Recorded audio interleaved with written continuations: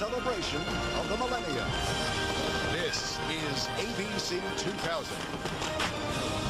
With Peter Jennings at ABC 2000 headquarters in Times Square, Barbara Walters in Paris, Diane Sawyer in New York, Charles Gibson in London, Cokie Roberts in Rome, Elizabeth Vargas in Sydney, Connie Chung in Las Vegas, Deborah Roberts in Orlando, Jack Ford in Times Square, Carol Simpson in Chicago, and Sam Donaldson at the Y2K Command Center in Washington.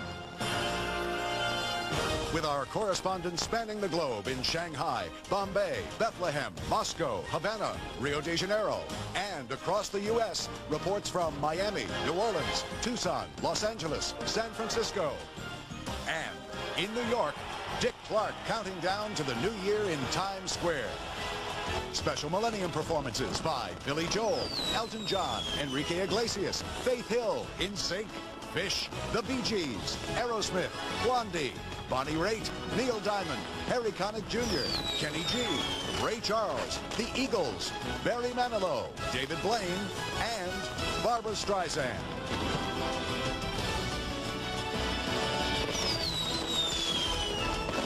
Now, from ABC 2000 headquarters at Times Square in New York, Peter Jennings. What a feast this has been today for the mind and for the eye. You're looking at Easter Island, the world's most remote inhabited island, small and volcanic. And just listen to the sweetness of this celebration for a moment.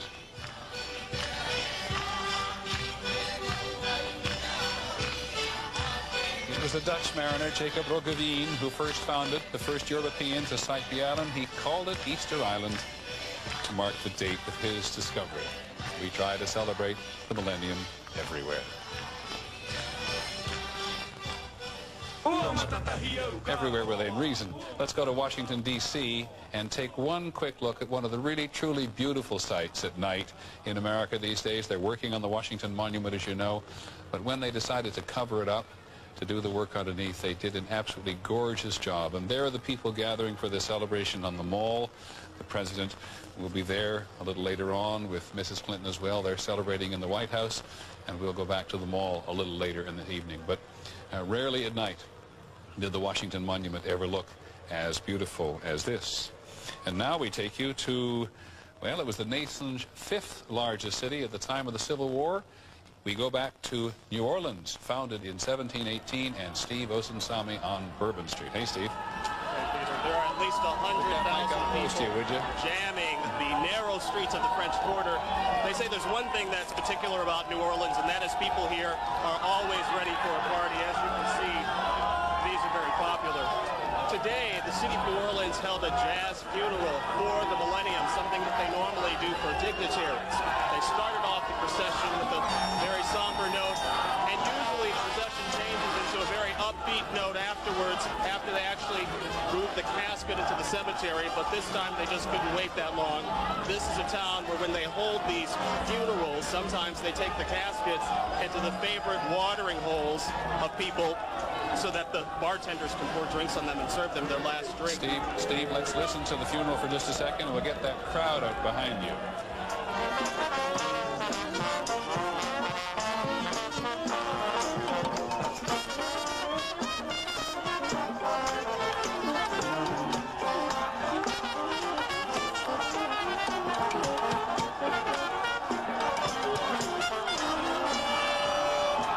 Mass for the millennium. Back to you, Steve. Yes, as you can see, lots of people in the street. And the people here say that Times Square has nothing on them, because here they can drink in the streets and basically carry on. Even the police say that they have a high tolerance for the way people behave here, because that's what the Big Easy is all about, people having a good time.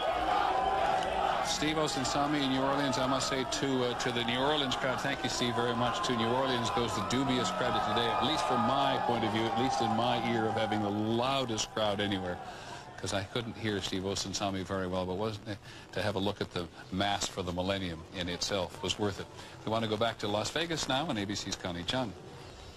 Thank you, Peter. You should be looking at an outside view of the Bellagio Hotel, which is at the tip of the Strip. We are inside the Grand Ballroom, which is empty right now, but will be filled with 2,000 of owner Steve Wynn's closest and personal friends.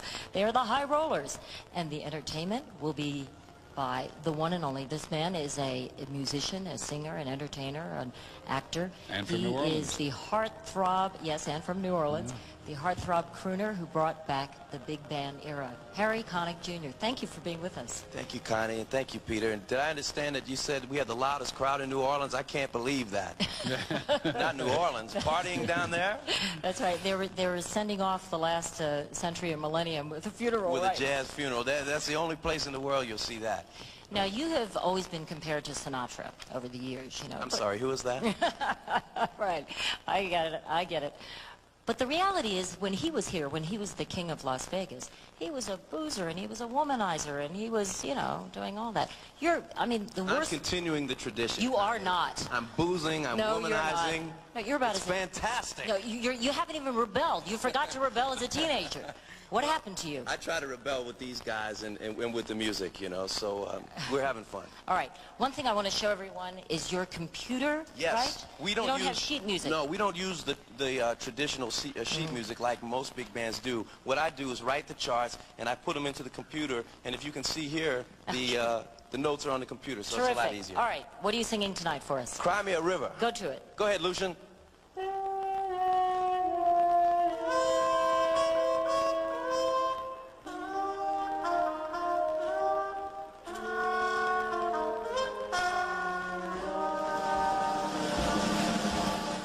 Now you say you're lonely.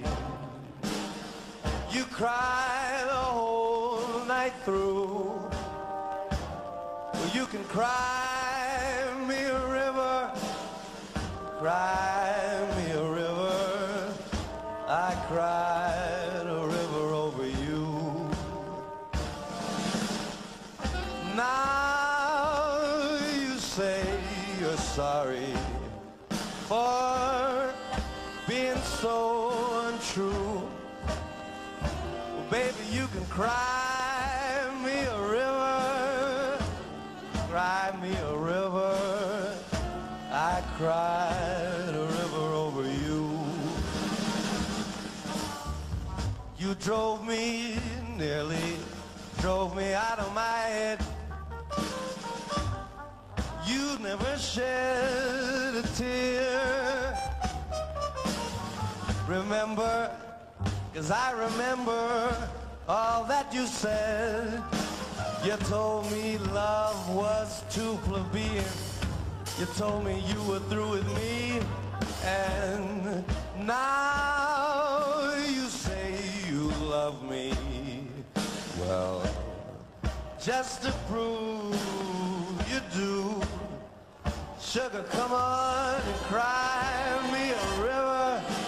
You can cry me a river. I cried a river over you. Yes, Lucian Barberin from New Orleans.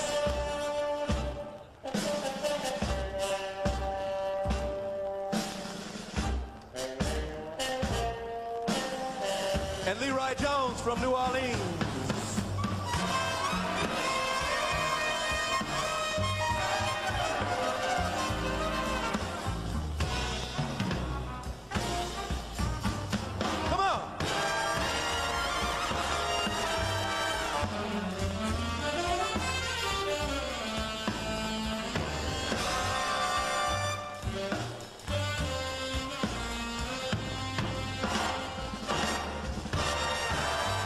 Remember, I remember all that you said.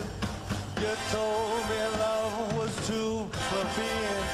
Told me you were through with me. And now you say you love me. Well, just to prove you do. Come on. Cry me a river. Cry me a river. I cried a river over you.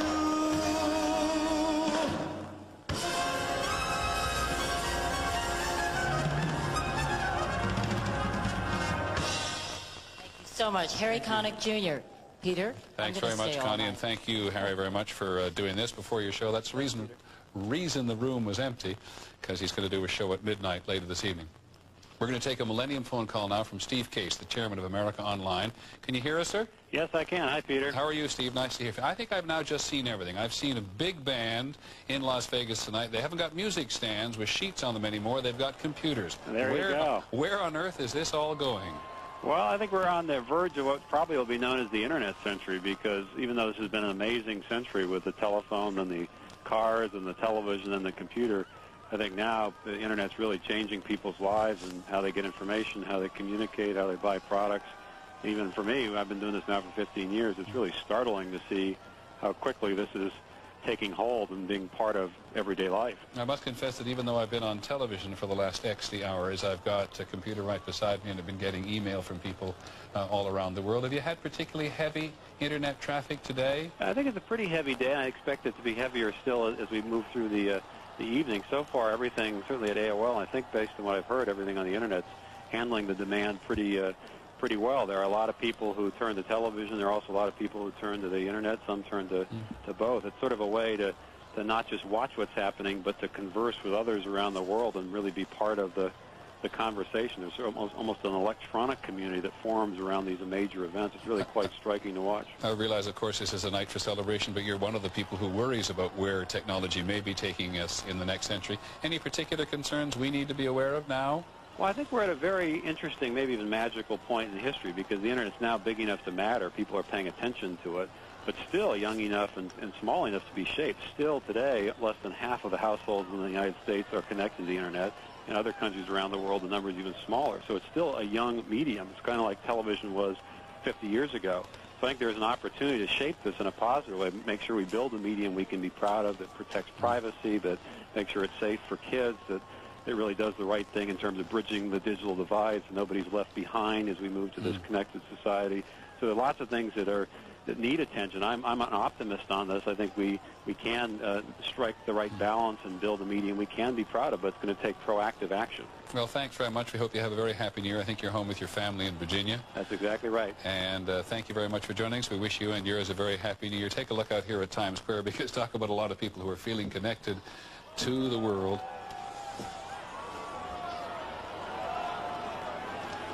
Roger Goodman, who's our director, tells me there is, oh my God, I feel like Howard Cosell, or one of the guys on Monday Night Football. I don't know where they are. Where are they, Roger? Happy New Year to you, too. I don't think that's ever happened to a newsman before. At any rate, thank you very much, and Happy New Year to you all. Oh, my goodness me. Our Millennium coverage will continue in just a moment.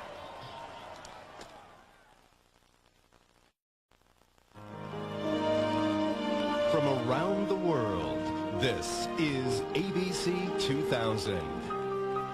Once again from Times Square in New York, Peter Jennings. Everywhere we've been today, but particularly in the Pacific, we can't help but notice that people have celebrated their indigenous people. You recall very early in the day the power of celebration with the Maori people in New Zealand and the Aboriginal people in Australia. It is certainly true here in the United States tonight. We're now going to take you to Tucson, Arizona, where ABC's Barry Serafin is attending. Listen to this. The New Millennium First Peoples World Fair and Powwow, or, Barry, I gather, Thunder in the Desert. That's right, Peter, and there's some thunder going on right now. As you can hear, some drumming. It's been going on through the day. We are indeed celebrating this New Year's with Americans whose ancestors were here for the last millennium, and for thousands of years before that, Native Americans. This powwow is a social and a spiritual event. There are representatives of more than 100 tribes from around the country, as well as representatives of Native peoples from some other countries. We have Bolivians who are arriving. We had Aztec dancers this afternoon. And so it's really quite an event in a 9-acre park here in Tucson. I'd like to, Peter, if I can, ask a couple of questions of two special people who are here. One is Floyd Red Crow Westerman. He's a musician and an actor, and you probably remember him from Dancing with Wolves, among other things. What does this event mean to you? Barry, we have many Indian nations represented tonight to be part of the grand total of the celebration throughout the world on our new millennium. We're happy to show the many Indian nations, and also, as you see behind you, the many flags we are honoring in this circle, which means we are all part of the circle of life. We are still carrying on our traditions in spite of what has happened in the past, and it was a Holocaust that happened to us, and we still keep our ways, and we're still strong.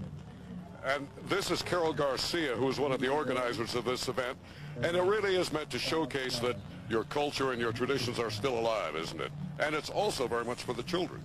That's right. We did this for our children so that we can inspire them as they can enter into the 21st century, that our culture is strong and it has persevered, and that it will continue into the next 21st century. Thank you both very much.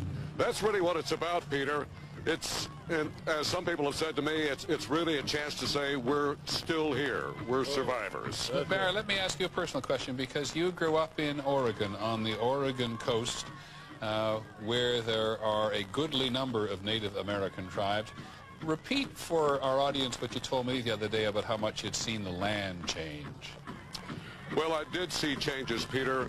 One of my distinct memories as a youngster there was watching a group called the Solilo tribe up on the Columbia River spear salmon in a dramatic big waterfall. And then later on, a dam came in, one of the many dams on the Columbia River. The waterfalls disappeared, the salmon disappeared, the Solilo Indians disappeared. So there were a lot of changes visible just in my lifetime. And remind me again just how many tribes there are in the United States, or at least how many the federal government recognizes? The federal government nowadays, Peter, recognizes 557 tribes, and surprisingly, nearly half of them, 226 of them, are in Alaska. There are 2.3 million tribal members in the United States. That's just under 1% of the U.S. population. And I wonder, as we go into the 21st century, listening to what Carol Garcia said about educating the Native American children, how hard it is, in the face of everything that's available to them through technology, to hang on to their family and tribal ways. I've talked to people here about that, Peter, and they all say, yes, it is a problem. They have the same diversions that all young people do. Computers, video games, music. On the other hand, I think there is a growing awareness now among young people, and there are more and more courses being offered to them in their culture, their language, their traditions. The proceeds from this event go to a scholarship program, part of which is to teach young Native Americans about their traditions and their culture. And while, as you've pointed out, they've been here for more than this or more than several millennia, how are they going to celebrate when it comes to being midnight in Tucson? Well, it's going to look a little like what you're seeing now, Peter, only much bigger. Come midnight here, it's going to be a big traditional round dance. And that means everybody's invited in, Native and non-Native Americans. The general public is very much invited here. And you'll see everyone will form a big dance around this circle. And my guess is that it'll snake out all around the camp. There are some teepees set up, 9 acres worth, so it'll be a dance that will go right on into the early morning hours. So well, we look forward to joining you when it happens. Barry Serafon in Tucson, Arizona for Thunder in the Desert. And from Tucson, Arizona, try to cross the T's. We're going to go from Tucson to the Tropicana. We're going to go back for our second visit today to Havana in Cuba and Cynthia McFadden. Boy, does that look different behind you. Buenas noches, Peter. Buenas noches, senora. It is different than when we were earlier in the day. Peter, I should point out that most Cubans will be home this evening. There are no big fireworks here, no displays, no public celebrations. This place, the Cubans who are here are either here working with us, they are here in the kitchen, or they will be on stage. The price for this evening at the Tropicana is expensive, $250. As you know, the average Cuban makes about $30 a month. And as a result, most Cubans will not be here tonight unless they are working. Sad, I agree. You're standing in front of an awful lot of history at the Tropicana, are you not? Yeah, and in fact, a lot of it relating to America. As you know, Peter, great American performers once performed here. This is not only the celebration of the year 2000 here at the Tropicana, but the 60-year anniversary of the Tropicana itself. Nat King Cole performed here, Carmen Miranda, the great Josephine Baker. This is a place steeped in history that it was shared with the United States. As you know, in the 40s, 30s, and 40s, this place rocked with America. There were gambling tables just behind where we're sitting here. This is open air, which is one of the first open-air theaters in the world to also have gambling and a floor show. There are 95 dancers in the show tonight.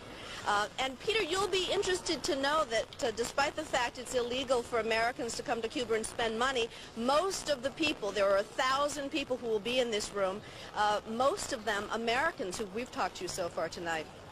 Cynthia, earlier today you were talking to Ricardo Alarcón, the president of the National Assembly in Cuba, and I wonder what he would think of a celebration, who's a staunch Fidelista. I wonder what he would think of a celebration at the Tropicana tonight, other than for the revenue. Well, I think that's exactly what he thinks. I asked him about it, in fact, Peter, and his eyes went wide open when I said to him that it was a $250 price tag, which he said he didn't know until I told him.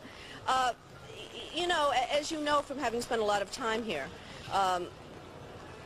though much about life here is I know, somebody's talking you and driving you crazy, right? Yeah, they are. Though much of life here is, thank you, is poetically beautiful, life here for the Cubans is difficult. One of ABC's key staffer here, Mariana, was not allowed, for example, to go into the hotel where we were going to change our clothes earlier in the day. I mean, there is much about life that's difficult here. Well, we'll be back to you. I hope you're going to come back to us at 10 o'clock. We are, but more to the point, I hope you give my best wishes to Mariana, who's an extraordinary woman who works for ABC in Cuba, and who has a very, very strong connection to the revolution, in that her husband is the senior most Cuban general ever to be killed in Cuban service overseas. He was killed in Africa, where the Cubans were fighting on one side of a guerrilla war some years ago. Thank you. We'll go back to Cuba at midnight and join Cynthia again at the Tropicana. Now we're going to go just across the street here in Broadway to MTV, where well, MTV needs no explaining to anybody, except at the moment they're playing and enjoying the Goo Goo Dolls.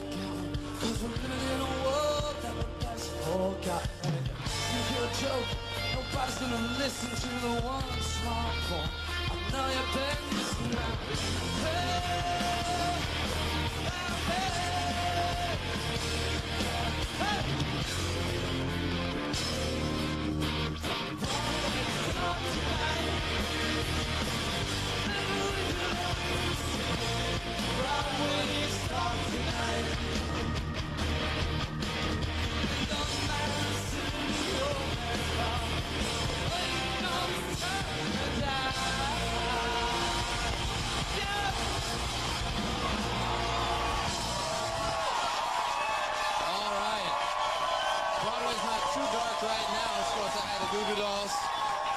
In their home state. Bobby's got his shoes off. Thank you guys. That was awesome. ABC 2000 will be back in a moment.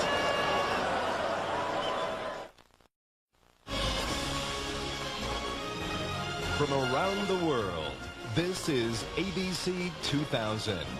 Once again from Times Square in New York, Peter Jennings. Well, we've been taking the measure of all time and the measure of the world today, asking our questions whether the 21st century will be a global century, an American one, but it has been very much of a global event today.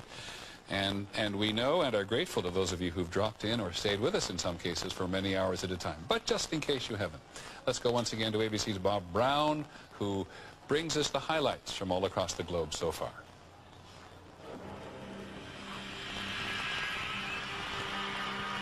For a change, however fearsome or dangerous or inhospitable we seem to make the world, millions of people in every time zone concentrated today on breathtaking accomplishments, past, present, and future. Witness the Eiffel Tower, planned to celebrate the French Revolution, built as a symbol of the industrial age, now dressed in 20,000 lights, looking as if it sprouted wings. Or the Parthenon of Athens, bathed in light, having been raised before what we count as the first millennium and damaged and sacked and restored through centuries of conflict. There were extraordinary moments whose origins were extraordinary cruelty. South Africa's Nelson Mandela passing a flame of reconciliation in ceremonies on Robben Island, where he had spent 18 of his 26 years in prison before becoming president of South Africa. Berlin's Brandenburg Gate, access denied by the Berlin Wall between 1961 and 1989, was lit by a huge laser show tonight. Bethlehem, the city where Jesus was born, drew fewer tourists than expected because of fears of terrorism, and had a magnificent show before a crowd that was overwhelmingly Palestinian. Inizia in questo momento. I wish a Happy New Year to everyone in the light which shines out of Bethlehem, said Pope John Paul II, who spoke from his apartment window above St. Peter's Square. The Pope has called Y2K the Great Jubilee. And so far, although it is too early to tell, Y2K has not been the great disaster many feared would happen to governments and businesses now dependent on computer technology. There are still many turns to come before the celebrations are over, but for sheer technological size and nerve, London's billion-dollar Millennium Dome takes the prize, although the Royal Mail did fail to deliver 2,000 invitations to its opening. For those who didn't make it, as there have been for centuries, there were plenty of other sites along the Thames. Now, we've been making connections today in a right way. Thanks very much, Bob Brown. We're going to go back across to the other side of Broadway and 7th Avenue now, because the connection here is, here's a young woman who grew up listening to the music of Rodgers and Hammerstein, which really means the music of the 1940s and the 1950s. And over there at MTV today, she was singing, without a doubt, the music of the moment. From MTV studios earlier today, Christina Aguilera.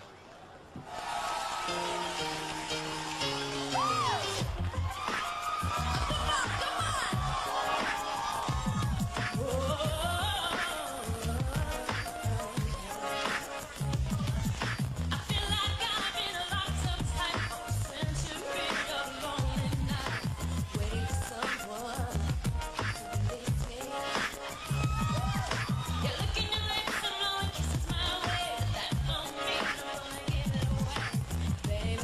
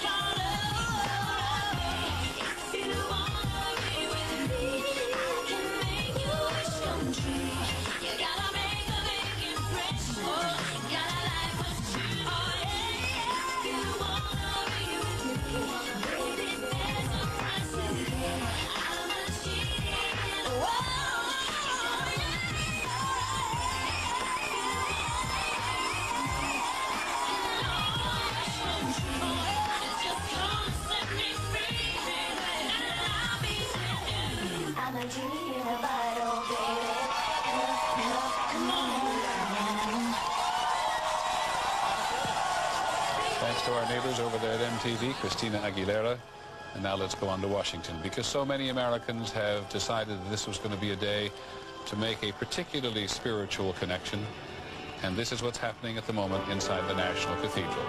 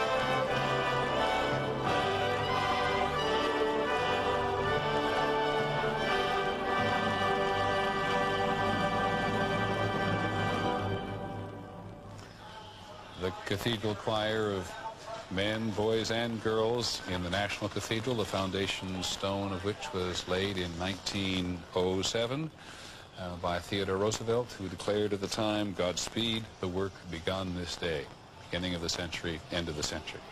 Our coverage will continue in just a moment.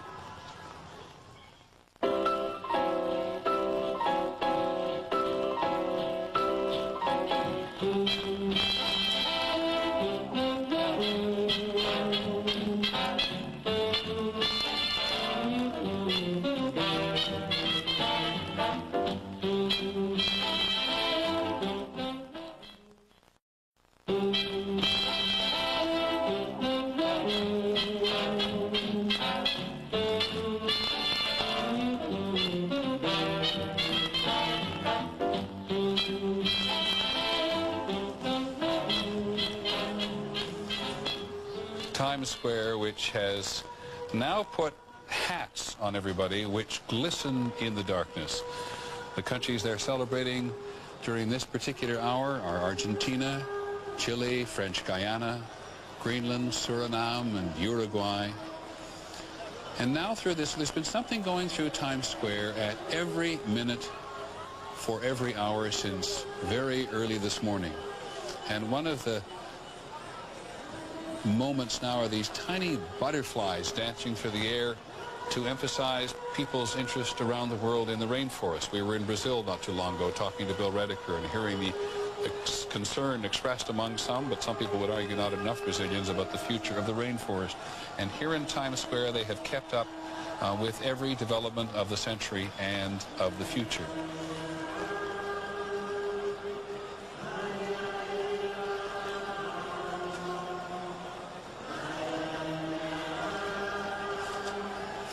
And now let's go farther up the island of Manhattan to the world's largest cathedral, St. John the Divine. And of course, our dear friend and tonight's master of ceremonies, Harry Smith. It wouldn't be New Year's Eve without Harry Smith at the cathedral. They've been having a New World Millennium Concert for Peace up in St. John the Divine. And you can see here another example of thousands of people who have gathered together to have a spiritual moment at the end of this century and the beginning of the next. As cathedral organist Dorothy Papadakis leads us from the organ, God, good night to you, and God bless you, and God bless us all in the new world, and may we have joy and peace and love. Amen.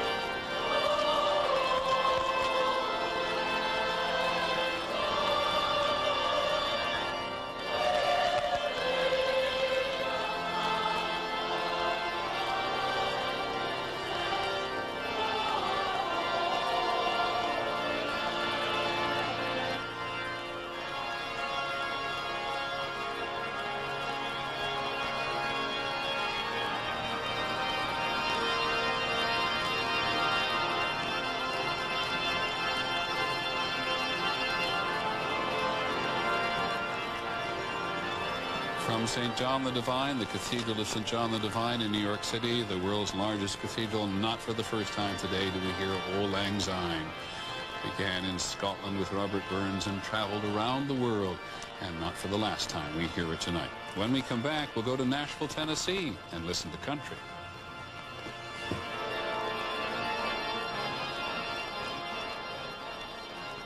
This is ABC 2000, the celebration of the millennium. Brought to you by AccuView Contact Lenses, vision for the new millennium. And by Hewlett-Packard, a company of inventors in Silicon Valley.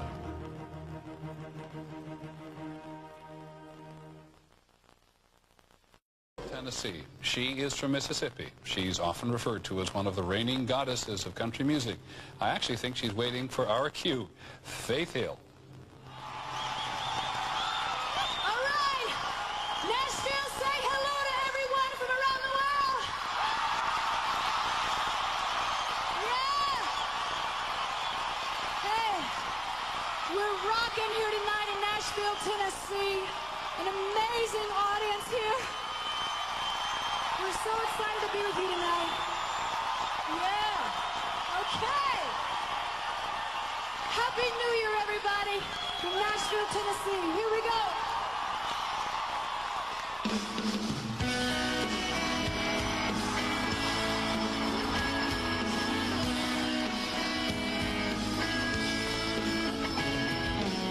I don't want another heartbreak.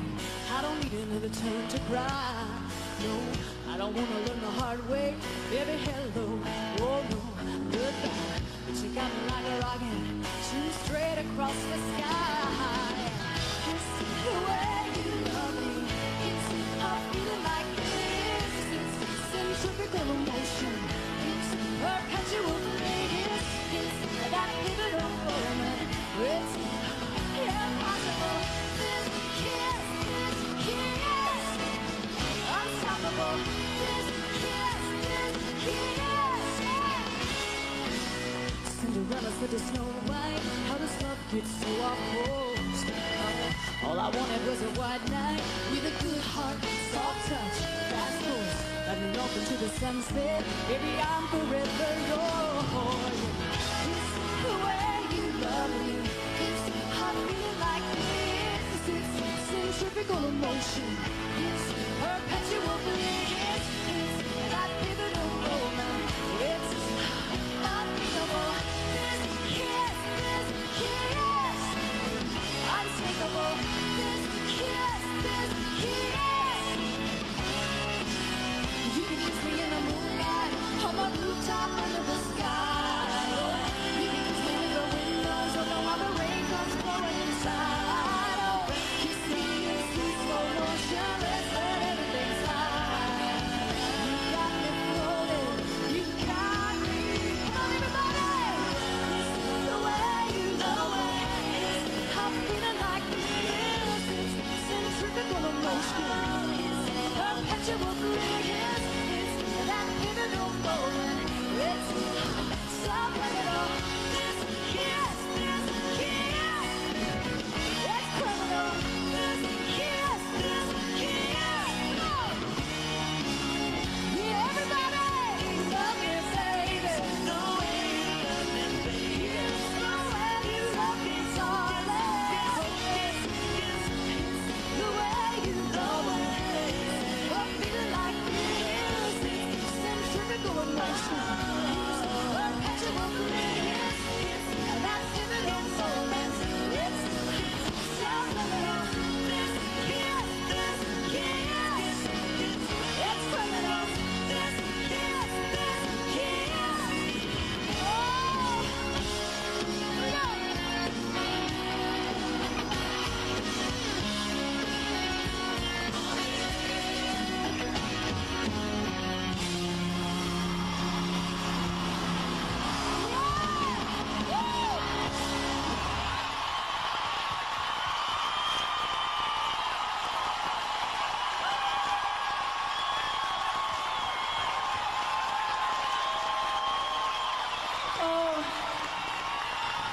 Faith Hill in Nashville, Tennessee. Take a look at Times Square, because when we come back, Boy, do we have a combination. Kenny G and Rudolph Giuliani.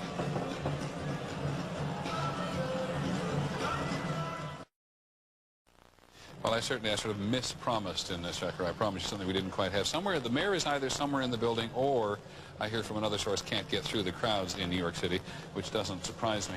And so we're going to go across to the other side of Broadway and 7th Avenue and up to the top of halfway up the Marriott Hotel now. That is to my left, isn't it? Where is he? Where is Kenny G? Hi, Peter. There you are. I hear you. Happy New Year. Same to you. And I hear you've got a fabulous album to go with this song. Thank you. Thank you very much. Hey, you're doing a great job today. I've watched you all Hey, listen, day. we're standing up. That's the main thing. It's awfully nice to have you. Happy New Year. Same to you, Peter. The first voice I spoke in the original phonograph. Mary had a little lamb, its fleece was white as snow, and everywhere that Mary went, the lamb was sure to go.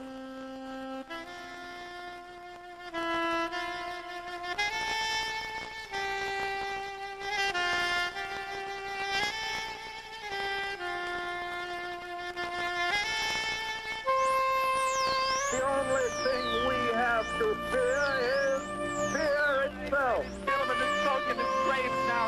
All the humanity. It is Martians approach. This country is at war. December 7th, 1941. The Japanese have attacked Pearl Harbor. A date which will live in infamy. This is Bob, Command Performance I Hold. consider myself the luckiest man on the face of the earth. The world will note that the first atomic bomb was dropped on Hiroshima. Who is on first? Now, what are you asking me for? Jackie Robinson goes to bat for the first time. Are you a member of the Communist Party? Oh, a cop, eh? Or have you ever been a member of the Communist Party? Baby, you're the greatest. Applause for Sun recording artist Elvis Presley.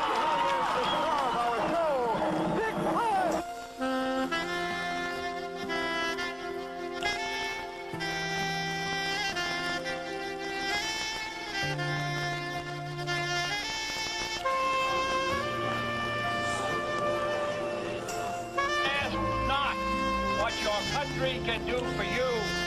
Ask what you can do for your country. Godspeed, John Glenn. Birthday, Mr. President. President Kennedy died. I have a dream. My 4 little children one day live in a nation where they will not be judged by the color of their skin, but by the content of their character. And I say segregation now. We have foremost in common is that enemy. Segregation tomorrow. The white man. And segregation forever. He's an enemy to all of us. I have a dream today. The Beatles. Today orders to Vietnam, the air mobile division. Senator Kennedy has been shot. Is that possible? He said many times, many parts of this nation, some men see things as they are and say why. I dream things that never were and say why not. It's one small step for man, one giant leap for mankind. It's a free concert from now on. We must be in heaven, man. People have got to know whether or not their president is corrupt. Here's Johnny. Well, I'm not a There will be a killer and a thriller and a killer when I get the gorilla in Manila. I shall resign the presidency effective at noon tomorrow. New York, it's Saturday night. Lennon was dead on arrival. I, Diana Francis, take thee, Philip Charles Alpha George. To my wedded Over a disease striking primarily in the gay community called acquired immune deficiency. Roger, roll, Challenger. We will never forget them, nor the last time we saw them, as they prepared for their journey and waved goodbye, and slipped the surly bonds of earth to touch the face of God.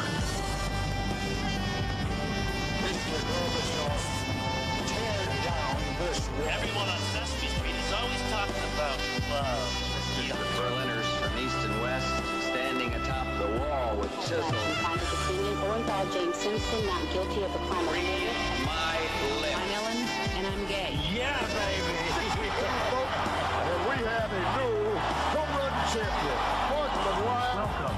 You've got mail. I did not have sexual relations with that woman. This vast right-wing conspiracy conspiring against my husband. Why don't you pull a rabbit out of my hat? Indeed, I did have a relationship with Miss Lewinsky that was not appropriate. In fact, it was wrong. I need to go back to work for the American people. The young killers of Columbine High School do not stand for the spirit of America. We can rise up and we can say, no more.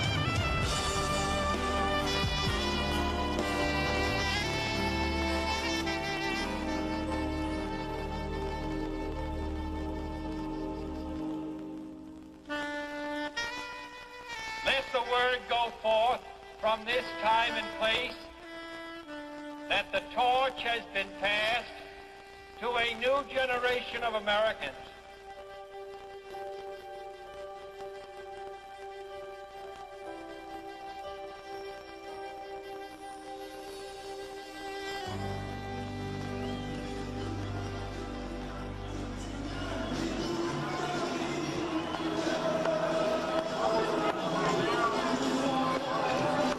That's awesome. Thank you, Kenny, very much. What a wonderful tour through the century. Compliments of Kenny G. Thank you very much. That was absolutely great. Have a very, very happy New Year. Thank you. He started at the beginning of the century. I think that first picture there was actually New York City Hall with Welcome to the New Century, and they couldn't make up their minds actually at the beginning of the century whether it should be 1900 or 1901, and so they left the sign up from 1900 right through 1901. The century began also with a message taking 6 days to get all the way across the Atlantic, and when Marconi sent the message, it was received in St. John's, Newfoundland. We're going to go now to Canada, to the second largest country in the world, to Kevin Newman, who's in the harbor at St. John's, Newfoundland, the first piece of North America to greet the new millennium. Hey, Kevin, how's it going? I'm doing very well, Peter. This is a very special place, as you well know. There are only 200,000 people roughly at St. John's, and I think every single one of them are on the Finger Pier right in St. John's Harbor here tonight. You can hear some Irish Celtic music going on in the background here. Some of the earliest settlers of Newfoundland were from Ireland, and they have maintained that tradition. In fact, there are places in Newfoundland that you can still hear Irish accents that no longer exist in Ireland. That's how isolated it is. We are expecting a wonderful performance here, and I should remind everybody that midnight here happens on the half hour. It is an oddity of Newfoundland that it has a time zone that is on the half hour. So we are about 20 minutes away from a Newfoundland New Year's, and as you can see, the revelers here, a little scoff and skiff, they call it, Peter. Little scoff means they've been having a good meal. Little skiff is a dance, and then there's something here. They don't really toast with champagne in the same way. I'm going to just go down here for a second. They certainly do. They use Newfoundland Screech, as you can see. This is a very strong rum. I would not recommend too much of it. But this is what they love to toast the New Year with here in Newfoundland, and I'll be sure to bring you back a bottle, Peter. I hope you will, but give us a little bit of the history here, too, because Newfoundland is the place where the first settlement in North America occurred as well. Well, that's very true. It's the first European settlement about 500 years ago, but it was also the first settlement about 1,000 years ago. They believe that the Vikings, and there's archaeological evidence to support this fact, they believe that the Vikings landed here in Newfoundland 1,000 years ago and encountered people they called the Skraelings, which we call the North American Indians, and they believe that was the very first contact between Europeans and native North Americans. But we are here tonight to celebrate 500 years of St. John's. This place was founded in 1613. It's the oldest city in North America, the oldest European city in North America. It also has the oldest street in North America, Water Street and George Street, just across from the harbor here. So it's an historic, a wonderful place. And somebody asked me, how do you describe Newfoundlanders to Americans? And I guess the best way to describe them, they are Canada's Texans. They are a very independent, culturally diverse people, but they are yet part of the whole of Canada as well. But they're, as you can see, a good bunch to be with this night. You might tell that person, well, he's gone now. We can convince him that St. John's has said hello to the rest of the world. Are we any chance of hearing a little dash of that Celtic music before we move on elsewhere? I would love to. There's someone on the stage right now. I'm not sure if you can get a shot of him or not, but okay. there, as you can see, if you take a look here, if you can get past these guys. Excuse me, guys, I want to show the people dancing the jig over there. There's lots of people bopping up and down, Peter, dancing the jig, and you're going to be hearing more of that as the night goes on. We have a lot of them in Times Square, but you're standing in a harbor, which means a great deal to Americans as well as Canadians, of course, because it was here where the warships very often hid during World War II, right, from the U-boats. Yes, I'm sorry. I didn't quite pick that up, Peter. I was just going to ask you to give us just a quick touch, 30 seconds, on the history of St. John's Harbor vis-a-vis Americans as well as Canadians. There were 10,000 American troops here during World War II because the German U-boats, as you said, were just off the harbor here slightly, and they were very, very concerned that there would be a landing party here during the Second World War. So 10,000 American troops, 8,000 Canadian troops here as well, built into batteries in the hard granite rocks of Newfoundland. Well, Kev, thanks very much. You've had a wonderful day. He pointed out some of the migration and the communication of the day. So why don't you pick up your bottle of Screech and go and enjoy the ceremony and the celebration with the rest of Newfoundlanders. Newfoundland celebrating half an hour before the rest of the eastern United States. And now we're going to go talk about a change in weather. We're going to go from St. John's, Newfoundland, down to Sunrise in Florida for another of the performances which are going to mark our primetime coverage this evening. We're going to hear now from the Bee Gees.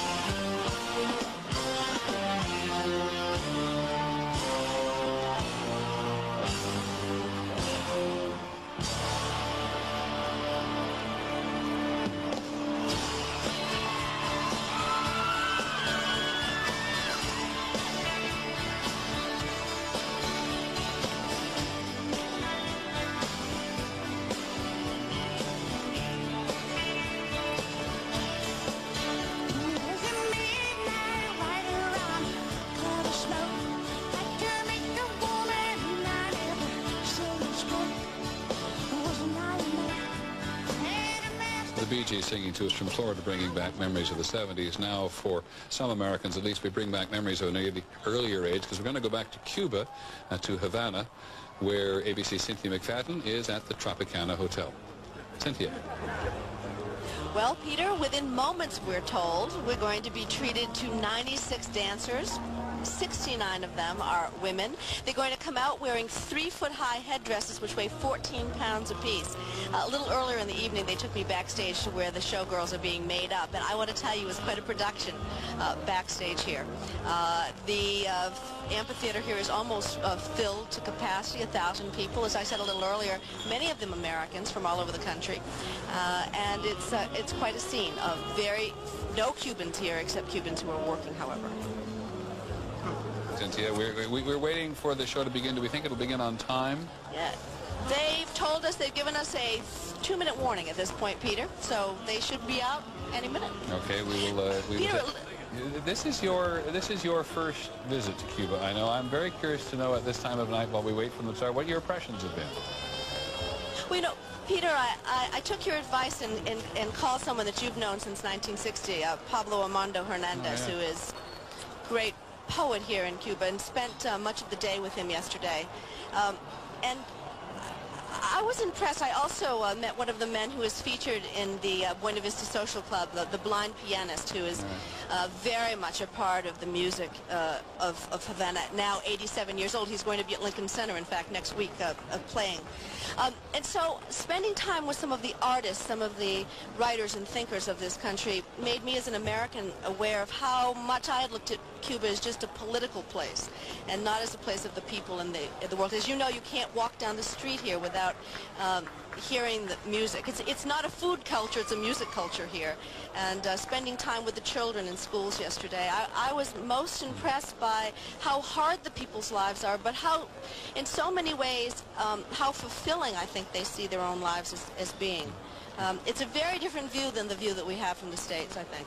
Okay, Cynthia, thanks very much. We're going to come back to the Tropicana and visit with you again in a moment. We do want to take a quick look at the mall in Washington, D.C., because the national celebration is embodied there to some extent, too. This is not the first glimpse we've had, but look at, again, the crowd that has gathered there at the Lincoln Memorial end of the mall, or at least partway down the mall, and the Washington Monument, as we've also said before this evening, very beautifully dressed. The President and Mrs. Clinton are going to take a party of friends and important Americans out there. Terry Moran is on the mall. Terry, it's yours.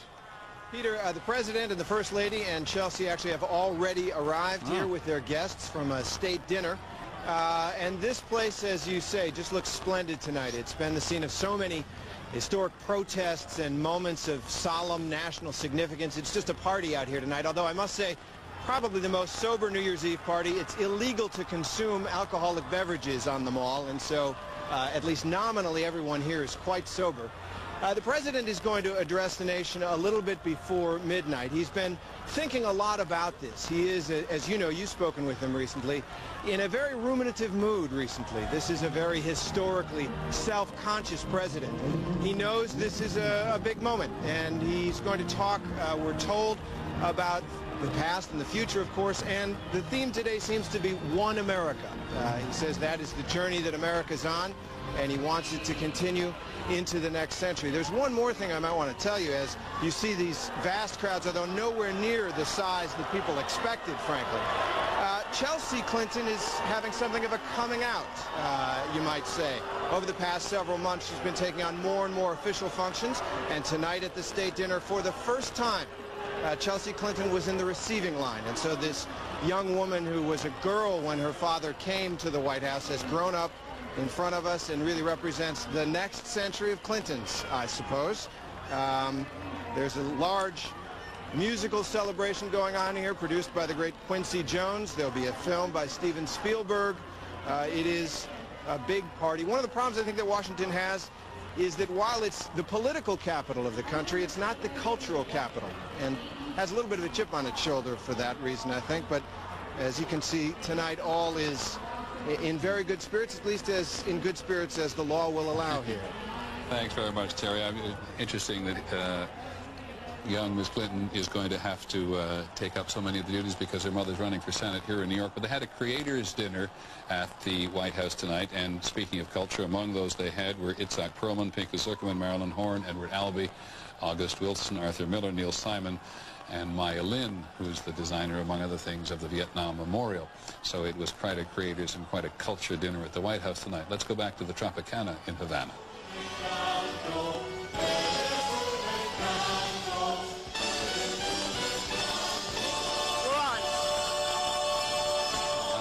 You should ask. Good evening, ladies and gentlemen. Welcome to Tropicana, a paradise under the stars. To enjoy the new Santiago Alfonso's production, Tropicana, La Gloria eres tú.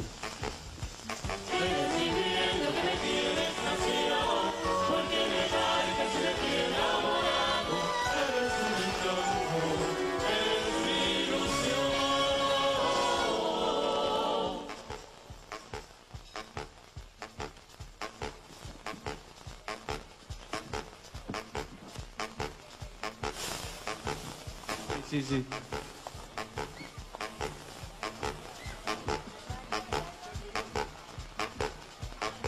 Muy buenas noches, señoras y señores. Bienvenidos a Tropicana, un paraíso bajo las estrellas.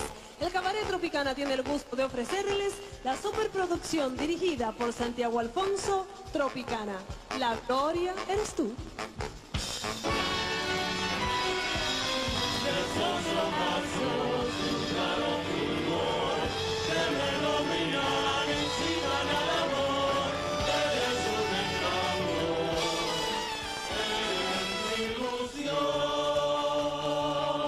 Bonsoir, mesdames et messieurs.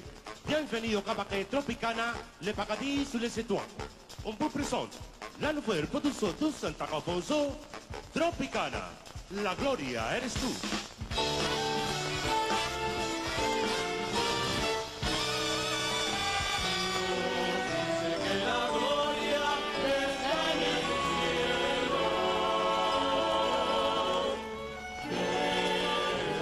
This is one of those days when anybody watching television can make their own value judgments about what they think of what they see in any part of the world. You get very mixed emotions watching the Tropicana, a place where no Cubans are allowed to go this evening, and certainly Cuban Americans will have a very particular view of what is happening there on this particular evening. Let us go back to the very first place in North America to greet the new millennium. Kevin Newman in St. John's, Newfoundland. You are minutes away. Yes, we are, Peter. We are 4 minutes away. I know it says 10:30 down there on your screen, but it is almost 12 midnight here in Newfoundland, 1.5 hours ahead of New York time. And we may not have the Eiffel Tower sparkling, and we may not have the Thames aflame, but here in Newfoundland, we're having one heck of a party. And it is very much like the kind of thing that is going on in parks across America, or in this case, a pier. The local people have come down. They've got a great band on stage playing a Celtic jig, and they're just having a great old time, as you can see. It is a couple of minutes now, I guess about 2 minutes to midnight, and we are awaiting the arrival of a couple of group of children from the outports and from the main city here in Newfoundland, which is St. John's, and they will be coming down and counting down the midnight for us. I don't know whether or not you can see a picture of everybody in the crowd at this point, Peter. Help me if you will here. Have we got another camera there? Not that you're not... Do we have any access to the stage at this point? We should have about 12 other cameras here. And if you take a look on the stage now, you should be able to see a couple of step dancers who are doing 12 other step cameras dancing in you're St. familiar John's, with. Newfoundland, and we can't manage to get to the stage. Oh, that's a shame. Because can we plug into the Canadian Broadcasting Corporation and the Millennium there? Is that possible? All right. I'm sorry, Peter? No, I was actually really talking to Roger Goodman in our control room here and asking whether or not we could plug into the Canadian Broadcasting Corporation's coverage of this, because they're also members of the International Consortium. But this is the first celebration in North America of the Millennium, America's most important ally down through the years, the second largest country in the world, 6 time zones, all the way from Newfoundland to Yukon in the far northwest. And we are 2 minutes away, Peter. People ask, why is Newfoundland on half a time zone? Because it is quite unusual in the world. And I've asked around Newfoundland. It's been this way since about 1885, when Newfoundland looked at the map of the prime meridians and decided that Newfoundland was right in the middle of a time zone. So by gosh, they were going to be a half time zone. That's very much in the spirit of Newfoundland. It also, of course, gave them an extra half hour to bring in the fishing nets, an extra half hour of sunlight, and it was to their great advantage for that reason as well. Now, you were in some and it's part of what makes this place distinctive. You were in some of the outports in the last couple of days for us, and you find a sad story which is occurring in other parts of North America, people leaving the land, in essence, or leaving the sea in their ports to go to the cities and never come back. And it's the same story we see in America on the family farms. People who have made their lives on the resources of the earth are suddenly unable to keep making their lives that way. And this was a story about a place a great distance from here, actually. No roads, a very remote place. And the people in that place couldn't decide whether to stay or go. A very funny moment. I see we have pictures now of the choir.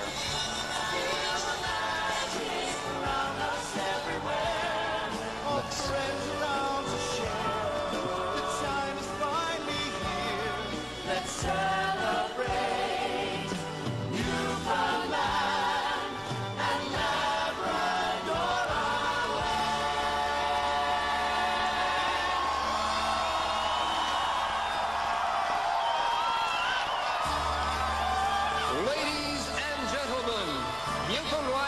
Labrador welcomes the new millennium to North America in 60 seconds.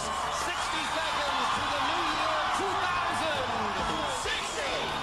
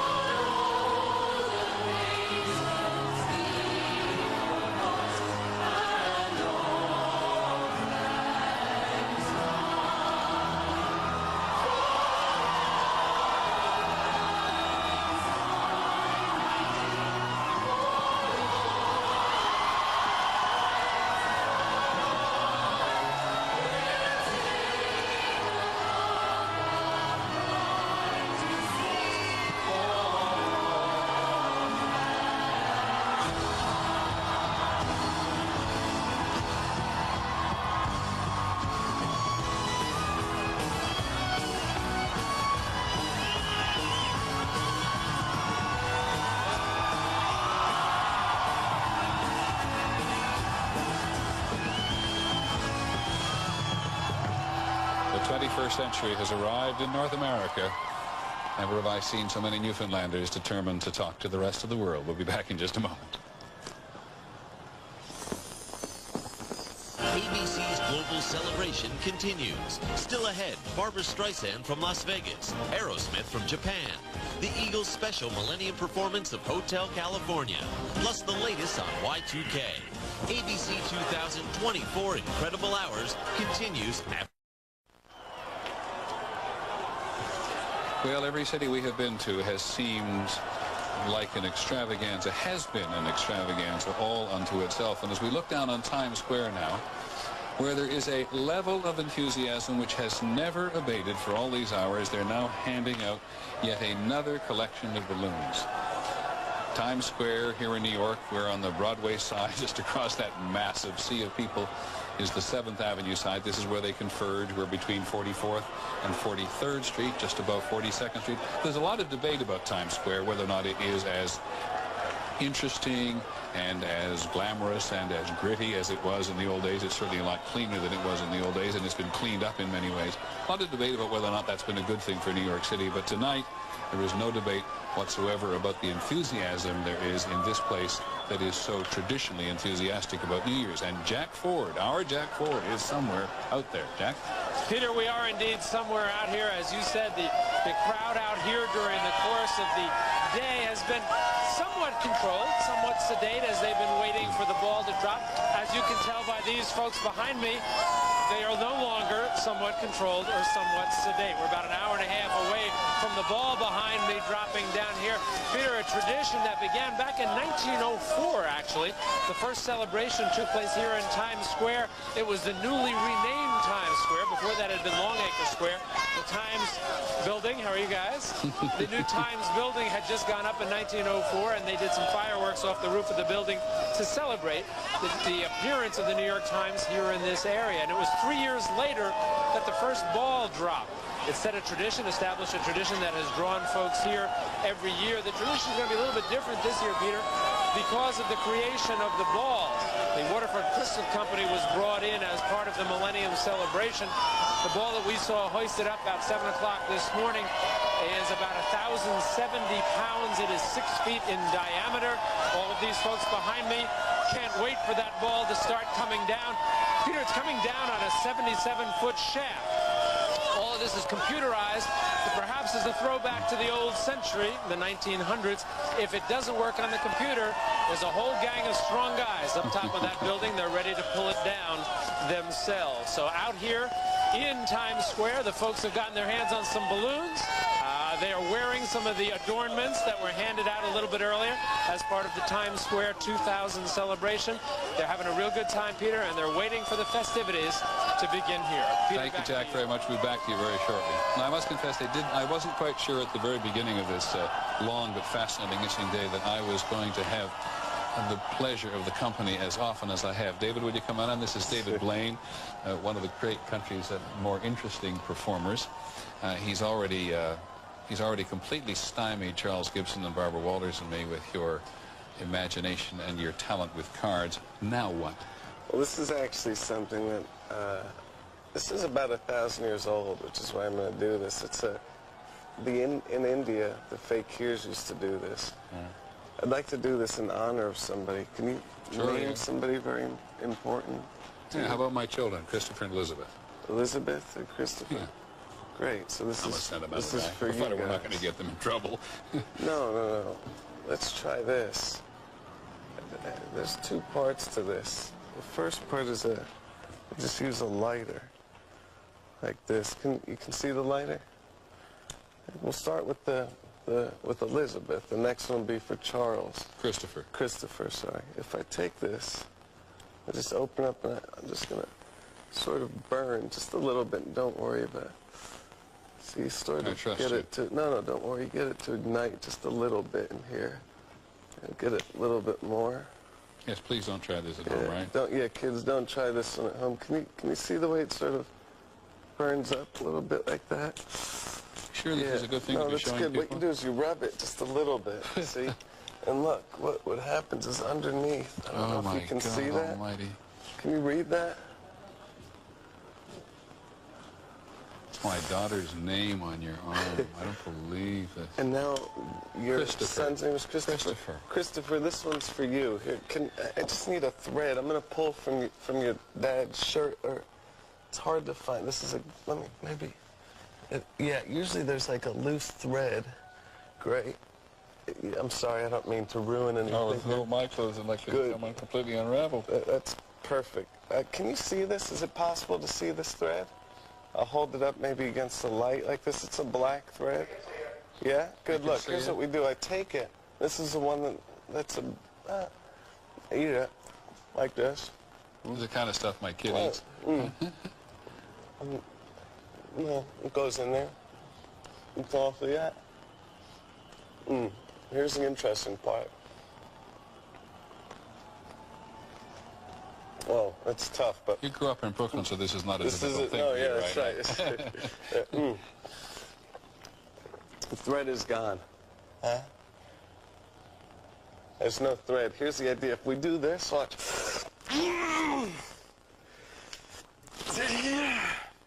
See, it starts to push. I think if you can... Yeah, see how the thread... Can you see there? Come in tight so you can see. Actually looks like the beginning. We're supposed to do this later at night. Can you see this thread? Here, look. Here, if you can see, we'll just pull that. See,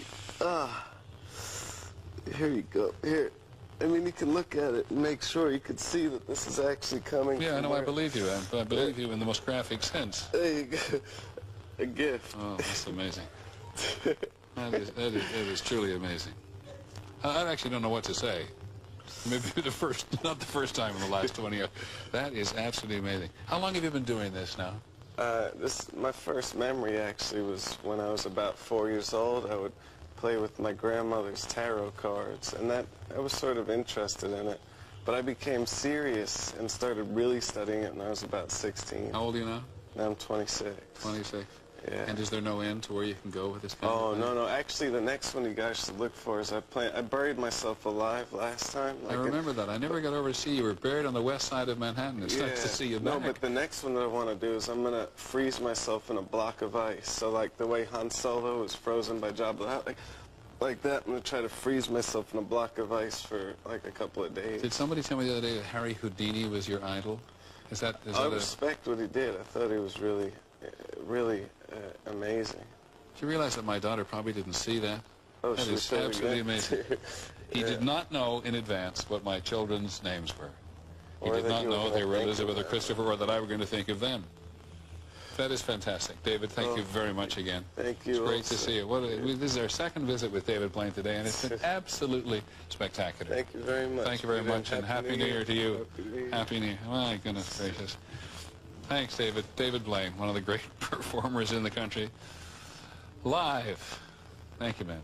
Live, Nancy Cabrini, who gets me through the day. Live, Barry Manilow.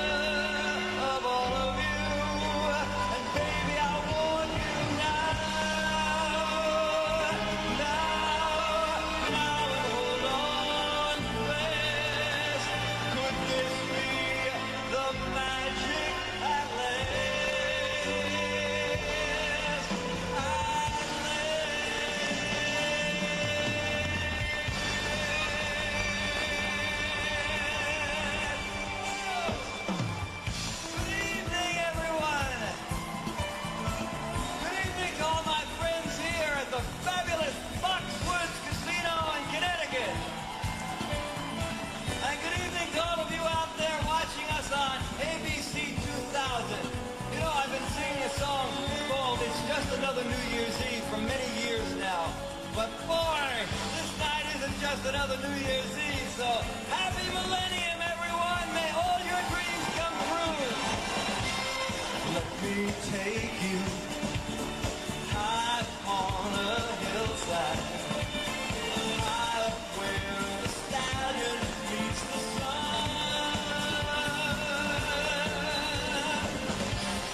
I could love you, build my world around you, never leave you till my life is done. Baby, I love you, come.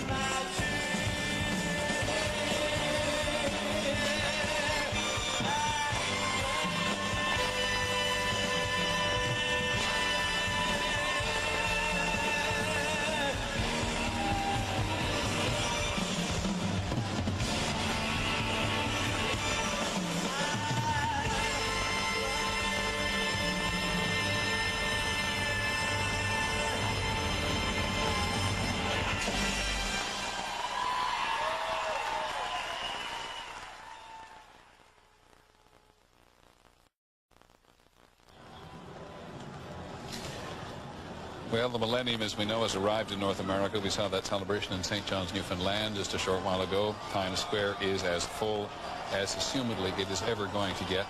And though we can't look down the side streets of this crossroads of America, certainly the crossroads for New York City and all the people who come to visit here, the intensity of that crowd, we think, extends down one street after another, between 42nd Street and maybe all the way up to 57th Street at the south end, 59th Street at the south end of Central Park here in New York. And we have been here for hours, and we are joined again by ABC's Robert Krulwich. Robert, the last time you were here, you came with an enormous fishbowl, and now you've come, with these Roman numerals. Would you please explain why? Well, I wanted to point out that is, in essence, this day, something very special about this day, apart from the fact that the whole world is celebrating together, as we've seen, is that it's arithmetical.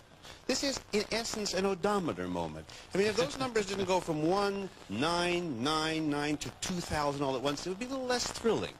And I was feeling a little sad for the people of the last millennium. 1,000 years ago, they didn't have cars, they didn't have odometers, and they didn't have the thrill.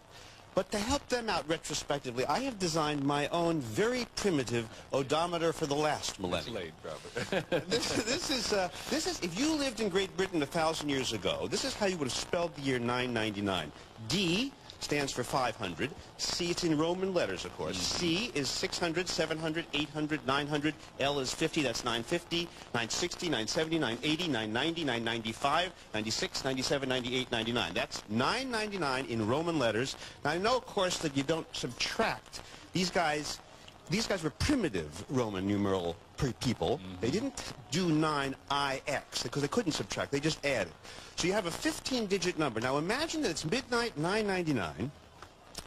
The clock, or they didn't have a clock. The sun goes down. Midnight comes. Now watch what happens as they all stand watching my odometer. Here we go. 15 letters to 1. 15 to 1. M equals 1,000. Which simply goes to say that whether it's this millennium or the last millennium, essentially the magic of numbers would have been there then had they had this, and is there now because of our odometer thing. That's extraordinary. You've had a wonderful day. I had a wonderful day.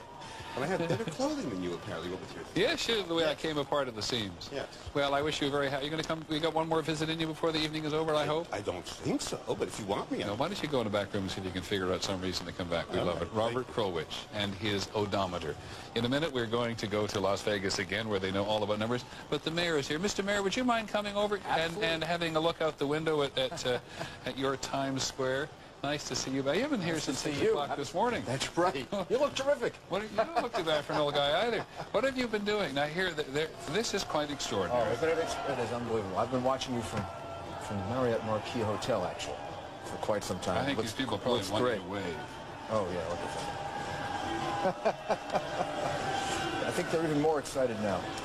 Now, come and talk to us for just a second about New York City on this particular day. I remember a week or so ago, all of us in the news business were desperately concerned about crowds. Seattle, as we've said before, perhaps a little on Friday night, canceled theirs to be safe rather than be sorry. What's it been like in New York today behind the scenes? I've walked in the crowd quite a bit today, particularly over the last 2 hours. And it seems like a very friendly crowd, very happy, very contented, peaceful. It's been a great behind the scenes today. Sure. I mean, we've had a lot of bomb scares. Nothing for real, bogus, but probably twice as many as we usually do. We've got a lot of police officers patrolling the crowd. We've got celebrations in 8 other parts of the city that number in the 5 and 6 and 7,000s. But this is, now well over 1 million people, and it can probably end up at 2 million people. So. Now, have you been in contact with the feds, all the federal authorities all day long because of what's been going in terms of the Canadian border? Everything seems okay. So we're keeping our fingers crossed and we're praying. Do you know how many sort of fake bomb threats you've had today? As of about 5 o'clock, we had 16. And a normal day, we have about 6 or 7. So that's considerably more than normal. And all of them fake, and a lot of things like that. A lot of people, for some sick reason, playing pranks, I guess. Now, John Miller, who works for us and knows the city very well, told us earlier, I think that you had told him, or the fire chief told him, that you had the number of people in Times Square at 5:30 this afternoon, which you'd had at midnight last year. You didn't anticipate this, did you? No, absolutely not. Well, I think you could see it being here. You could see it about noon, 1 o'clock today. I was here about 1 o'clock, and the crowds were almost like the crowds we have at 10 o'clock at night. We didn't anticipate it being quite this heavy, but it's terrific. And the police have a terrific plan to allow people to move out further and further, and there are 7 jumbotrons. So the people who can't see the ball directly will be able to see it on the jumbotron. I was just commenting a moment ago that we don't know from here how deep the crowd goes on the side streets or how far up it goes towards Central Park. What's the answer right up to that? against Central Park. Really? On both 7th and Broadway, it's right up against the park. So you've got people there, and then you have people south, and you have people all the way across 42nd Street over to about 9th Avenue. So it's and it's still filling up. We're still literally an hour away. Usually, traditionally, the crowd doesn't usually start showing up until about now. About at this point, the theaters are letting out, the Broadway plays are ending, and the crowd really starts to swell at about 11:10, 11:20. I can't see it getting much bigger than this. Thanks for dropping in again. Have a great evening. Happy New Year. Happy New Year. Mayor Giuliani, Mayor of New York City. It has been quite a day here. I think we are sometimes blamed being a bit New York-centric around here in this broadcast, but I hope not. Of the world. I want to go very quickly, speaking of capitals, to Washington, because Sam Donaldson has got about 30 seconds, Sam, if you would not mind, in Y2K headquarters to tell us if there have been any problems around the world at all. Give me 40 seconds, Peter. And no problems, and everything's going so swimmingly that people here are confident in the United States there will be no problems. However, some precautions are being taken. The Social Security Center in Baltimore is switching to generators off the power company. Now, the Baltimore Gas and Electric Company says, we're ready. Social Security says, well, okay, but we just want to be certain. And Amtrak stations, if you're running on a train, they stop just before midnight, and they give you a whistle which says, I rode Amtrak into the new millennium. If it doesn't work, of course, you can use the whistle to call a cab. Thanks very much, Sam. Sorry to give you such a short period of time. There will come back. The Wire services are calling this Apocalypse Not. ABC special coverage of the millennium continues, but some of our stations are going to take some of their local news in hand at the moment, so we'll break away for a few seconds. If you're not going to go to local news, stay with us. The celebration continues.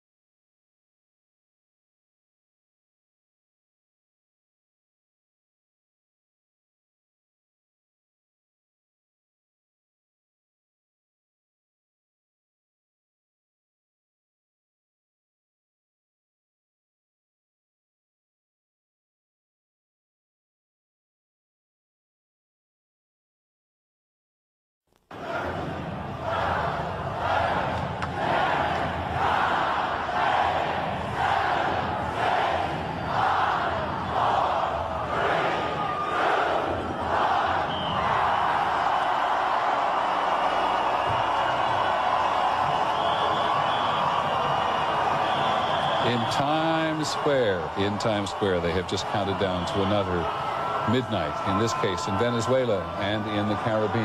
There are giant screens here in Times Square, which has enabled people to celebrate with every midnight around the world, and they have counted down for every single occasion around the world.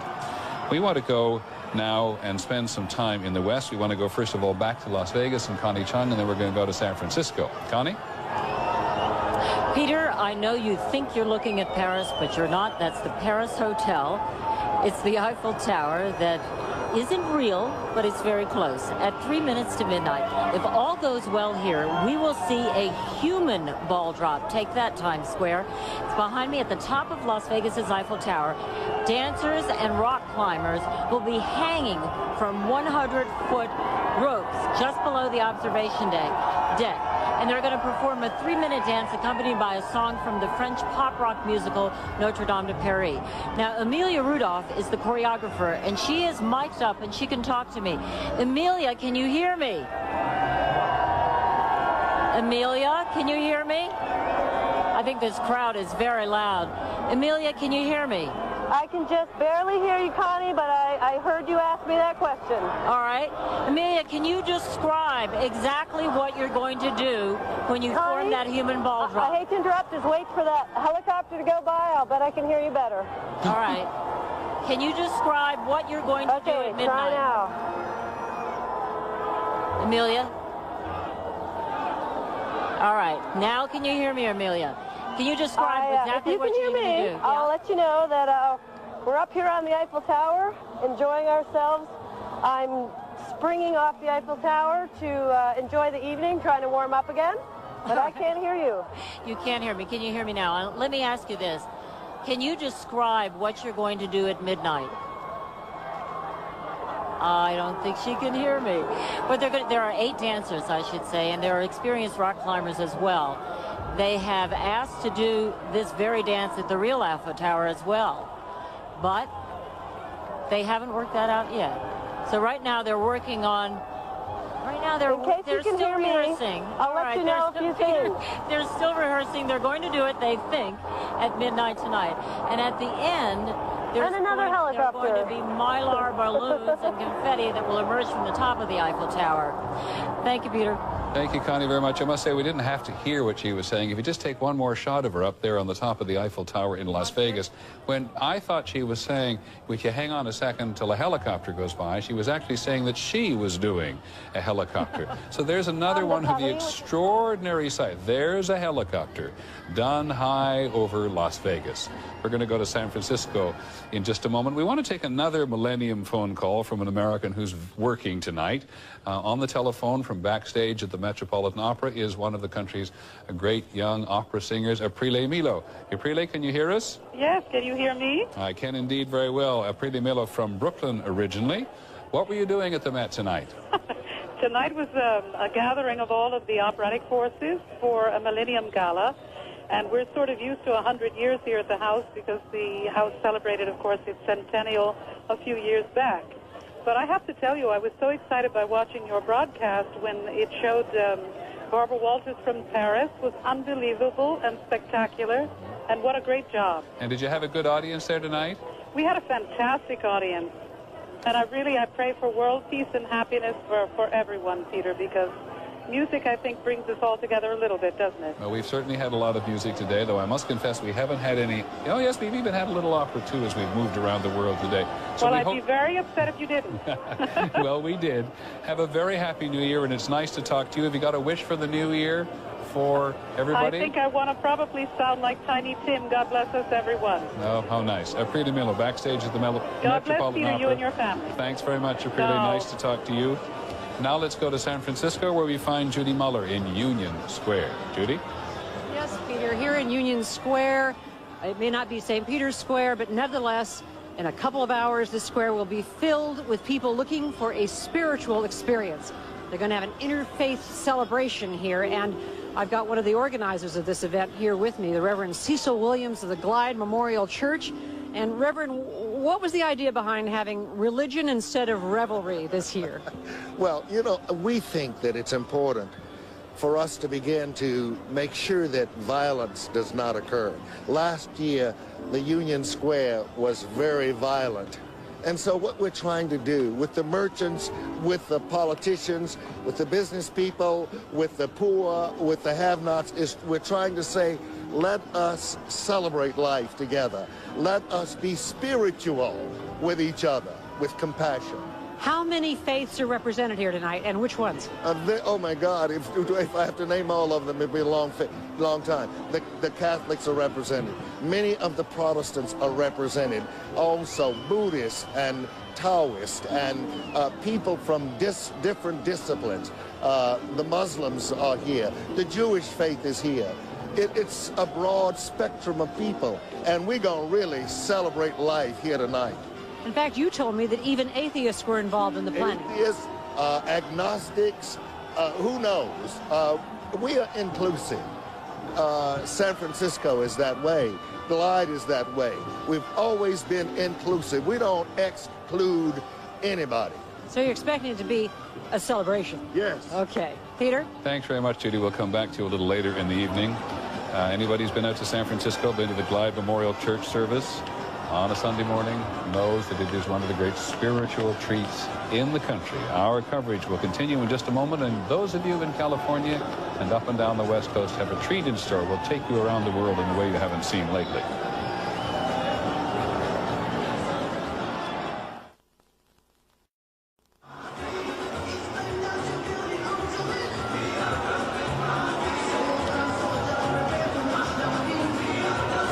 Just to follow up a little on listening to Judy Muller and her guest out in San Francisco, reminded that it was the Dalai Lama who said this week that in the next century people are going to have to do more than offer prayers if the world is to become a better place to live. But everywhere we have gone in the world today, there has been at least one person, often more, and always one spiritual component of the celebration. And if you weren't with us earlier tonight when we celebrated the Millennium in both Vatican City and then very movingly in Bethlehem with the Doves of Peace, then you haven't been able to share quite as fully as the rest of us have in the coverage of the world today.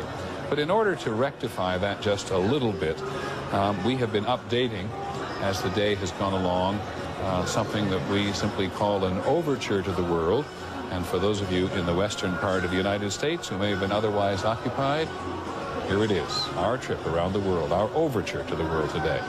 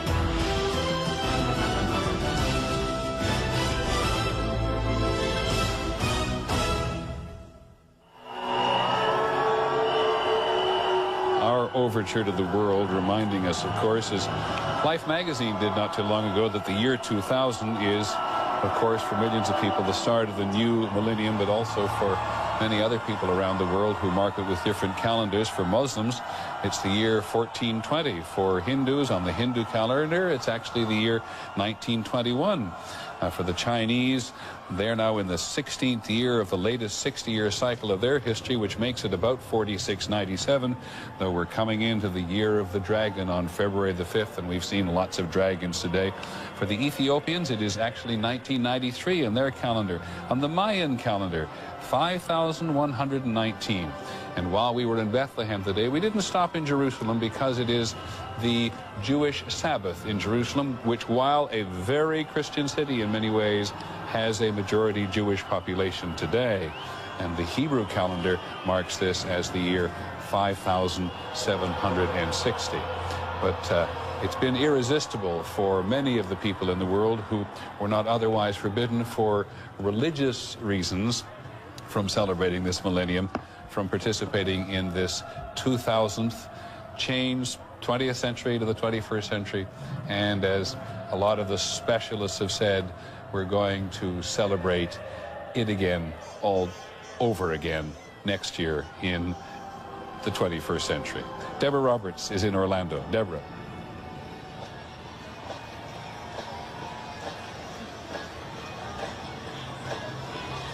Peter, you talked earlier about Times Square being as full as humanly possible. Well, we have the same situation here in Walt Disney World. It is jammed with revelers, both adults and children. After all, this is the land of the family. I can tell you that the three of the four theme parks here are filled to capacity. People are revved up, as you can see, ready for what Walt Disney World promises will be a super-duper larger-than-ever fireworks display. But one distinction, Peter, all the other celebrations will end tomorrow. Walt Disney World will go on for the next year. Peter? Hey, thanks very much, Deborah. It's nice to have you back with us. And I'm trying to think how much competition there has been between the various locations about who's had the greatest celebration. But the answer is that everywhere we've been, it has been fabulous so far, and it will continue to be. It is now 11:15 Eastern Time. It won't be long before they're celebrating on the East Coast and then on the West. Carol Simpson in Chicago, still working as well. We'll go back to Chicago, and we'll join our ABC 2000 coverage in progress right after this message.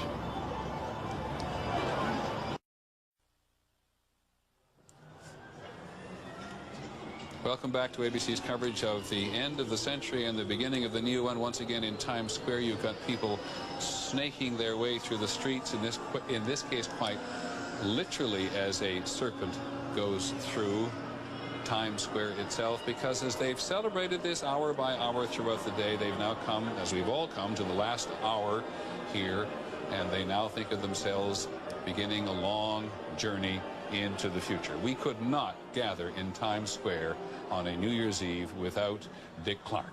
And so let's go halfway up the Marriott Hotel across from the ABC studio here to ABC's Dick Clark. Dick? Thank you, Peter. I see you over in your nice, warm and cozy booth, but it's not bad here this year. I've been out here on some rather cold nights. Tonight, 37 degrees. The weather is clear. There's a light drift of wind in the air, and as you can see, the folks down there are happy. They are ever so happy, and they've been supplied with balloons and wigs and Mylar hats and all sorts of things. Interestingly enough, you at home probably are in the majority this year, because they ran a poll recently, and Americans staying home this year are 72%. 72% of the people said they're going to stay home this year, as opposed to 63% last year. This crowd size, as we can see from the 10th floor of the Marriott Marquis Hotel here, is big. They haven't given us the official estimate, but they've said there could be 2 million people in this, this 72-block frozen area between 35th and 59th Streets, between 6th and 8th Avenue. They're cheek to jowl, and they're not cold. They're in a real festive mood. They're ready to go. And if indeed we've got 2 million people here, it will match the crowd when we had the end of the World War II gathering in August of 1945. worldwide. As you know, billions of people are watching this coverage, and they're billing it as the world's largest celebration. It cost over $7 million to mount this, and this crowd started gathering out here at 5 o'clock this morning. So though they're in a festive mood, they're in a quieter mood than usual. And they got all sorts of puppeteers, and it's all free, by the way. There is no liquor. There are 37,000 policemen here on duty tonight. 8,000 of them are stationed here in Times Square, and the NYPD has done an extraordinary job of choreographing this whole thing, so it's safe, it's happy, it's fun. By the way, there are 102 horses on deck here tonight. They do a great job. $650,000 worth of barricades were purchased for this occasion. And so New York's been planning for a long time. By the way, most of these visitors are from out of town. They're not New Yorkers. 85 to 90% of them came from out of town. Right in this area, there are about 12,500 hotel rooms in the Times Square area, 90,000 in the whole city. And this is a 24-hour celebration. And it's staged by the Times Square Business Improvement District. And they're going to see 500 performers and dancers, musicians, puppeteers, crew members, 1,000 volunteers who are going to drink 7,000 gallons of coffee today. And they've got 5 huge television screens for the people who can't get right here in Times Square. As you can probably hear in the background, we've got the surround sound, and once again, it's free. A lot of people stayed home this year because in one restaurant here in New York, it's $1,000 a couple just for dinner. The great big stage show at the Javits Center was canceled, but they had tickets with $1,000 and up. People said, I'm just not going to pay that. I'm going to stay home. I'm going to enjoy it. And you can feel the excitement building here with all of these people who are the guests of New York City. This is the world-famous ball drop. This is the place to be. I don't care wherever you are in the world. This is the place to be, the crossroads of the world. Peter, back to you. Thanks, Dick, very much. And we will not have the ball drop without you, I promise. We wouldn't have it on any New Year's Eve without Dick Clark here in Times Square. Even he, I think, is amazed at the number of people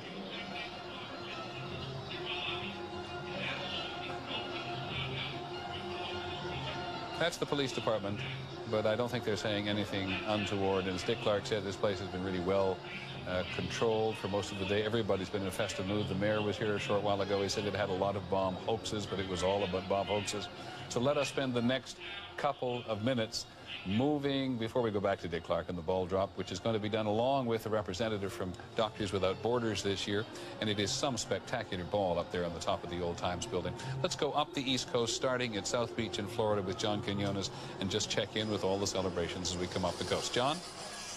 Hello, Peter. It is a wild scene. You're looking at the jam-packed crowd of hundreds of thousands of celebrants down the middle of Miami's Ocean Boulevard here in South Beach as we head into the final hour of the Millennium. Police are describing the situation here as surprisingly problem-free. City officials had told us they had prepared and planned for this like they would for a hurricane. And of course, so far, no storm at all. They were very worried. Police were very worried about a tradition in some parts of the city, and that is the firing of weapons into the air. Last New Year's Eve, a couple of people were wounded with bullets raining now, but so far, no problems here, as I said. Thanks very much, John. The celebration in South Beach in Miami. We're now going to check in with Terry Moran, who's on the mall in Washington. Terry. The background is playing taps, just so you know. Peter, the Washington Mall looks just splendid tonight. They're playing taps in the background you might hear, which you might think is inappropriate given the moment. But the President, the First Lady, and daughter Chelsea are enjoying a night here, which is a typical Washington night, full of entertainment and thoughtful, sometimes windy speeches. We've just heard actually a very touching address by Senator John McCain paying tribute to the Americans who've fallen over the past century and defending the freedom that all the people here are enjoying. It has been that kind of night, ranging from entertainment high and low to the kind of thoughtful addresses. The Poet Laureate of the United States, Robert Pinsky, is going to read a poem, a toast to memory it's called, that begins, "Here's to memory," that numbers all the years. And then the President will address this throng of people. The security here is very tight. And in fact, there are still people trying to get in. It'll be capped by what we're promised will be a spectacular fireworks display over the Washington Monument. Peter? Thanks, Terry. Not at all inappropriate, it seems to me, to hear taps. We were talking to former President Gerald Ford earlier on out at his home at Beaver Creek in Colorado. And he was saying to us when we asked him what was it about the century that he remembered, it was his service in the Pacific. And as my colleague and competitor Tom Brokaw at NBC has made so clear in the 2 books they've published this year on the Greatest Generation, this is finally the time to celebrate those Americans who gave their lives, both in the Pacific, in Europe, and in other parts of the world, to make sure that the rest of us could get to this moment at this point in time. Let's go to Central Park in New York City. ABC's John Miller.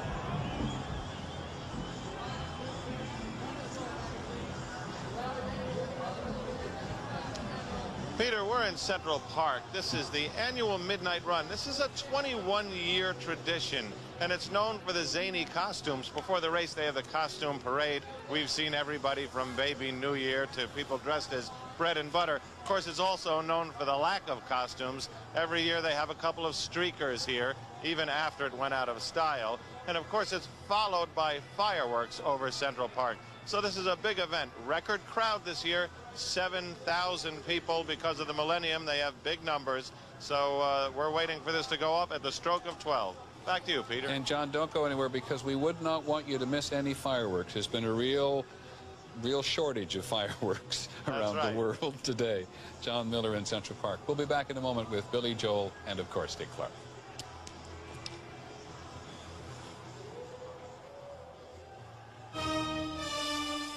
This is ABC 2000, the celebration of the millennium. Brought to you by Polaroid, see what develops. And by Toyota, taking you into the new millennium.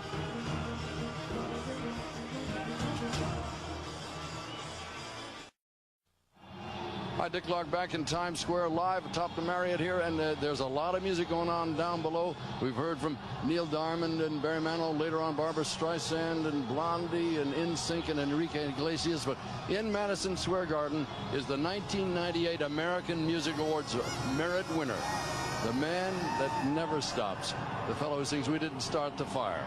Ladies and gentlemen, my friend, Mr. Billy Joel. No, we don't want to do that. We want to do, give me a C. C. Something real C. Okay. Give me a shuffle. It's on. We're on. Never mind. We're on. Go for it.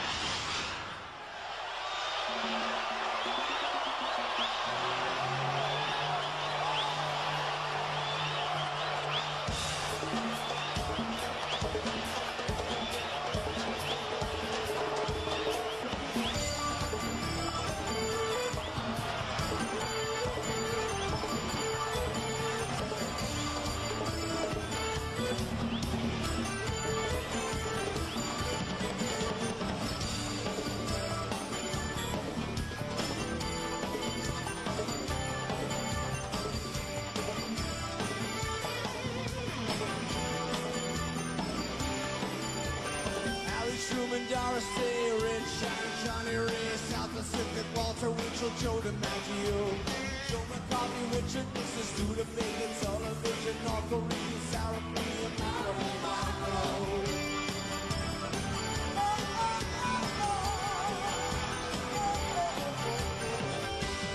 H-bomb, Sugar Ray, Papa John, Brando, the King and I, and the Catcher in the Rye, Eisenhower backseat, England's got a new queen. Marciano, Liberace, Tatiana, goodbye.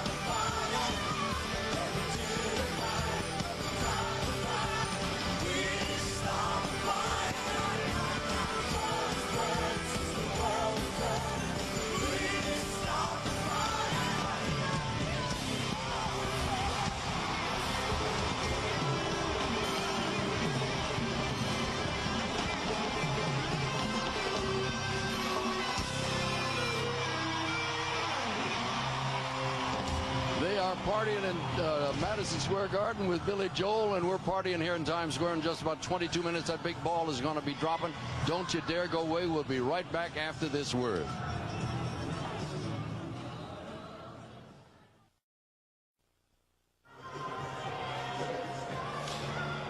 Back to Times Square. We'll be back to Dick Clark in just a couple of minutes from now. But even as encapsulated as we are here above 44th Street and Broadway, we can begin to feel the same kind of millennium madness that people around the world have felt as the moment got close.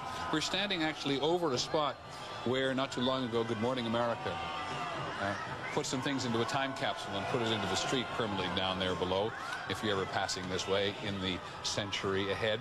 But as we go back to take one last look before 12 o'clock Eastern Time at the mall, we're reminded there was an opening ceremony there today by some of the members of the National Millennium Time Capsule, and it was quite fascinating, some of the things which were put into the National Millennium Time Capsule. Here are just three of them. One was a submission of a public library card from the Boston Public Library, the first library to allow readers to take books home. Another was a transparent lucite block holding 6 vials of vaccines of the 20th century, which averted illness and disability and death and changed the face of the world. And another was a set of dog tags inscribed to the American GI, to honor all American GIs. On the mall for us at the moment, Terry Moran. Well, Peter, those three items that you mentioned that were placed in the time capsule, along with many others contributed by noted Americans and school children, pretty much capture the spirit of Washington's celebration. It's thoughtful, as you might imagine, in addition to being celebratory. This is a place which is reaching really for significance as well as for good spirits. And we've heard that throughout the night here. And as you pointed out, in the time capsule, there is a lot of that. The president is expected to address the nation in about 20 minutes, and I'm sure we'll get more. Peter? Thanks very much, Terry. As somebody said, I think in an article in the New York Times the other day, writing about the millennium, whatever 2000 brings, let's all get there at once. Let's go back for the traditional celebration. We join once again Dick Clark. Dick? Thank you, Peter. It's getting a little more exciting out here in Times Square. We're about 16 minutes away from that big ball drop, and people all over the world will be counting on that ball. It's hanging high up there. In 1904, the Times newspaper moved to what was a place called Longacre Square in those days, and subsequently became known as Times Square.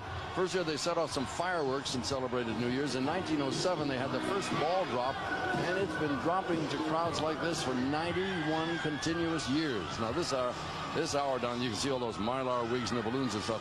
All of that was handed out courtesy of the business development people. They're celebrating this hour, the Caribbean Islands culture, with the puppets and water things, but everybody here in the crowd is looking at the ball. The crowd size has not been officially told to us yet, but if it is 2 million, it'll be the biggest one I've ever seen in almost 30 years of being out here. And as you can see by our ABC clock, we have a little more than 15 minutes still to go. It's really comfortable this year. It's really nice. I've been out here when it's been 17 degrees below zero wind chill factor, and that can really, really hurt. This crowd is having a great time. Let me give you a little update on a wedding we had 14 years ago. We've had a lot of things here happen over the years. Wayne and Vicky Chu got married, and since then, that was in 1985, they've had 3 girls and a boy. Shayna 13, Amanda 11, Cassie 8, Adam 7. They're living in North Carolina these days. We've had 2 marriages and 1 proposal, and it all happened right under the ball drop. And believe it or not, it is about to happen again in 15 minutes from now. 25% of these people down on the street there are from out of the country. They're foreign visitors.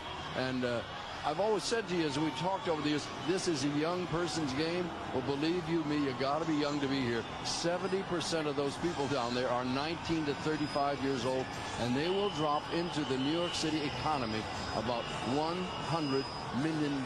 That's the financial impact of this celebration this year. Imagine $100 million over a few days. 14 minutes to go till the ball drops, and you'll see it all happen here. The 40 legitimate theaters in the area, most of them have closed. These folks were not going to the theater in any case.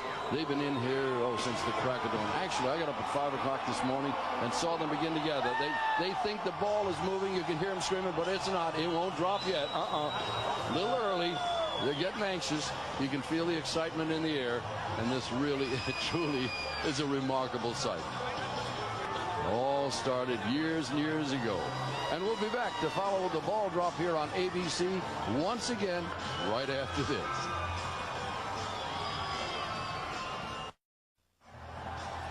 You know, just a few seconds from now, it'll be about 10 minutes till the ball drop, and you can feel it in the air. There's a buzz. You hear that sound? They know it's going to happen. And they'll all be looking at the big ball up there on top of #1 Times Square. It's a 77-foot flagpole. Let me show you how they put this ball together and give you a couple of the statistics. It's a 6-foot ball in diameter, and they've mounted on 1,070 pounds of aluminum there. It's just covered with these crystals. There are 504 of them. They range in size from 4 3/4 inches to 5 3/4 inches long. And then again, they're lighted with 168 halogen bulbs at 60 watts, by the way. And as I mentioned, the flagpole is 77 feet tall. It's 390 feet up in the air over Times Square. And that's what these people down in that little square are looking at. This is all of the design of this intricate ball, and it's brand new this year, brand new for the Millennium. And of course, there are other symbols around the world. They drop an orange in one place, they light up a fountain somewhere else. But I must tell you, of all the symbols in the world that denote New Year's Eve, it's Times Square and the ball, and that's what they want to see. At the crossroads of the world, it is the place to be. And this is our 28th consecutive year in Times Square. Now, I don't think this crowd is really aware of all the preparation that went into this giant party. Awful lot of people, thousands of volunteers put in a lot of time. The professional crews, they've all got their eye on that flagpole. And when it hits the 2,000, you will hear in 9 minutes and 30 seconds a thing like you've never heard before. The helicopters are overhead. The volunteers have done their work. The professional crews have done it. The musicians, the dancers, the police, as I mentioned earlier, they have consumed 7,000 gallons of coffee. This is something to see. Times Square is a year-round attraction. There's no doubt about it. It is one of the places to see. The first movie theater that presented a talkie was here in 1927. And now, of course, you got dozens and dozens of movie houses everywhere, 40 legitimate theaters in the area, 250 restaurants, if you can believe that. And there are 12,500 hotel rooms in the area. We've got 9 minutes to go until the ball drops. Speaking of hotel rooms, 90,000 citywide, so New York City can throw a party. You know, the nice thing about this is these people have not been allowed to bring in alcohol. They're having a great time on their own. They're conversing, having intimate conversation, but they're screaming and yelling. They got their crazy wigs on and their glasses. They're just happy to be here. And as 1999 passes into 2000, we remember certainly the Latin music take over, the female singers take over, the boy band take over, and things like the Blair Witch Project. I wonder what they would have said if they'd seen the ball. Bruce Springsteen's $53 million tour. It's been a big year in entertainment. It's a big night here in Times Square. This is the year of the Internet Impact, $1 million game shows, Santana's return, wrestling's return. By the way, as we watch the ball up there, do you have any idea? Yeah, it's 7 minutes to go, and got just a second here. The BMI people, the folks who publish or keep track of a lot of the music, christened the top song of the century is "You've Lost That Love and Feeling." The Righteous Brothers and Ascop's top song of the century was "Happy Birthday to You," if you can believe it or not. Once again, let us thank a wonderful ABC crew for putting all of this extraordinary coverage of the Millennium around the world, and especially here in Times Square together. Larry Klein's been our producer for goodness knows how many years. Bob McKinnon is our director. Dave Clark is the executive senior producer of the ABC television crew, and they've done a phenomenal job. That stage there in the middle has been the site of a lot of entertainment today. And as you see these giant billboards, they're all over the place. Back in the 1930s, Benny Goodman was the guy here. Just yesterday, as of 1942, Frank Sinatra appeared at the Paramount Theater for a 4-week engagement, and they extended it for 4 more weeks. Right here in the center of Times Square. In the 1950s, we had the first rock and roll shows. Alan Freed was here. And in 1983, you talk about big crowds. Big, big crowds. Central Park was inundated with people. That's when Diana Ross was there. And in 1997, Garth Brooks was there. Every eye is on the ball at 6 minutes and 40 seconds to ball drop and counting down. The weather tonight is perfect. I mean, look at them. They're not all bundled up. You can't even hardly see the breath in the air. I mean, usually they're rubbing themselves, hugging themselves, trying to stay warm. This is a walk in the park this year. Temperatures are in the mid-30s. A little earlier we said 37. It's probably down around 35 or 36 now. But they are not paying any attention at all to the weather. They're in a party mood. Now, all of these balloons and the funny-looking Mylar wigs and all were handed out by the Business Improvement District here, and they have done an extraordinary job of really putting things together here. It's a wonderful, wonderful party, and certainly one that will be long remembered for many, many years to come. I've just heard from the control room that it is still 37 degrees. And as I say, you would think it was in the mid-50s. Look, they don't even have their hats on tonight.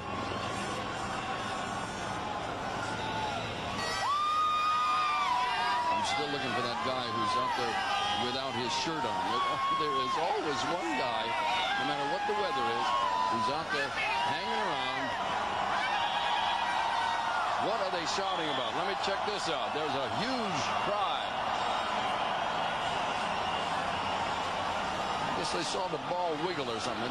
I tell you, they can't wait. It's only 5 minutes away. I don't know if you can hear the helicopters hanging overhead, but they're up there. You know, each night, 6 million volts of electricity are shot through these extraordinary signs here. There are 300 miles of neon there.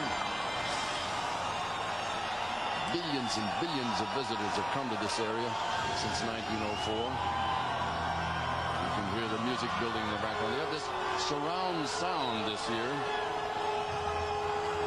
All sorts of sound and confetti and other doodads will happen as we go along. There are 500 dancers, actors, musicians, and puppeteers. 7 giant screen TVs. 160 puppets, 57 banners, 500 3-foot balloons have been distributed, and 100,000 handouts, which include pom-poms and leis and wigs and flags. They've all gotten their little party souvenirs, and they're having a great old time. There's the ball. It hasn't moved yet. It won't move for another 3 minutes and 47 seconds.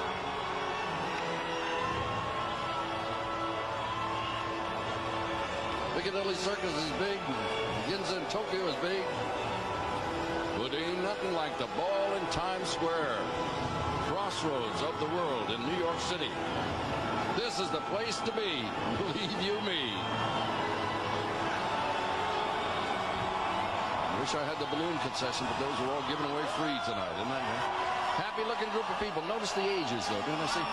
It is a young person's game. In order to stand out here for 10 or 12 hours, you're going to have a lot of stamina.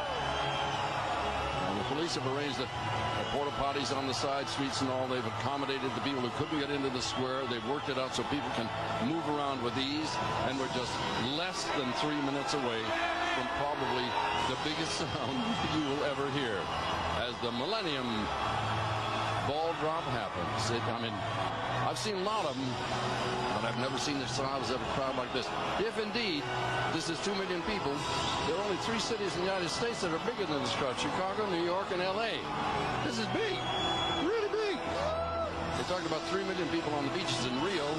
They can stretch them out a long way up and down that beach down there. They're a little cozy down here. Yeah, say hi to Mom. She's watching you on TV. 2 minutes and 20 seconds. Every single person in this crowd is watching for that thing to move. It's all computerized now. In the old days, you used to drop it with a nylon clothes cord with 3 guys and a Mickey Mouse watch. It's all computerized now, highly technical. A couple of years ago when they first started, we had a minor glitch. Talking about Y2K things this year. A couple of years ago when it was computerized, we were a little bit late. I think we lost it by about 2 seconds that year, and boy, did it hit the papers. Guys, I waved to television. Turn around now. Watch the ball. That's a fair. You think she heard me? That's a funny look. Look at them. They're all the way up to Central Park, all the way down to 42nd Street. This is a massive New Year's Eve crowd with 1 minute and 30 seconds left. Listen to the music build. ready. They're in their sombreros. That's our street cam. We've got 25 cameras here tonight covering this event. This is a really big one.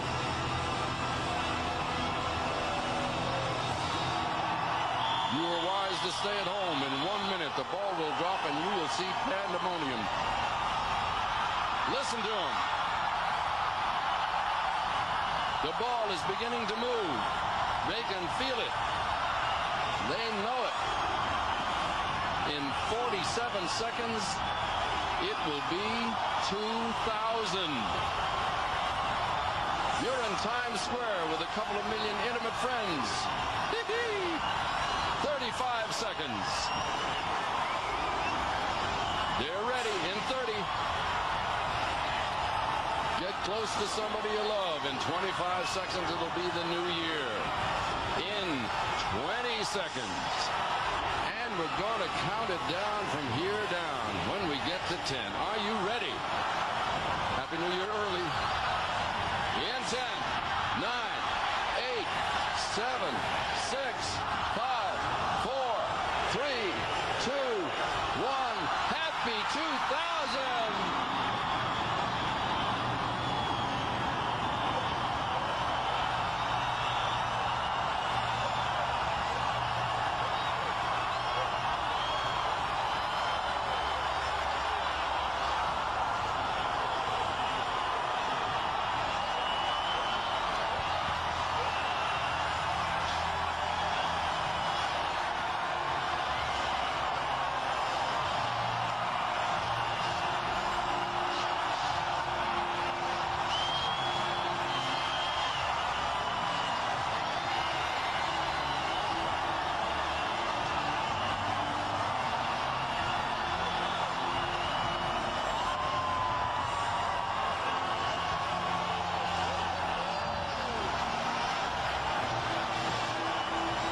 Looks like a blizzard there. That's 3,500 pounds of confetti being fired by cannons from 13 different locations.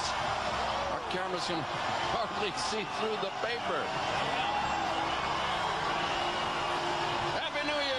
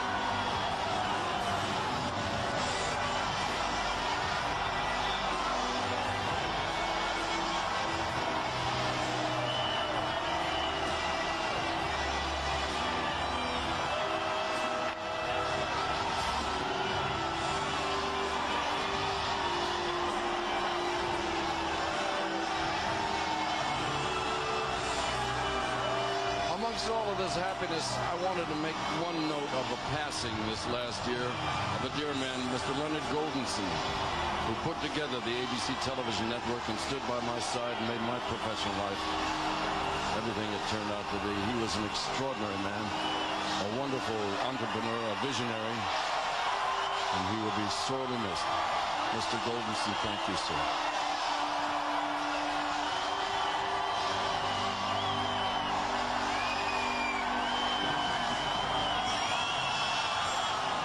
Well, they're in a party mood. Can you imagine how long this thing is going to last?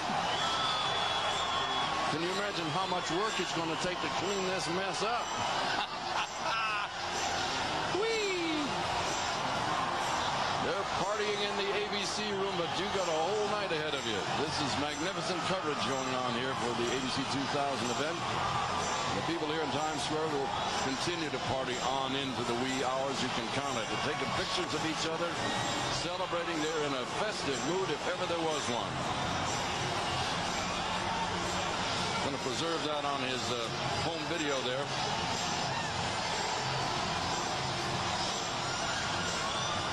You won't find a happier group of people anywhere in the world. And it'll be very interesting tomorrow to see if the official estimate is 2 million.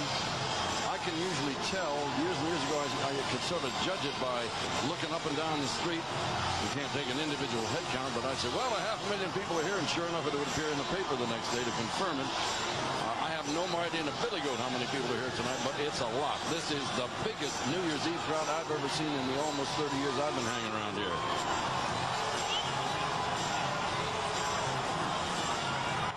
Once again, congratulations to the NYPD. They do an extraordinary job. The city of New York throws the biggest party in the world. It's orderly, it's happy, it's well controlled. Beautiful job.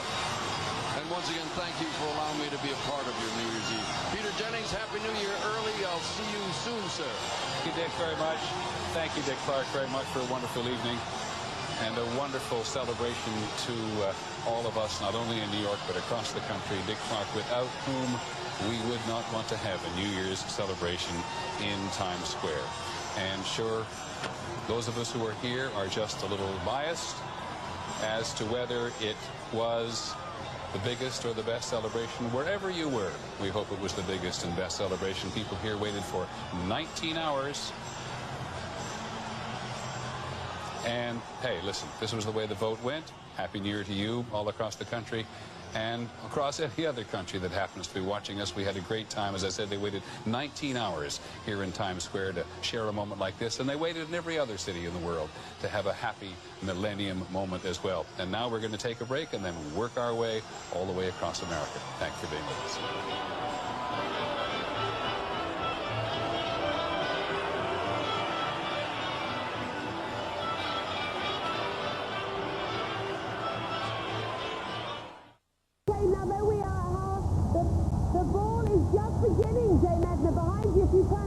Tell us what's happening.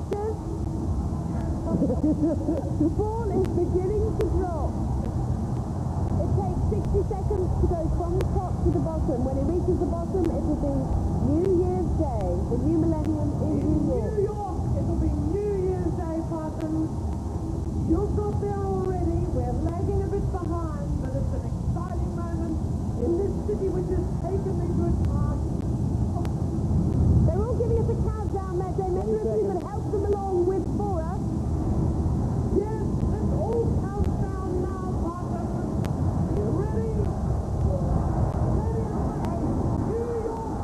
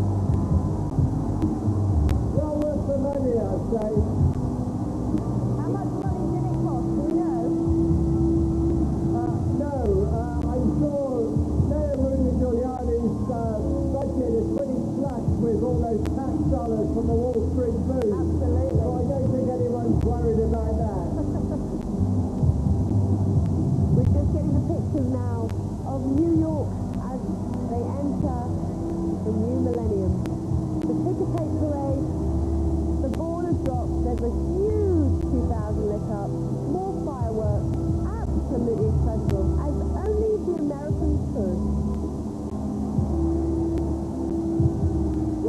is the heart of show business after all. This is the Broadway Theatre District, and Broadway itself, the Great White Way, has never had a better year than it's had with all the musicals that are running here. So this is a show business extravaganza that tops the success of Broadway itself.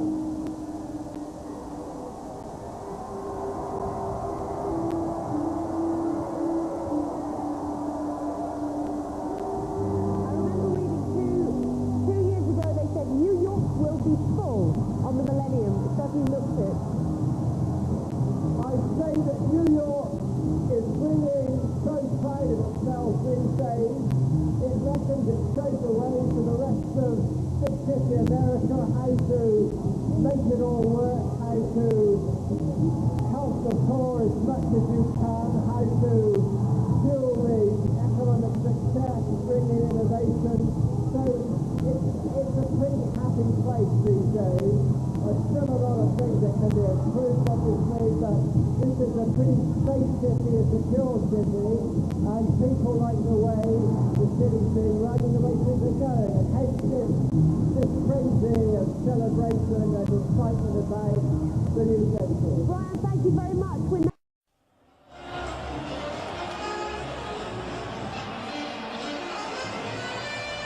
This is ABC 2000, the celebration of the millennium. Brought to you by Pepsi, the joy of cola, and by Discover Card. There's always something more to discover. Once again from Times Square, Peter Jennings. Well, while we were getting dressed up and celebrating here in Times Square in the last couple of minutes, of course, people were celebrating everywhere else as well.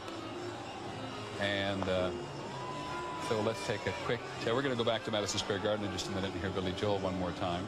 But for the moment, let's share a little bit of the celebration on the Mall in Washington. President Clinton showed up, as we know, some time ago. And as they celebrated the millennium, he invoked the words of Martin Luther King Jr. when he said, "Let freedom ring." And this is what it looked like.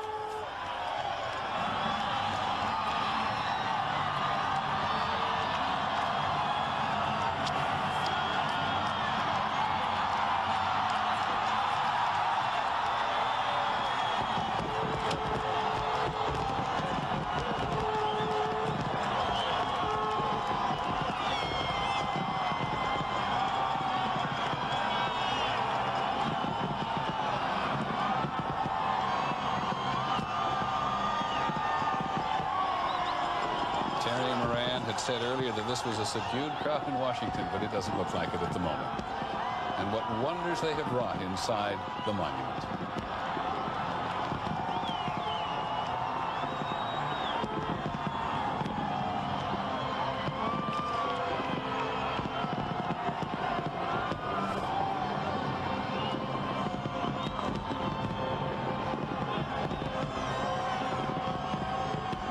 Now we return to Madison Square Garden and the great Billy Joel.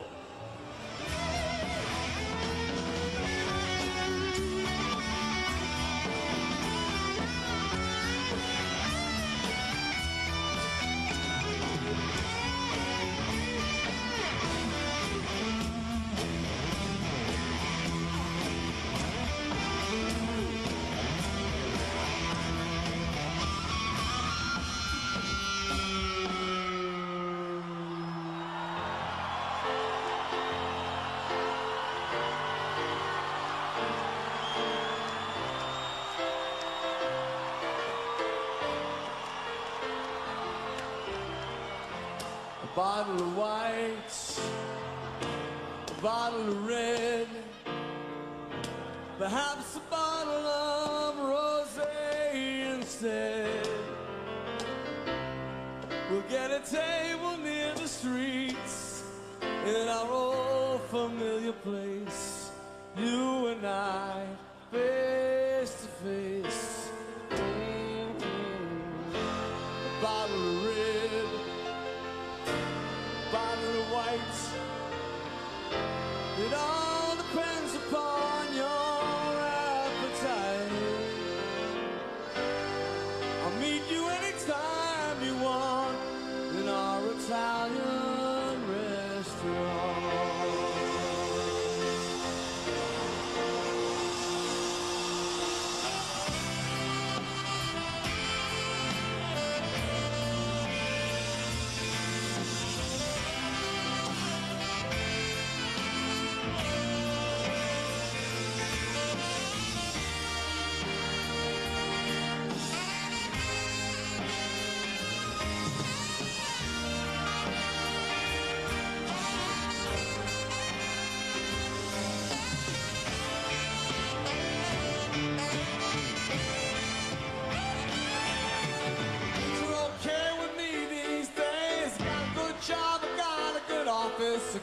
wife, got a new life, and the family is fine.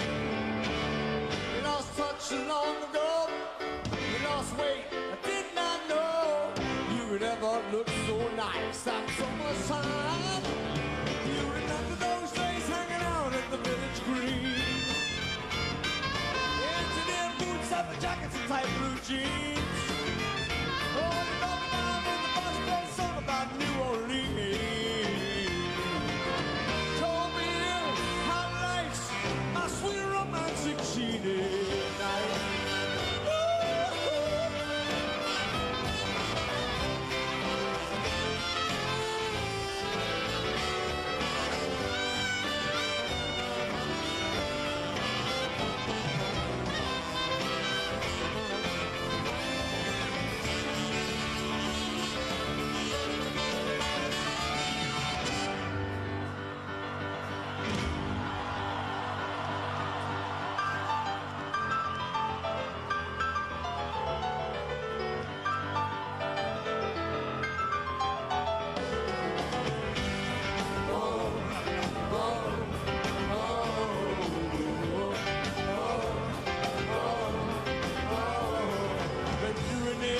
Popular studies and the king and the queen and the prom, riding around with the car top down and the radio on. Nobody looked any finer. Almost more of a hit at the Parkway Diner. We never knew we could want more than that out of life. Surely Brenda and Eddie would always know how to survive.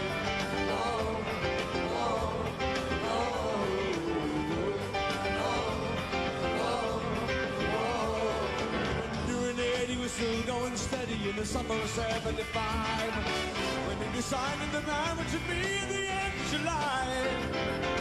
Everyone said they were crazy, but do you know you're much too lazy, and Eddie could never afford to live that kind of life. Oh, but there we were waiting for Brenda and Eddie goodbye. Well, they got an apartment with tea-pot carpets and a couple of paintings and steers. With the bread they sang for a couple of years. Started to fight when the money got tight. Just didn't count on the tears.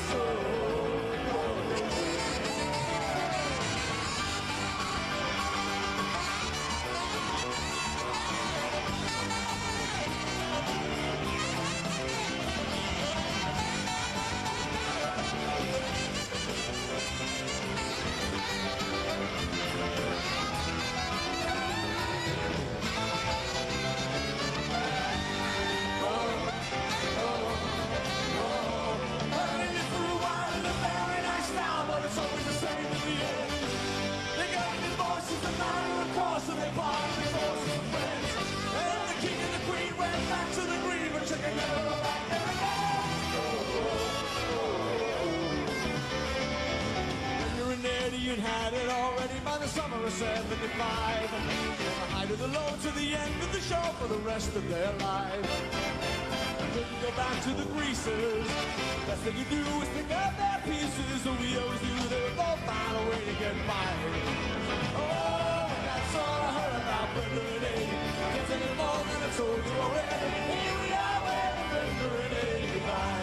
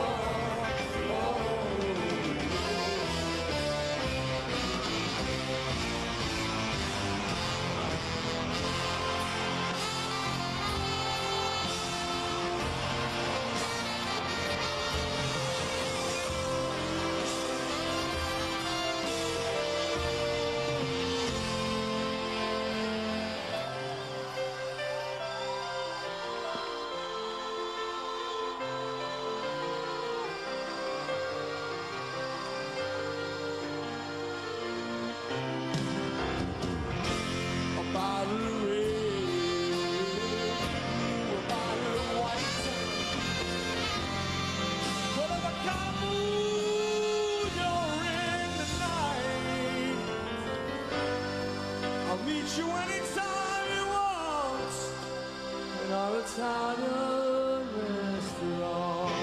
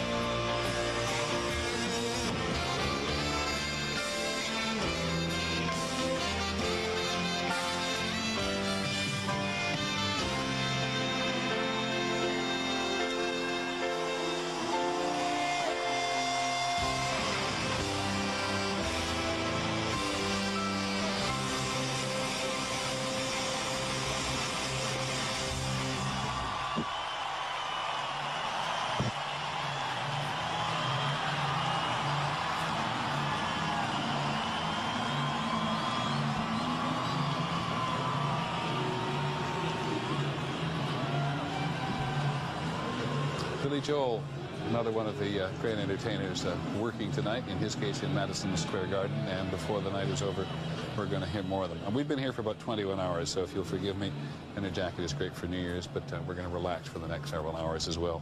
I'll tell you, two people who've not had any chance to relax at all today are Sam Donaldson and Lisa Stark, who've been monitoring Y2K and aviation for us in Washington. So we're going to go first to Sam, who's at Y2K headquarters in New York. Sam, you've had a long day, but sort of a foolproof day. Everything seems to have worked out about everywhere. Well, Peter, it's like the firefighters are sitting around the station house and playing a pinochle, waiting for the bell to ring. It never rings. On the other hand, you're exactly right. That's the best outcome. I mean, does the phrase, no news is good news, resonate so loudly? Every place that they've checked here at the Information Center in Washington, beginning with New Zealand, ending now with New York, Washington, the eastern seacoast, everything's fine. Russia might have been a problem. Russia is not a problem. China might have been, not China a problem. Italy, they said the Italians started late. They held their first meeting last September on Y2K. So watch out for Italy. Italy just fine. And that's the way it should have been. The federal government spent $8.5 billion. They estimate about $100 billion, Peter, spent by private industry in this country. So if people say, well, was this a hoax? Was this a hype? No, probably we're going to find out there was a real problem there, but they got it fixed.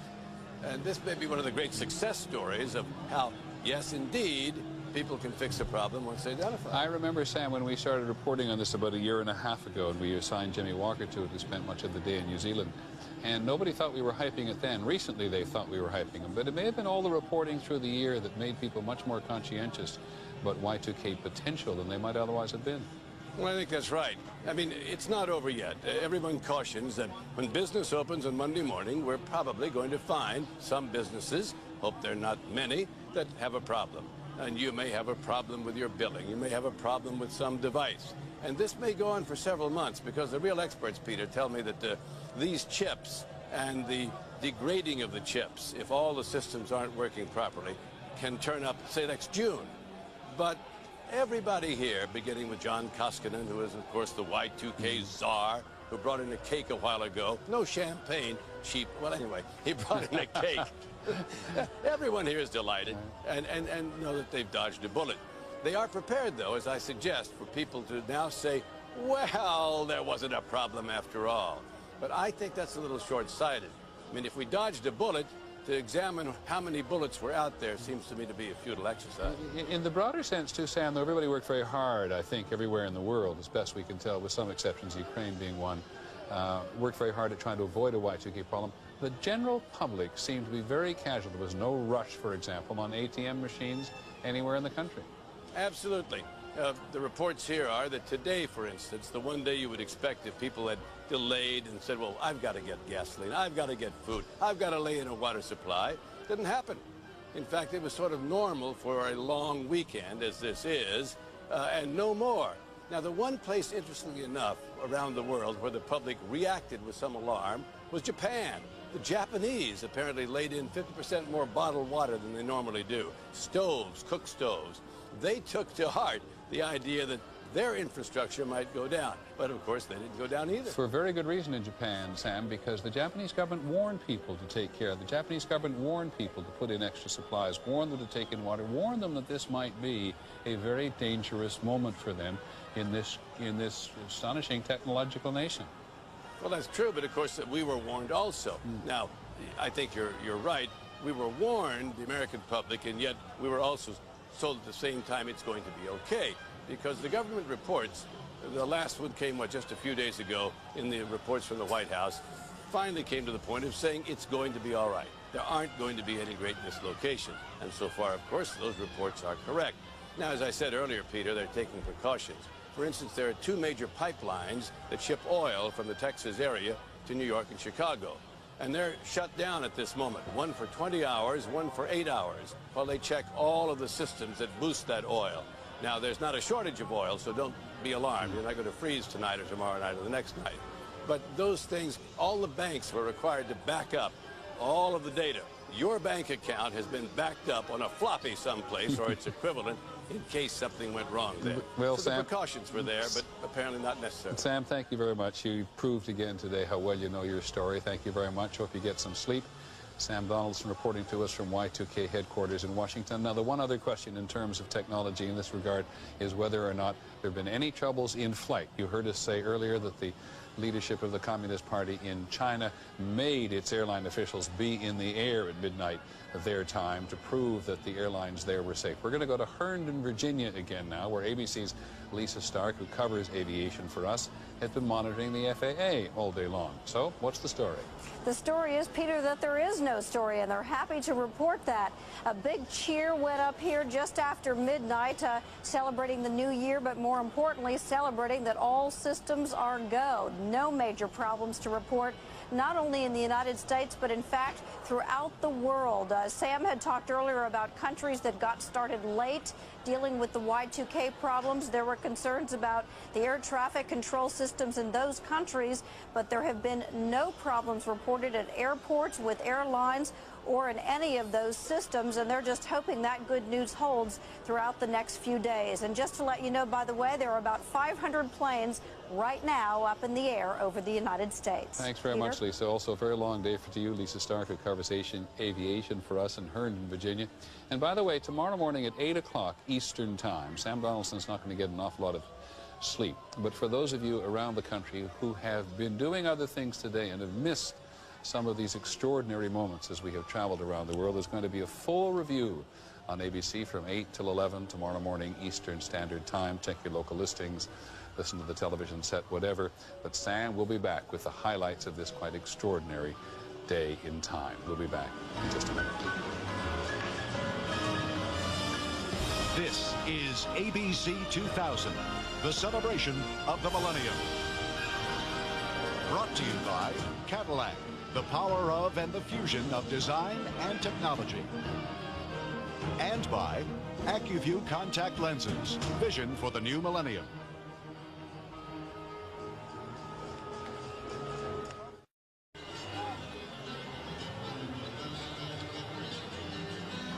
Well, they're still here in Times Square.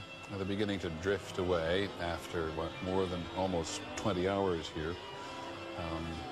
In the case of some people who came down here, 16, 17 hours anyway. Many people have been here.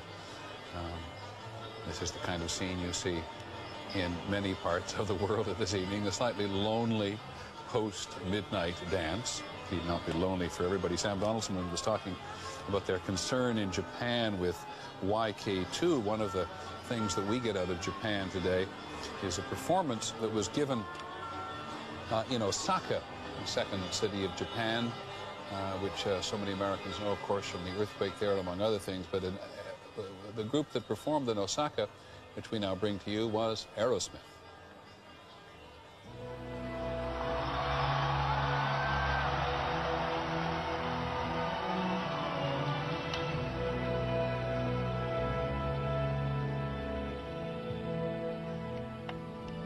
I could stay awake just to hear you breathing, watch you smile while you are sleeping, while you're far away dreaming.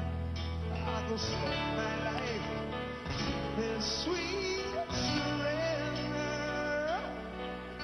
I could stay lost in this moment forever. With a moment spent with you is a moment I'll treasure. Don't want to close my eyes, I don't want to fall asleep, 'cause I miss you, baby, and I don't want to miss a thing. 'Cause even when I dream of you, and I see they will never do, I still miss you, baby, and I don't want to miss a thing.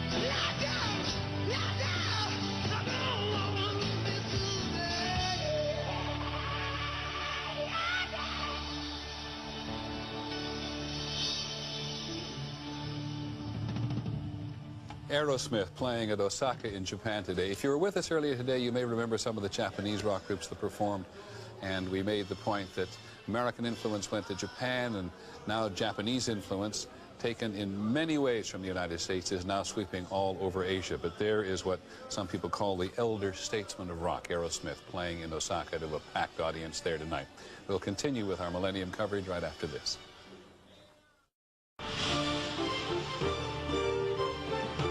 Live from around the world, this is ABC 2000. Once again from Times Square in New York, Peter Jennings. As you know, if you've been with us throughout the day, or even for parts of the day, we've been making a series of Millennium phone calls to people in various parts of the world. I have to tell you, we had hoped to talk to Sean Connery about Hogmanay in Scotland and give us the meaning of Scotland. We got so preoccupied with what was going on along the Thames and so swept away by that great event. We've just had a message from Mr. Connery saying he's out of rain. He means it kindly, and we thank him for even agreeing to play with us this evening. And we're very happy to include in our Millennium phone call list one of America's best-loved actors, Alan Alda, who has spent the evening with his family and friends at his home in Bridgehampton, New York. Hi, Alan. Hello, Peter. Happy New Year to you, first of all. Thank you. Happy New Year. And how did you spend the evening? Who all was there? Well, we spent it with you. We had you projected on the wall above our fireplace. Your face was about 4 feet tall. Well, I know you're very, very family-oriented. Did you have your kids and your grandchildren there? Yes. When the ball landed on the building, I was dancing with my 2.5-year-old granddaughter. It was a wonderful evening. Well, that's fantastic. Alan, you're one of the people who's had such a wonderful interest in the world. As you look back over almost any period of time you choose, what rushes to mind, if anything? As I look back over the time, you're saying the time that yes. We spent before we got to this millennium. Yes.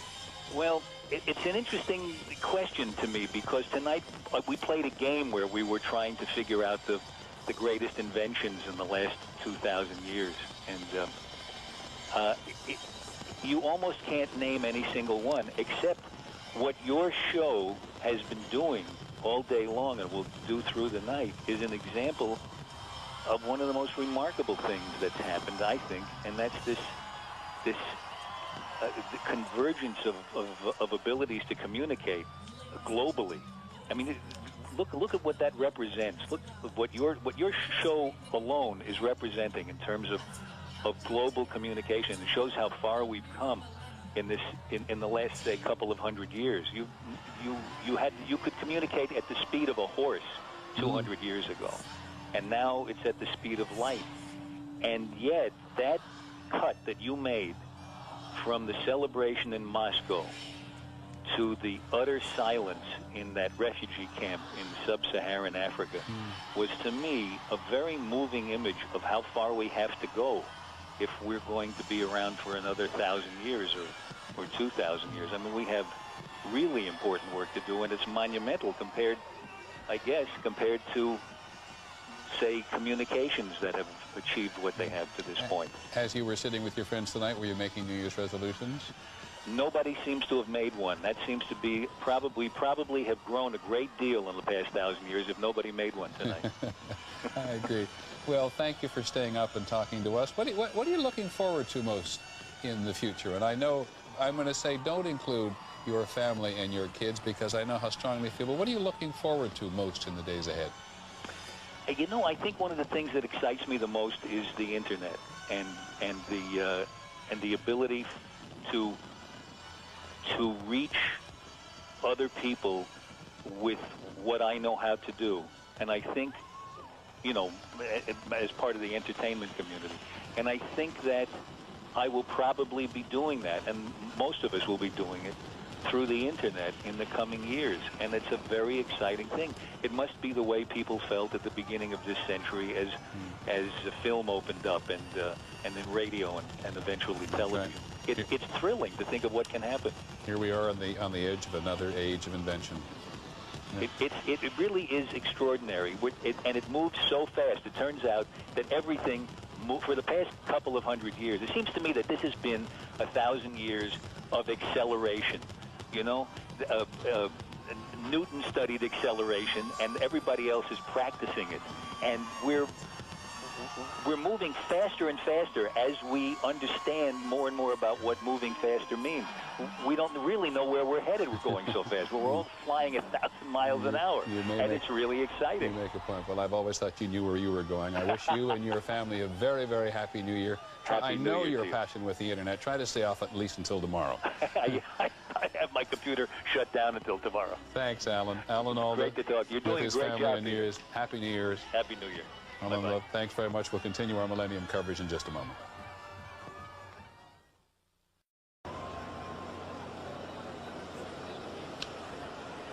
Well, that's something we haven't seen in New York City in almost 24 hours. The empty streets of New York left only with the New York City police. And anybody who spent any time in New York knows if you were looking for if you'd seen a lot of uniformed police around in the last 24 hours in this enormous security operation, you probably missed a vast number of New York City policemen and women who were in plain clothes as well. But there it is. There's the residue, and it's somewhat reminiscent, surely, of what has happened in towns and cities all across the country, rather all around the world, not across the country at all. But here it looks like snow, and in all sorts of other cities around the world, they have sensible people gone to bed. It's already 6:30, almost 7 o'clock in New Zealand. Tomorrow, 4:30, almost 5 o'clock in Sydney, Australia. It's almost 3 o'clock in the morning in Tokyo. But there are celebrations to come in New Orleans and Chicago, which are our next midnights, and so we're going to go first to New Orleans and Steve Osunsami. Steve? Well, Peter, we're right now in Jackson Square, which is just about a block away from the Mississippi River, which means so much to this town. And although a large part of the country has already marked the beginning of the special new year, there is no sense here that the celebration that is about to really kick off in 5 minutes is anticlimactic. The smell of cigars is in the air. There are at least 1,000 or so people in this one area alone. And for further proof, take a look at the stage. There's plenty of music going on, and it's very colorful, and people here are anxious to celebrate the new year. There's also going to be a ball drop here in Jack's Brewery, which is just across the street from where we're standing now, so New Orleanians will be able to celebrate their own ball drop, much like people in Times Square, but of course, not quite as many people. Yeah, but the celebration looks very New Orleans, right? Definitely very New Orleans. This is actually one of the many groups that march in the Mardi Gras parade. You'll see lots of beads being tossed around because that's a very big tradition here. Also, people are drinking and drinking and drinking because that is part of the culture here. And once this celebration is over, everyone is going to make a beeline towards Bourbon Street, and there the party will continue until dawn.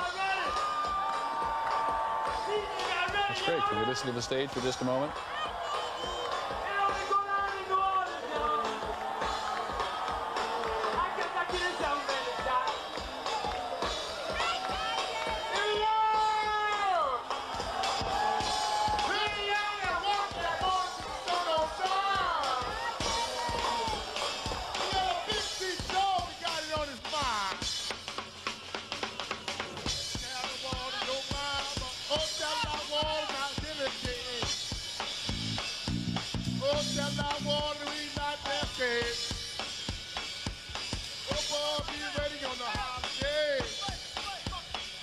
One of the oldest histories of the United States, New Orleans.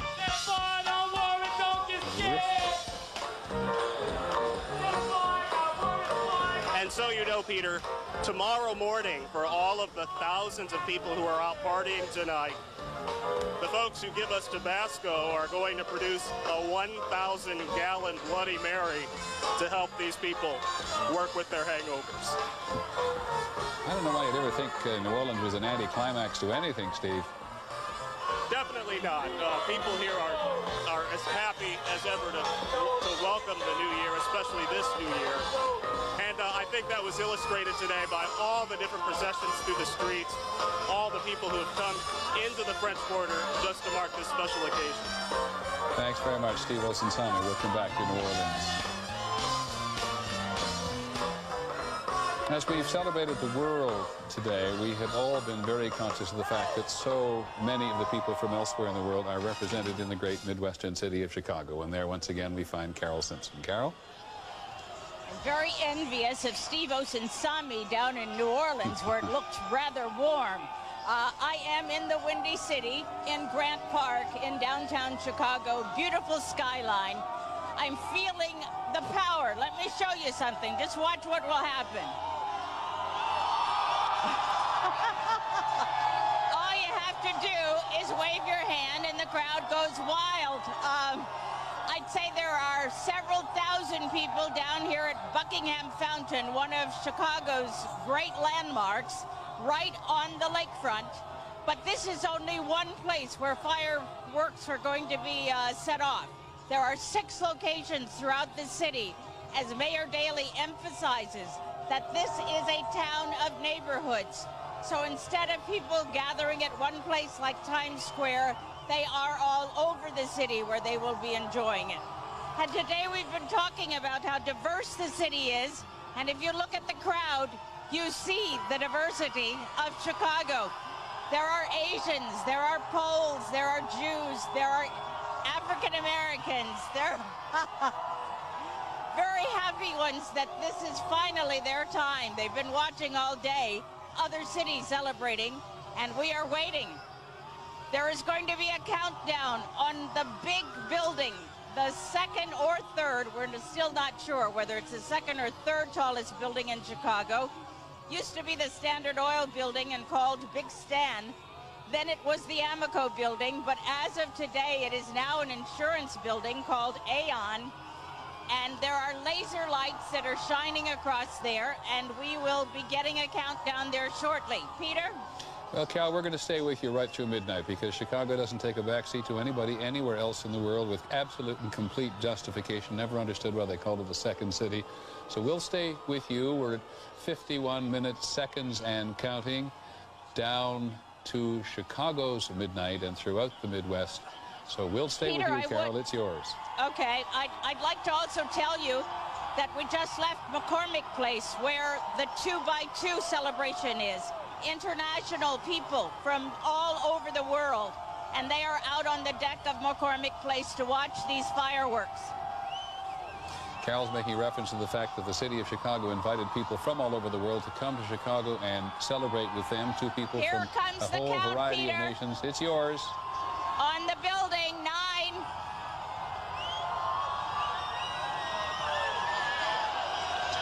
10, 9, 8.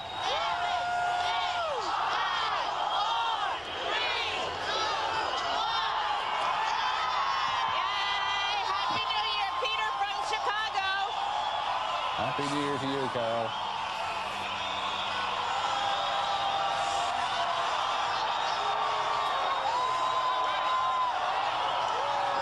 Fireworks are lighting up the sky.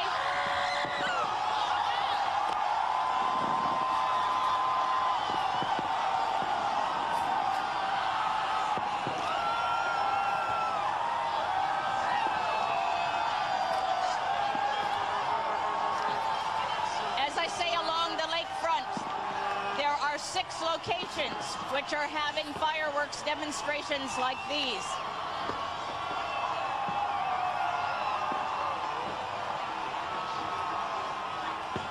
Well, you're in one of the cities that's paid attention to its waterfront lakeshore in Chicago. Uncluttered, unencumbered by either advertising signs or buildings right on its edge. So very few lakeshore waterfront cities in the world have kept and preserved the access to the water like this one has. They are very proud of this area. They call it Chicago's front yard.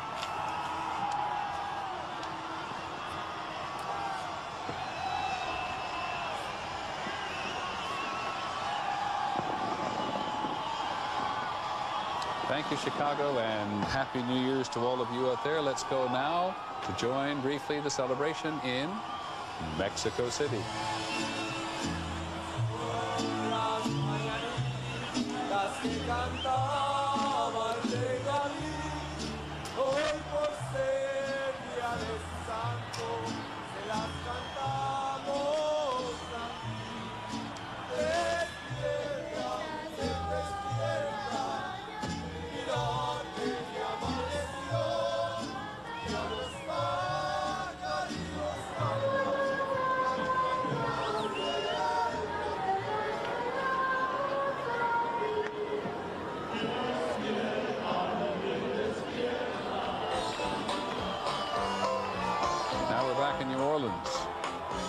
to Mexico City in just a minute. New Orleans celebration of midnight is well underway.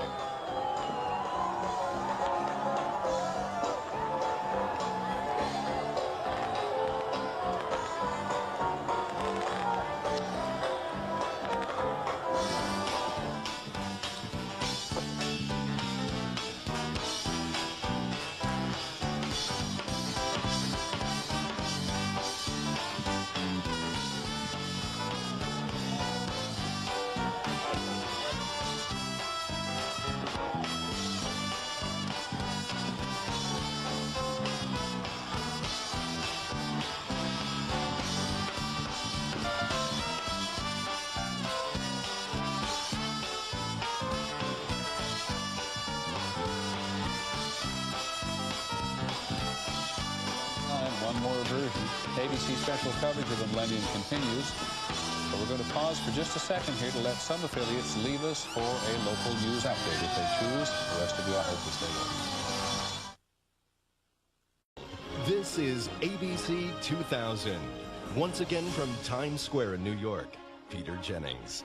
A very empty Times Square at the moment, so we're going to go to Las Vegas right away. Barbra Streisand, as I think much of the country has heard, was going to perform in a very elaborate concert in Las Vegas tonight. Very elaborate, very expensive concert, at least the way it started out. And we have been permitted to take just under a minute of it. So for Streisand fans up and about around the country at this moment, here's a little bit of Barbra Streisand.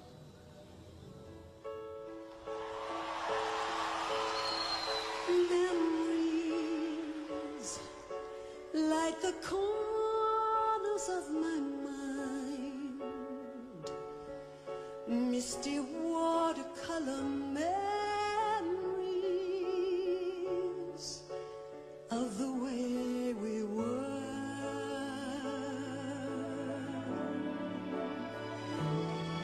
Scattered pictures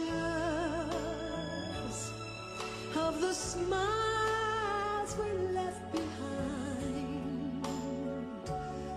Smiles we gave to one another for the way we were. What we were permitted of a Barbra Streisand concert in Las Vegas tonight, in which, of course, a great many people were actually in attendance. Elton John, we've heard from a little earlier in this evening. We were a little surprised to hear that he chose to sing this song on the Millennium, but he did, and when you hear it, you'll understand why.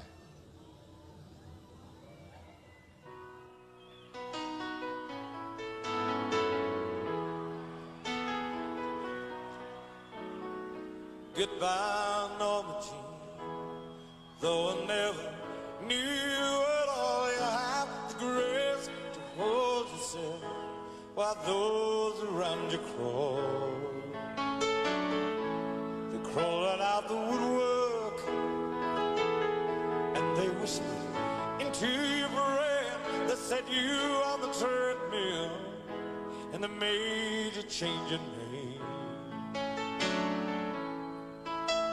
Seems to me you lift your life like a candle in the wind, never knowing who to cling to when the rain set in. And I would have liked to love you, but I was just a kid. Candle burned out long before religion never did.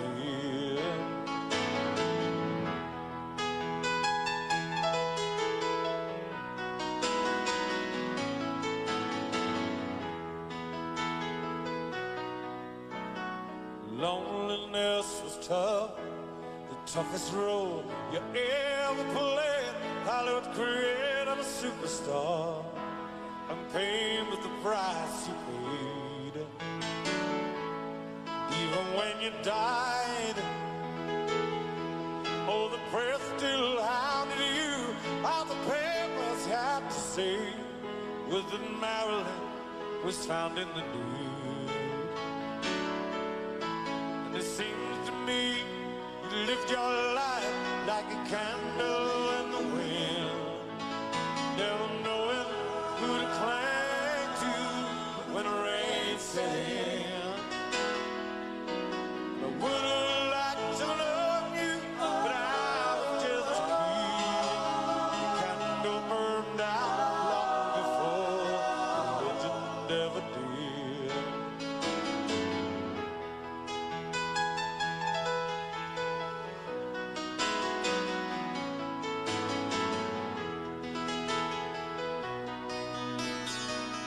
Goodbye, Norma Jean. Though I never knew at all, you have the grace to hold yourself when those around you crawl. Goodbye, Norma Jean, from the young man in the 22nd row who sees you something more than sexy, more than just our Marilyn Monroe. And it seems to me you left your life like a candle in the wind, never knowing who to cling to when rain set in. And I would like to love you, but I was just a kid. Candle burned out long before religion ever did. Your candle burned out long before religion ever did.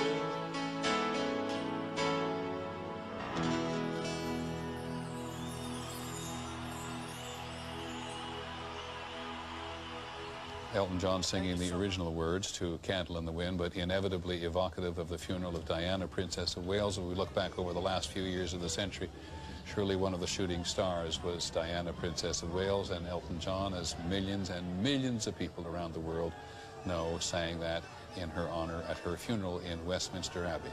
How times have changed. When this century opened, it was with Queen Victoria's funeral at Westminster Abbey, and it ended, and only people who shared it were the people who were in the Abbey, or who learned about it via the telegraph or via the post, by the mails, in the days and months after that. When Diana's funeral was held in the same Abbey with the same Anglican service, hundreds of millions of people celebrated, commemorated it around the world together. Such is the age of technology.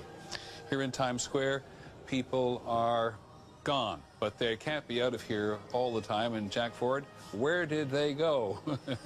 Peter, that's the question we're asking ourselves right now. You know, we got here about 5 o'clock this morning. We saw the self-proclaimed crossroads of the world fill up with revelers. We have seen them now leave to go home very quickly. But by any measure, Peter, it was a resounding success today. You know, this event, as with so many around the world, was haunted by the specter of possible violence. Not only did we not see the type of cataclysmic episode that can so mar our collective psyches, but we were told by police officials that it was remarkably free of any type of serious incident at all. The people came here, Peter, to party. It came in numbers larger than any veteran New Year's Eve watchers had ever seen before, and they were treated to an event that was different from anything anybody had ever seen before, a sort of an amalgam of theater, of street festival, of dance, of light and sound shows. They came here to celebrate, and celebrate they did. Peter, somebody had written once that Times Square was at once exotic, erotic, chaotic, sometimes idiotic, but never dull. And it was not dull tonight, Peter. It was indeed a night to remember. Thank you very much, Jack. I must say I turned around a little while ago and all the people had gone, but there were so many people here tonight in so many different side streets that I suspect they are still making their way home. But 4 young men who have not left us are right down below me at street level at the moment, and let's hear from them as well. We originally met them in Pennsylvania Station, and they call themselves Spank. Hello, New York City, and hello to the world. Spank would like to wish you a happy New Year's and a happy 2000. Ba-dum boom, ba-ba-da-boom, ba-dum boom, ba-dum boom, ba-ba-da-boom, ba-dum boom, It's New York. Hello, it's New York. Say what? Say what? It's New York. Hello, it's New York. Bum ba da dum. No, I can't fake it. That's the deal. You see, no, I can't fake it. I got to be real.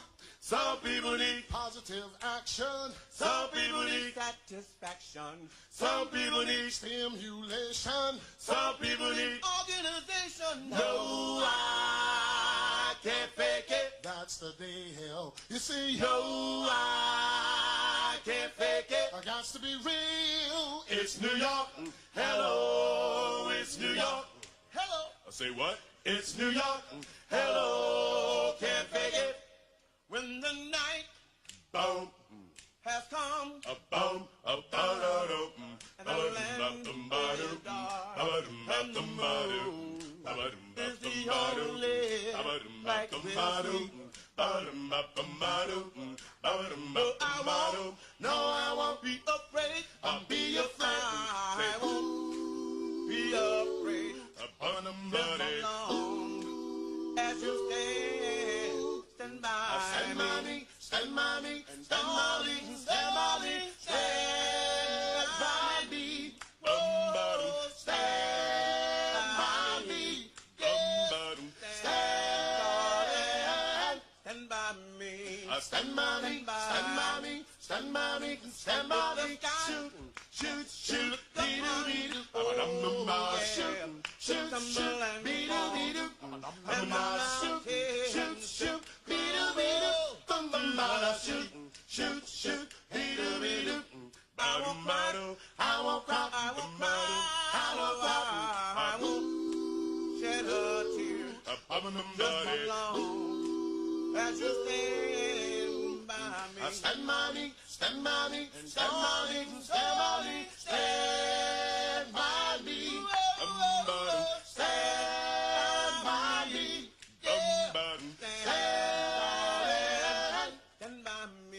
stand by me. Stand by me, stand by me, stand by me, stand by me. Shoot, shoot, shoot, be-do-be-do. Shoot, shoot, shoot, be-do-be-do. And I shoot, shoot, shoot, be-do-be-do. Shoot, shoot, shoot, be-do-be-do. I won't cry, I won't cry, I won't cry, I won't shed a tear. As you stand by. Our next midnight, of course, is in Mountain Time, and we will be going back to Barry Seraphin, who's been at that First Nation celebration out there, which we had a glimpse of a little earlier on, which is quite fascinating. So many tribes coming together to celebrate their history and to look ahead and try to inculcate their children with a sense of history for the future. And then, of course, there's the city which sort of never had a future and always had a future, and that's Las Vegas, and we go back there to Connie Chung. Thank you, Peter. Welcome back to the Strip. Believe it or not, police say this is one of the quietest Friday nights they've seen in a long time. Metropolitan Police closed the Strip at about 9 o'clock. That's almost 3 hours later than it was originally planned. That's just one measure that this New Year's, even though it's one great party, isn't living up to the original epic expectations. About 150,000 people are estimated here on the Strip now. 500,000 were expected at one time, but the hotel occupancy is down about 85%, only up to 85%. Now, I guess it was only 18. When Paul Anka was only 18, it was the first time he played Las Vegas. He was already a huge star, the ultimate teen idol of the late 50s and early 60s. He had hits, I Know You Know, Peter, Diana, and Put Your Head on My Shoulder. Here's just an ordinary average day in the life of Paul Anka in 1961. Watch this.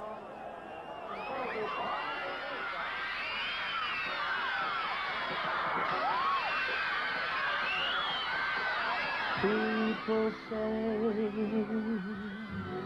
love's a game you just can't win. Put your head on my shoulder, whisper in my ear, oh baby, words I want to hear, baby. Put your head on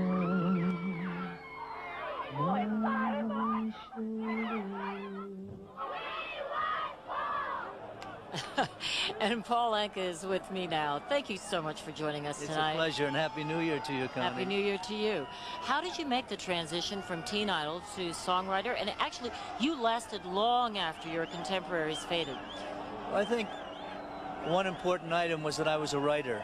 And every time there was a new trend, I was able to write around it. If I wasn't writing for myself, I was doing The Longest Day for Daryl Zanuck or My Way for Sinatra. So the writing aspect always kind of kept me away from the pack.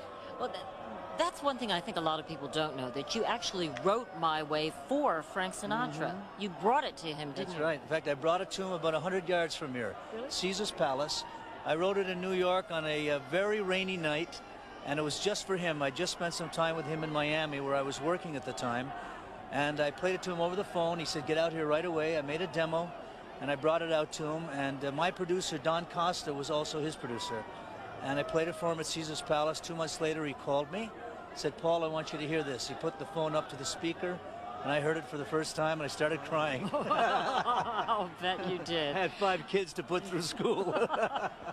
Well, you know, I think there's so many of us who've been Frank Sinatra fans for so long, but you were really a kid, and you were tagging along with the Rat Pack, weren't you? That's right. I started in Las Vegas in '58. I opened for Sophie Tucker at the Sahara Hotel.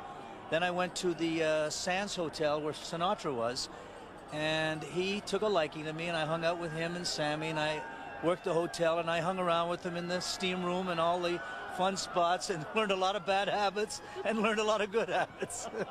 You probably weren't even old enough to gamble. Well, the first time I was here, I was not allowed in the casino.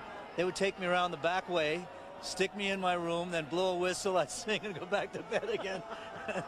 Now, you knew Elvis as well. Yes, I knew Elvis. He started here at the Hilton right around the end of his career, and he would come over to Caesars and watch me work, and he'd sit in the back for some reason, and then he'd come backstage and he'd go, Paulie, I love that song, My Way.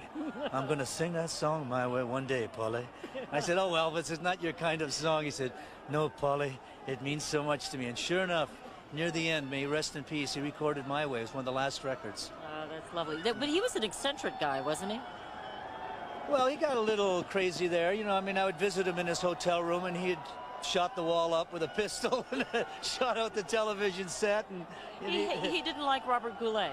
He had a thing about Robert at the time. I remember he was on television. He shot the TV set. I just kind of listened. And meanwhile, he had all the windows taped up. He didn't want the sunshine in his room, so there was all tinfoil in every window. He never saw the daylight. Well, we have to throw it back to our anchor man, and you know him well, don't you? Peter Jennings is from Canada as well. You're from Ottawa. He's a fellow Canadian, and we were born a few miles from each other. I hope we're proud of each other. I'm proud of him. He's a good guy. He certainly is. He's done a great job. Peter, I can't believe you're still awake. Well, Connie, before we go anywhere, please tell Paul, very happy New Year for you. He's one of the most enduring performers I know. It is true. I think I learned to drink in his dad's restaurant. Really? Peter says he learned to drink in your restaurant. My father's restaurant. His father's restaurant. Oh, that's what you said. I'm sorry. I couldn't hear also you. said the crowd is getting loud now. Thanks very much, Paul. It's great to have you. Great to have. He really is one of the most enduring performers, and he puts his finger right on it because he was a writer all these many years. I want to talk for just a couple minutes more with Connie Chung. Connie, before you went down to Las Vegas, you still there?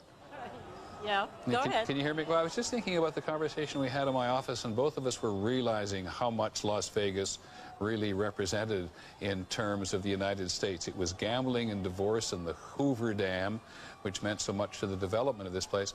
We both thought there was going to be a huge crowd down there tonight, and I wonder why not. I'm sorry, your last part of you, I couldn't hear you. We both thought there was going to be a huge crowd down there tonight, and you pointed out there isn't, and I wonder why not. You know, I think that everything was overblown. The hotels had marketed, you know, these rooms that were going to cost $4,000. The tickets were, for instance, to Barbra Streisand's performance tonight, $2,500. And I think people were just not going to pay that kind of money. Weddings which occur here every New Year's Eve. It's the second most popular night for a wedding, Valentine's Day being the first most popular night. They also, many of the chapels just simply closed down. The only one that really did well tonight was the Elvis Chapel. 30 couples getting married at midnight, and with Elvis officiating. But really, this crowd has been very, very civilized. We haven't seen any trouble. The police said that everything's in order. They were ready with riot gear, with gas masks. We'll be talking to the mayor a little later, and he's quite a colorful character himself. He had spent a lot of time as a very successful lawyer for alleged mobsters, and he's a very funny man. You'll enjoy talking to him. Great, Connie. Thanks very much. We'll be back to Las Vegas. You know, again, one of the things that emerged out of our conversation, Connie and I, before she went, thanks very much, Connie, before we went down there. But, of course, Las Vegas is the largest American city founded in this century. And it is, I think, in the last 12 or 13 years, I've forgotten, Connie will know better than I will, the fastest growing city in the United States. We'll be back in a moment.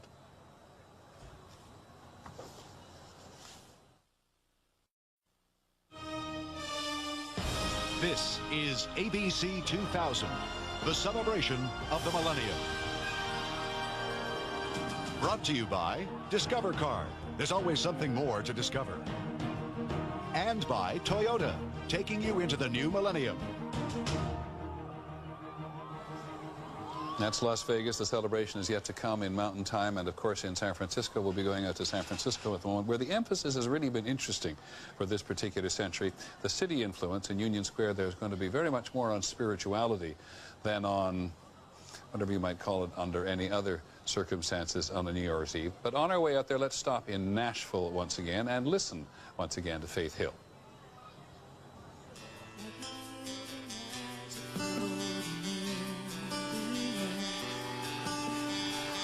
Being with you gets me that way. I watch the sunlight dance across your face, and I've never been this swept away. All my thoughts just seem to settle on the breeze when I'm lying wrapped up in your arms. The whole world just fades away, and the only thing I hear is the beating of your heart. 'Cause I can feel your breeze washing over me. Suddenly I'm melting into you. There's nothing left to prove.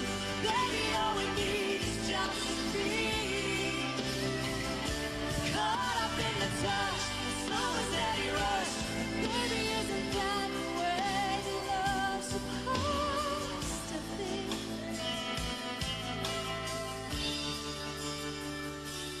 I can feel you breathe.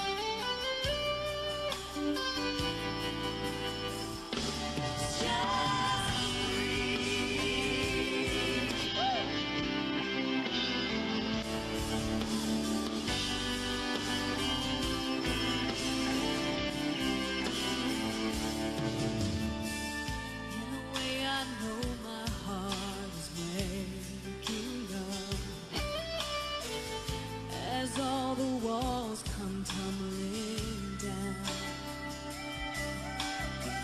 closer than I've ever felt before. And I know, and you know, there's no need for words right now. 'Cause I can feel you breathe, washing over me, and suddenly I'm melting into you. There's nothing left to prove, baby, all we need is just to be caught up in the touch, slow and steady rush. Baby, isn't that the way that love's supposed to be?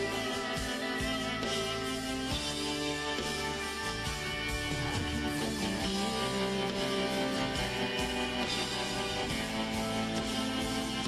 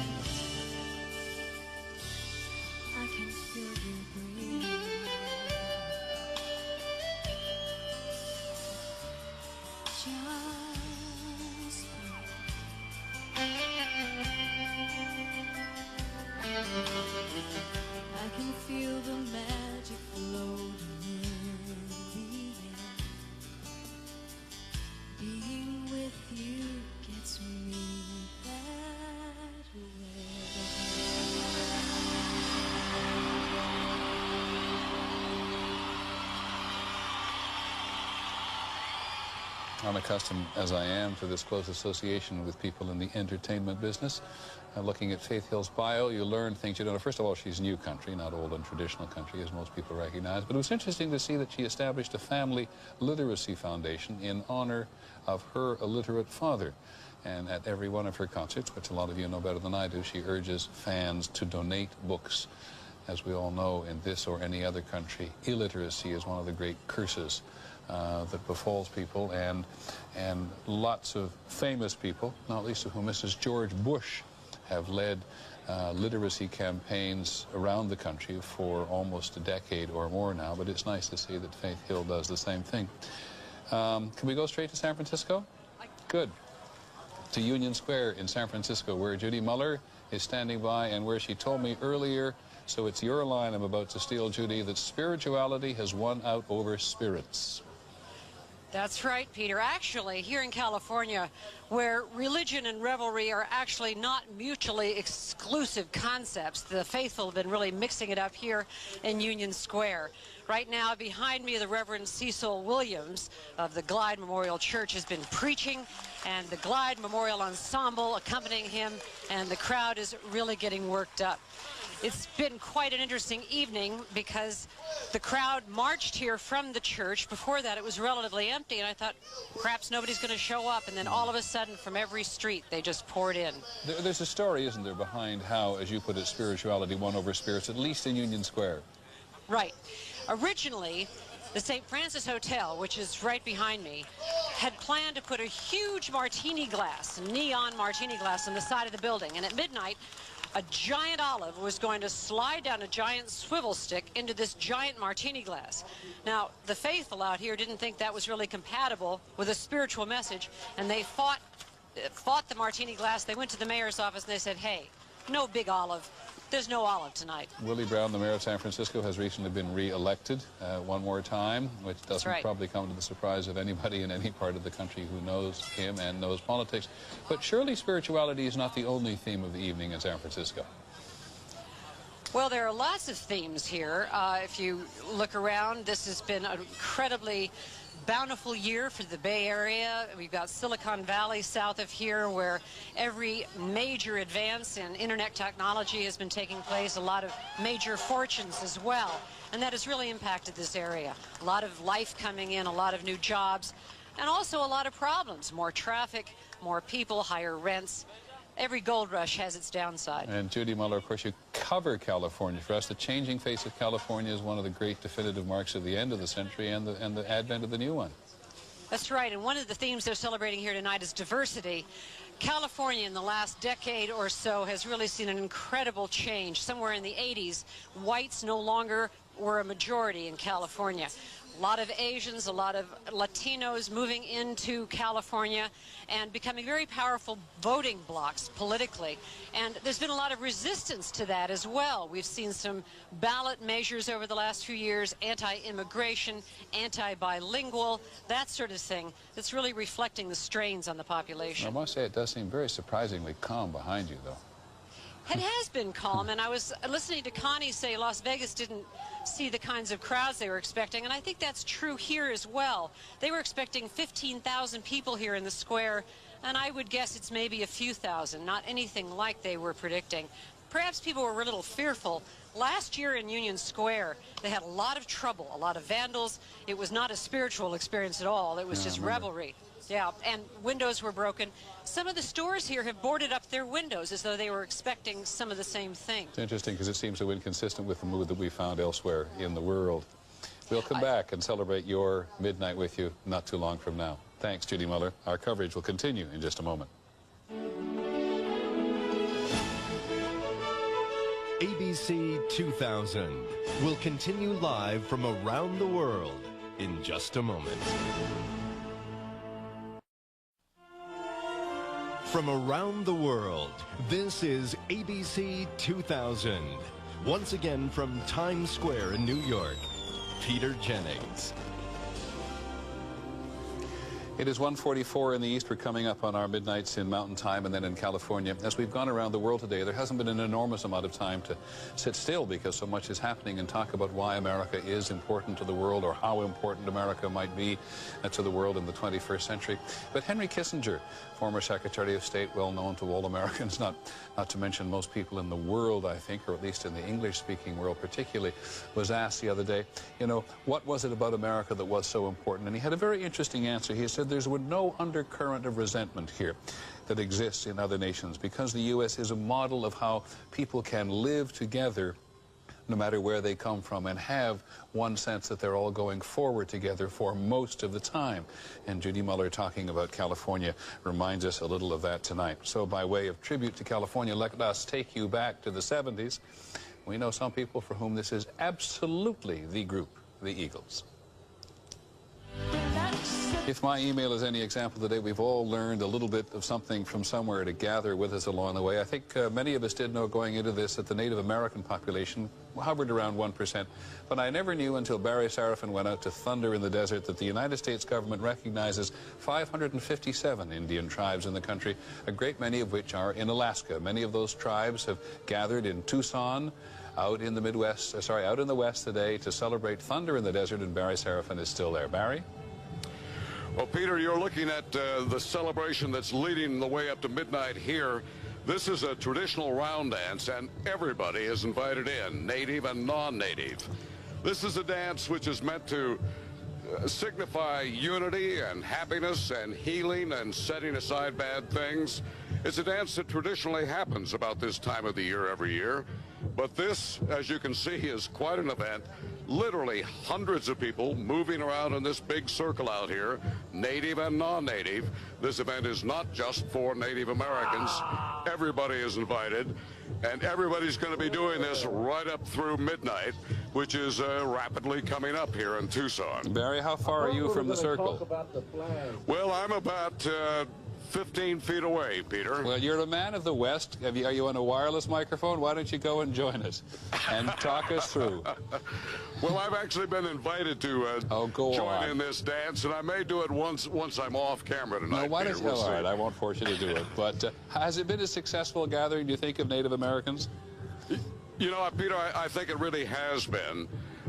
It started off kind of slowly today.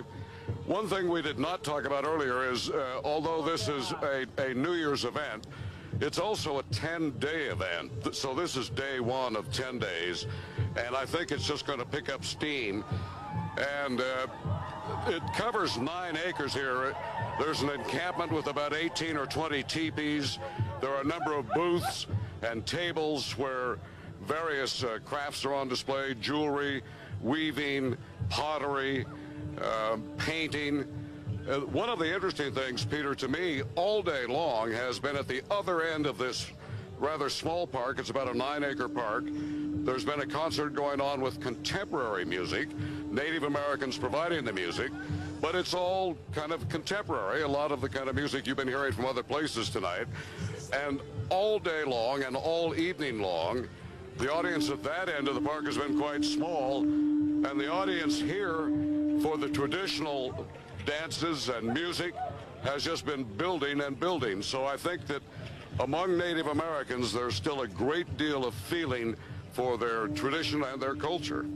And Barry, we're not going to keep you from it. And while I don't want to say for a second that we haven't enjoyed every glitzy moment everywhere we've been in the world today, Paris particularly, London was fantastic, but there is a wonderful, wonderful simplicity about seeing this in Tucson, Arizona tonight, which reminds us, as I think people at home are probably reminded, a lot of people wanted to be together on this particular New Year's Eve and wanted to share a more intimate experience, and I don't think we have seen one anywhere in the world today that has been more intimate and simpler than this one. Thanks, Barry Serafin in Tucson, Arizona. Please join the round dance.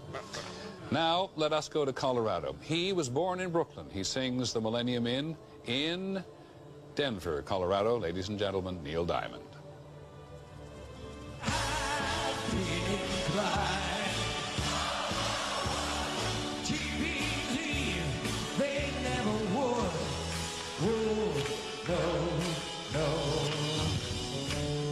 How we doing?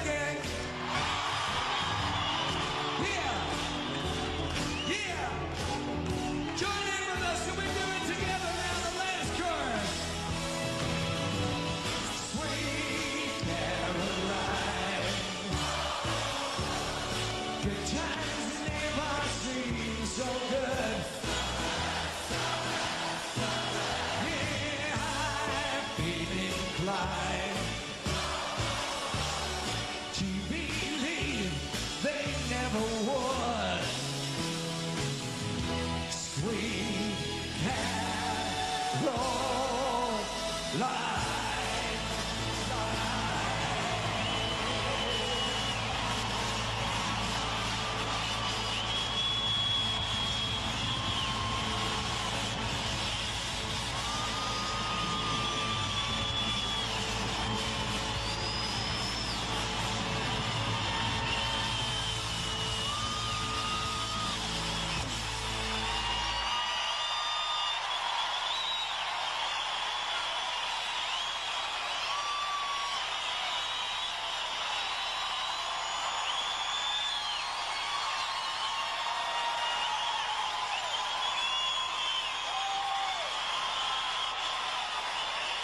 All right, welcome America to Denver, Colorado.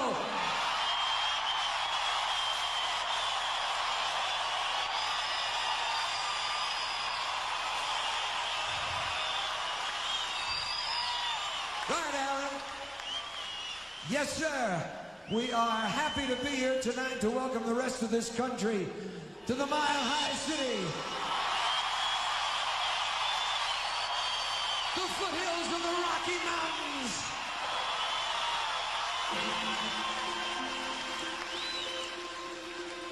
We'd like to do a song now that will touch us all. And we're going to ask you to count down in the middle of this song to our new millennium. This is the story of freedom and a yearning and a hunger and a passion and a dream that has taken so many of us here to this country, to this place, to this world called America!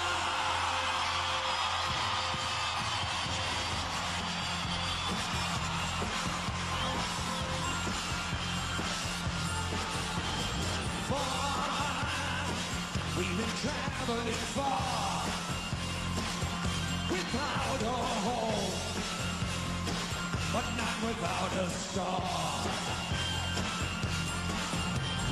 Free, only want to be free. We huddle close, hang on to that dream. Off the boats and off the planes, they come into America, never looking back again. They come into America. Oh, don't seem so far away. Oh, we're traveling light today, in the eye of the storm, in the eye of the storm.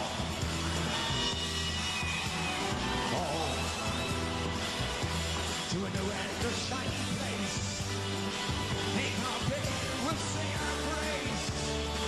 Freedom's like burning war. Freedom's like burning war.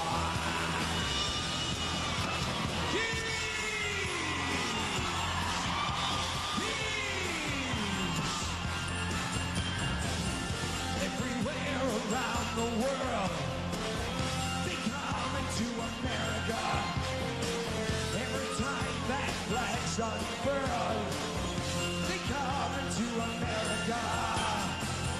Got a dream to take from there. They come into America. Got a dream they come to share. They come into America. They come into America. They come into America. They come into America.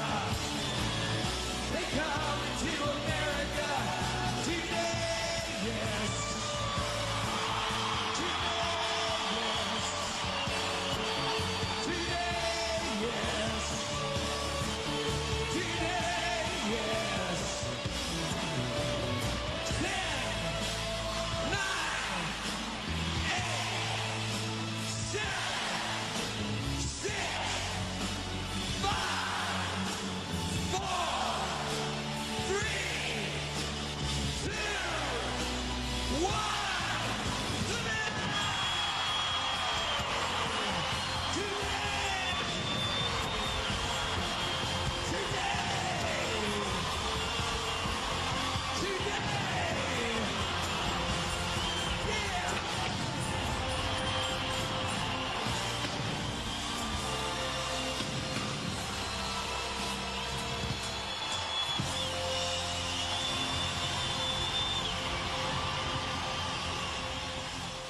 Midnight in the Rocky Mountains, and Happy New Year to everybody in the Rockies. Neil Diamond speaking in the heart of Denver and carrying us into yet another midnight. California is yet to come. We'll be back in just a minute. I'd like, in case you haven't seen it before, to take a brief visit to our control room, because our control room and our director, Roger Goodman, and our staff of producers have taken us through 34 of the 39 time zones in the world so far today, and every one of those monitors, absolutely well done, all of you. Thank you very much indeed. Every one of those monitors represents some place we have visited or are yet to visit today. And we began in the Pacific in Kiribati Island. Don't ask me how many hours ago, but quite a good number of hours ago. And we're coming up now to the edge of the Pacific Ocean from the United States at this hour. And throughout this journey today, we have seen and tried to get very close to people's hearts. And here is something else that we managed to get put together. This is called the Global Heartbeat Project, and this is perhaps why they invented the word cacophony.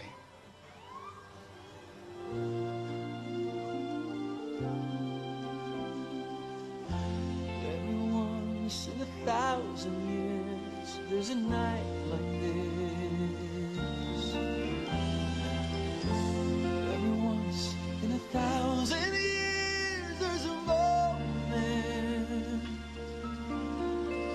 As a rhythm stirs the senses, look back on all that's been, then open your eyes and realize there's a new day about to begin. It's the tempo of a lifetime that everybody hears. It's a rhythm we've been waiting for 1,000 years. Tonight will last forever. There's another chance for the world to come together for another dance. Another dance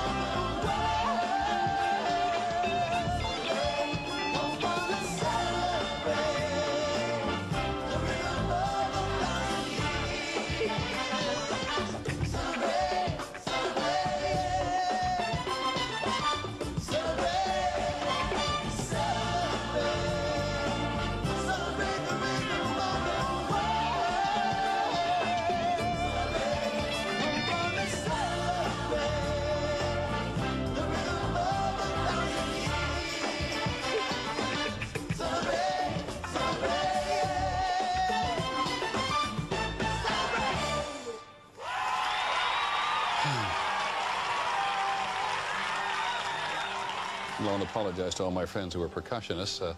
Cacophony is not at all the right description for what happened there. That is a number called the Global Heartbeat Project. Apologies to John Cicada, too. Anything but a cacophony, but representation of drumming for the most part from around the world.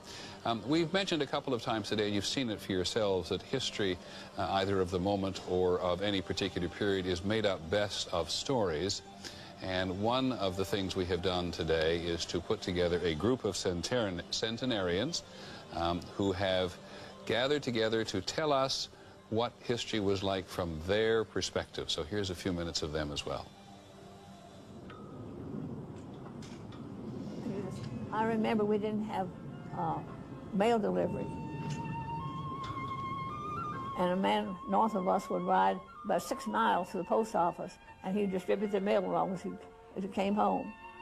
I remember the first mail carrier came along. He was riding a roan horse, a beautiful horse. And he carried that, had that route as long as he worked. All those many years, he carried the mail through there. Horseback, and then finally he came through with a buggy.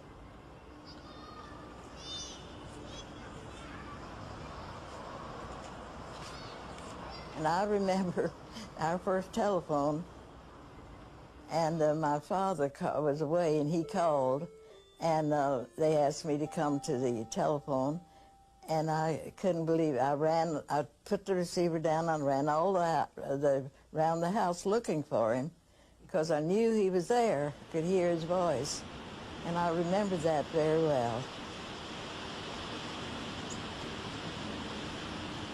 First one I heard about was Teddy Roosevelt and his Rough Riders going up, what do you call it, hill in Puerto Rico. I don't know, I'm not too sure he ever went up that hill. He was a great guy for publicity. He really was a genius for it. Anything that would put his name in the paper, he was for it.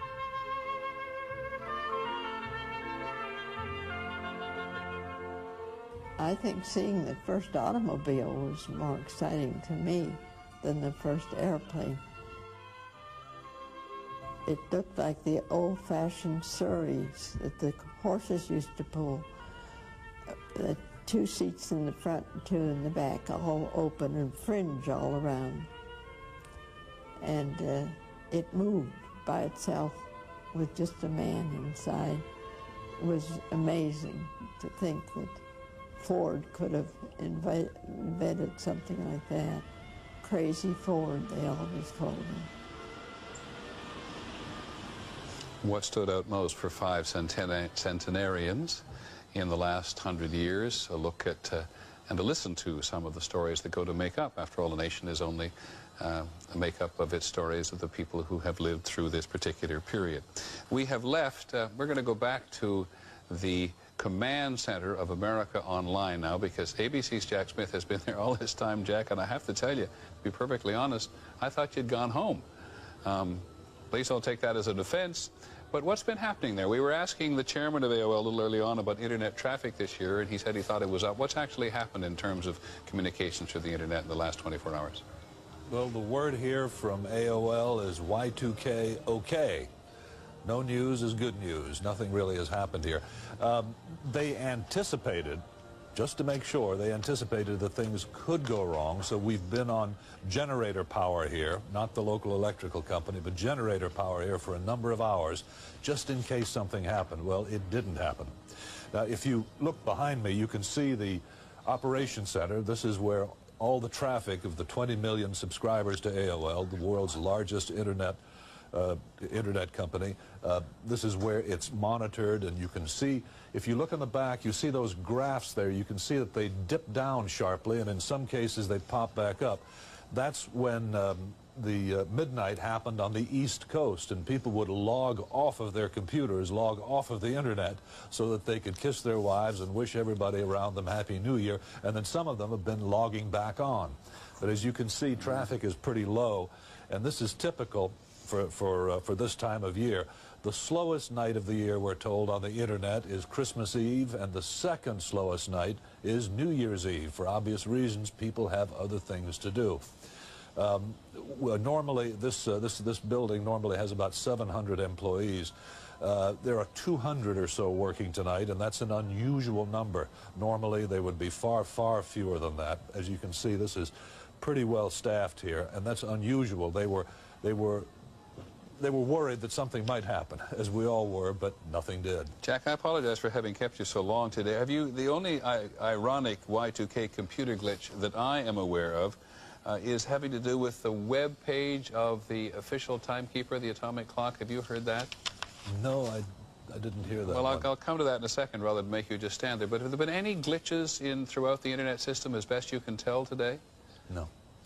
It's been remarkably quiet as the new year, as the new millennium has moved from New Zealand and across the Pacific and so on. We've been watching the internet. A number of AOL subscribers are overseas, and there have been absolutely no anomalies. No anomalies at all. Answer one question for us then before you go home to a much deserved rest. It's the question I think all of us ask as we increasingly get involved with email. How secure ultimately are our emails as we communicate with each other around the world on an occasion like this? They're not as secure as you think they are. Email, you have to assume when you send an email that the whole world can read it. It's not secure like mail is. At least you can seal an envelope and you can see if it's been steamed open, and most people, very few people, bother to steam open your mail. Email's a little different. People can read it, and almost anyone can certainly tell that you've sent email and where it's gone to. Email is a very different animal. Jack, thanks very much for a very long day. I do apologize. Thanks very much. Happy New Year to you. It was great to talk to your father earlier today. On the subject of websites, this computer glitch story is that the official timekeeper, the atomic clock in Washington, which has a website, early on, just because of a slight glitch, reported the date as 19,100 during the earliest hours of the new year, according to the Associated Press. The Naval Observatory, that is, where the master clock in Washington serves as the nation's official source of time, had a glitch on its website.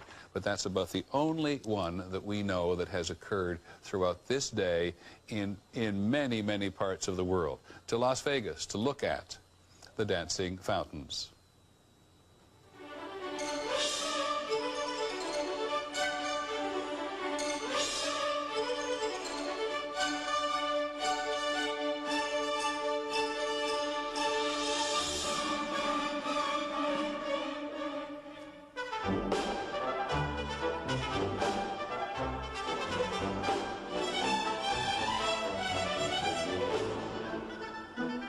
Okay.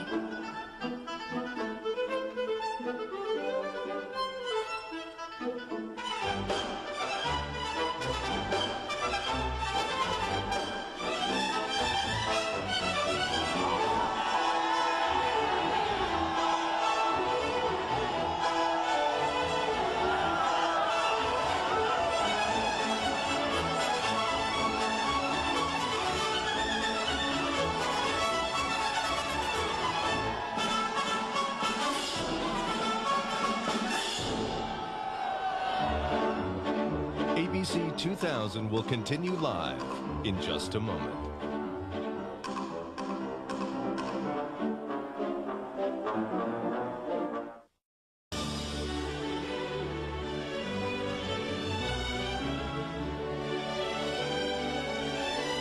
From around the world, this is ABC 2000.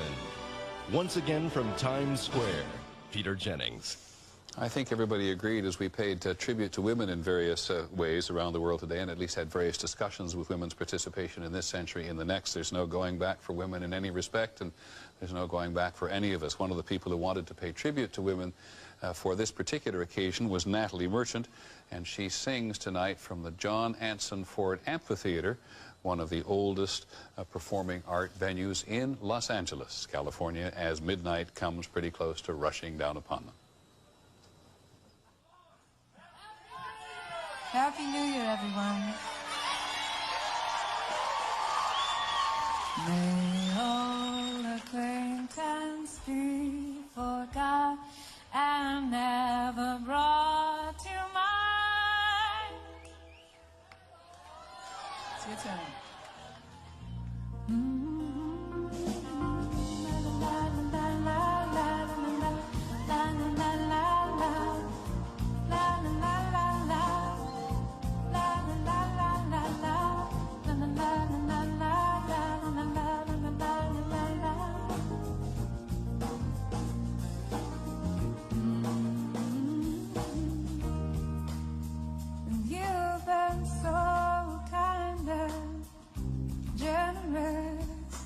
I don't know, you keep on giving,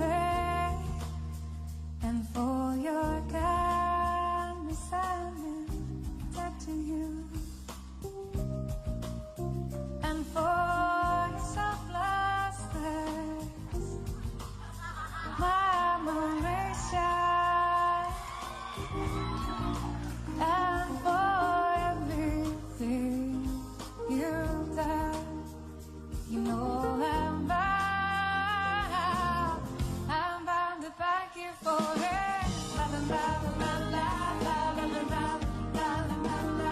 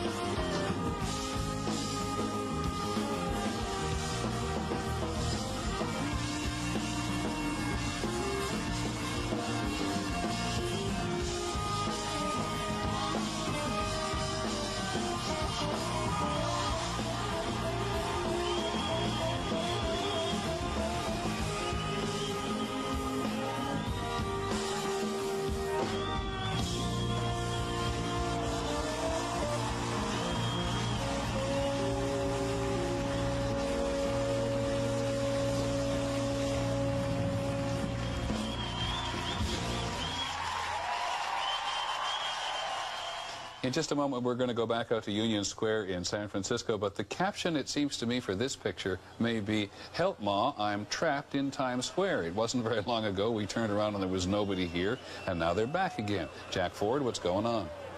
Entirely going on, but all I can tell you is that right now, as you mentioned, last time you and I chatted, we were talking about the fact that the revelers had emptied out and head home. As you turn around, you can see behind me, the folks are here. They're looking up at you right now, Peter, as a matter of fact. I think they're excited that they are still in Times Square, and I don't think anybody told these folks that the show is over, so they've decided to stay around for a little while. Peter, it's one of these events that does not wrap up very easily. I think this may also have something to do with crowd control, because I see various lines of police moving through the crowd, and I wonder if people aren't being moved out, because there were so many people here tonight.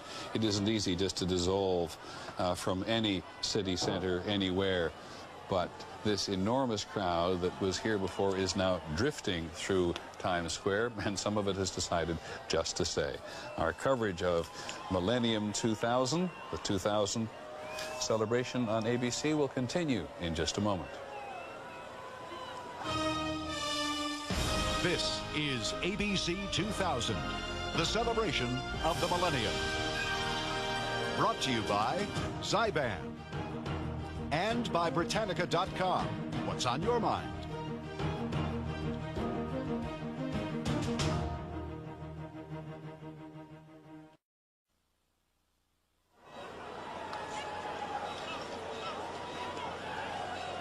Times Square. These are people streaming down from Central Park, which is at 59th Street in Manhattan, and the police are gently, an emphasis on gently, moving people out in a southerly direction, which is how Times Square filled up again. At Union Square in San Francisco, they are celebrating life, compassion, and diversity.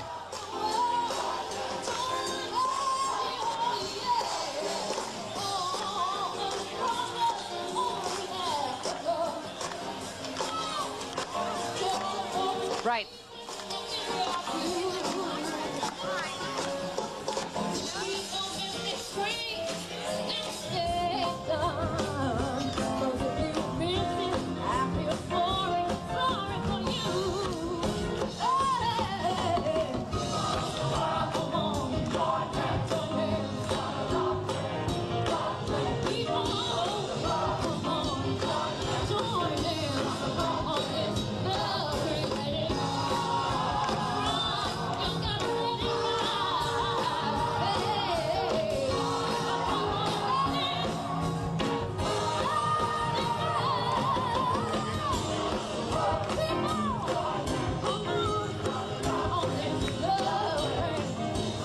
To go in San Francisco, California. Judy Muller is there in Union Square. They woke up out there, Judy, right? Yep,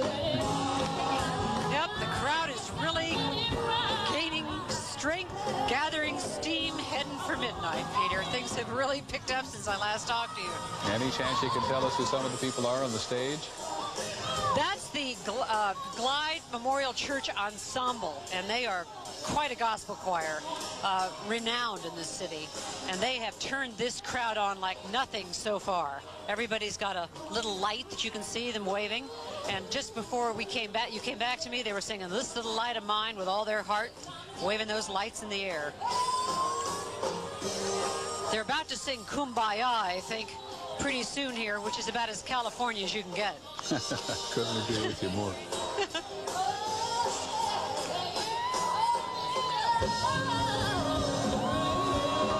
They're wrapping it up.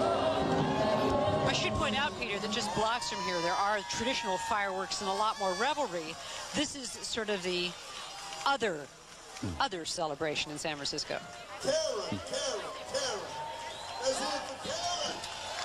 Union Square in San Francisco will continue there, I think, in a moment, if with any luck, because we wanted to talk to him. We'll get the mayor of San Francisco, Willie Brown, on the telephone. Not quite sure where he is at the moment, but you can guarantee he's out and about. We'll be back.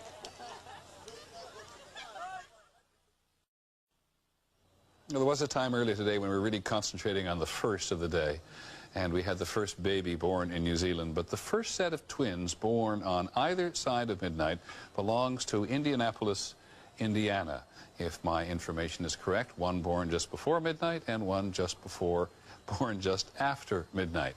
One in the 20th century, one in the 21st. That's one we got to check.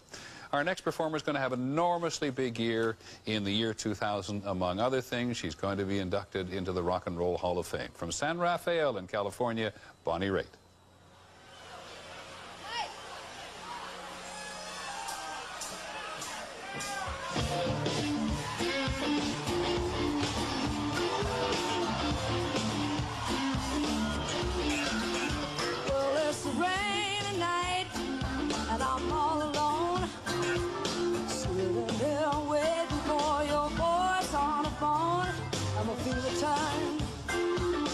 Cold, cold sweat, thinking about the things I haven't even done yet.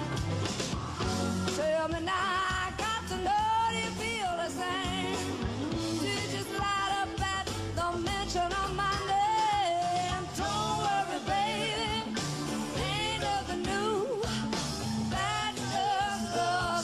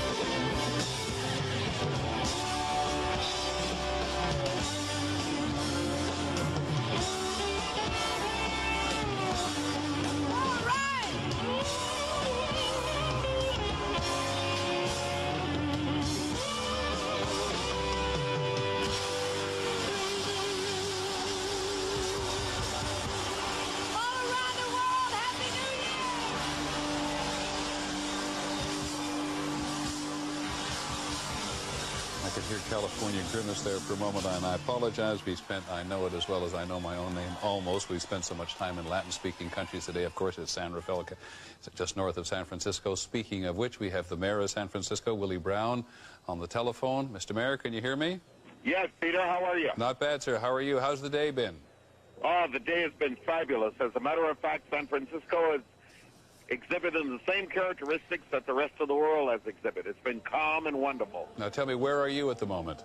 I'm standing in front of City Hall, directly across from the Bill Graham Auditorium, where there is all kinds of things going on. And where have you been today? Well, I started out at a place called Moose's. You'll remember that up in North Beach. And I went from there to the Union Square, where they had a faith community service operation. I went from there to the Embarcadero, where we're going to do the fireworks in about 25 minutes. And then I've been to a couple of other private places. I checked in with my Office of Emergency Services, and now I'm about to check in at City Hall. Any problems in San Francisco at all today? None whatsoever. We've had fewer than 100 people arrested, and nothing for anything that's significant. It's been drunk driving or public drunkenness. There have been no incidents of violence. It's been, frankly, extraordinarily calm. And a New Year's message for the rest of the country and the rest of the world? Come to San Francisco and live the good life. How did I know you were going to say that? Happy New Year, Mayor Brown. Thanks very much for joining us. Happy New Year to you, Peter. When we come back, we'll go back to Union Square in San Francisco. Our Millennium coverage will continue.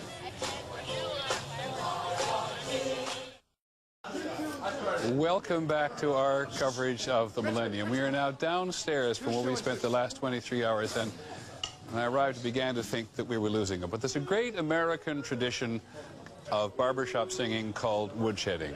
And we've managed to find together, which was what brought us down here, the members of the Acoustics, one of the world's greatest barbershop quartets, and the members of Spank, who we found, I think, first of all, in Pennsylvania Station, and a couple of other street musicians, and they've decided they're going to woodshed, sing together, The Lion Sleeps Tonight.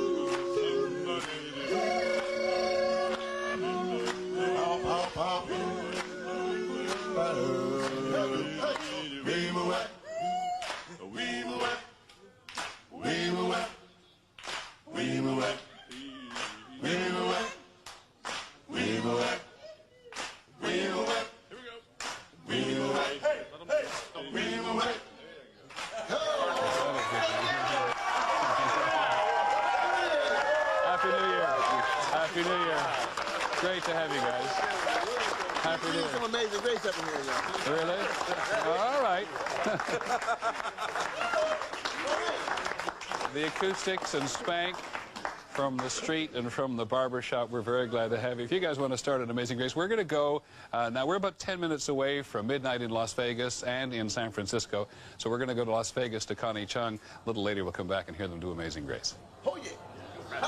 Thank you. Peter, Las Vegas is remarkably calm, and I'm here with the mayor of Las Vegas, Oscar Goodman. To what do you attribute this calmness? You just came from the command center. What are you being told? Well, first of all, we have an excellent police presence here that's taking care of everybody. But at the same time, I think that the public is really sick and tired of all the tourism nonsense, and they want to show that they can have a good time and behave themselves and really enjoy New Year's for really what it is in the Millennium. You really must be proud of the area here, because I love Las Vegas. I think this is the greatest spot in the world. I mean, we have everything here. We have right across the street the Eiffel Tower.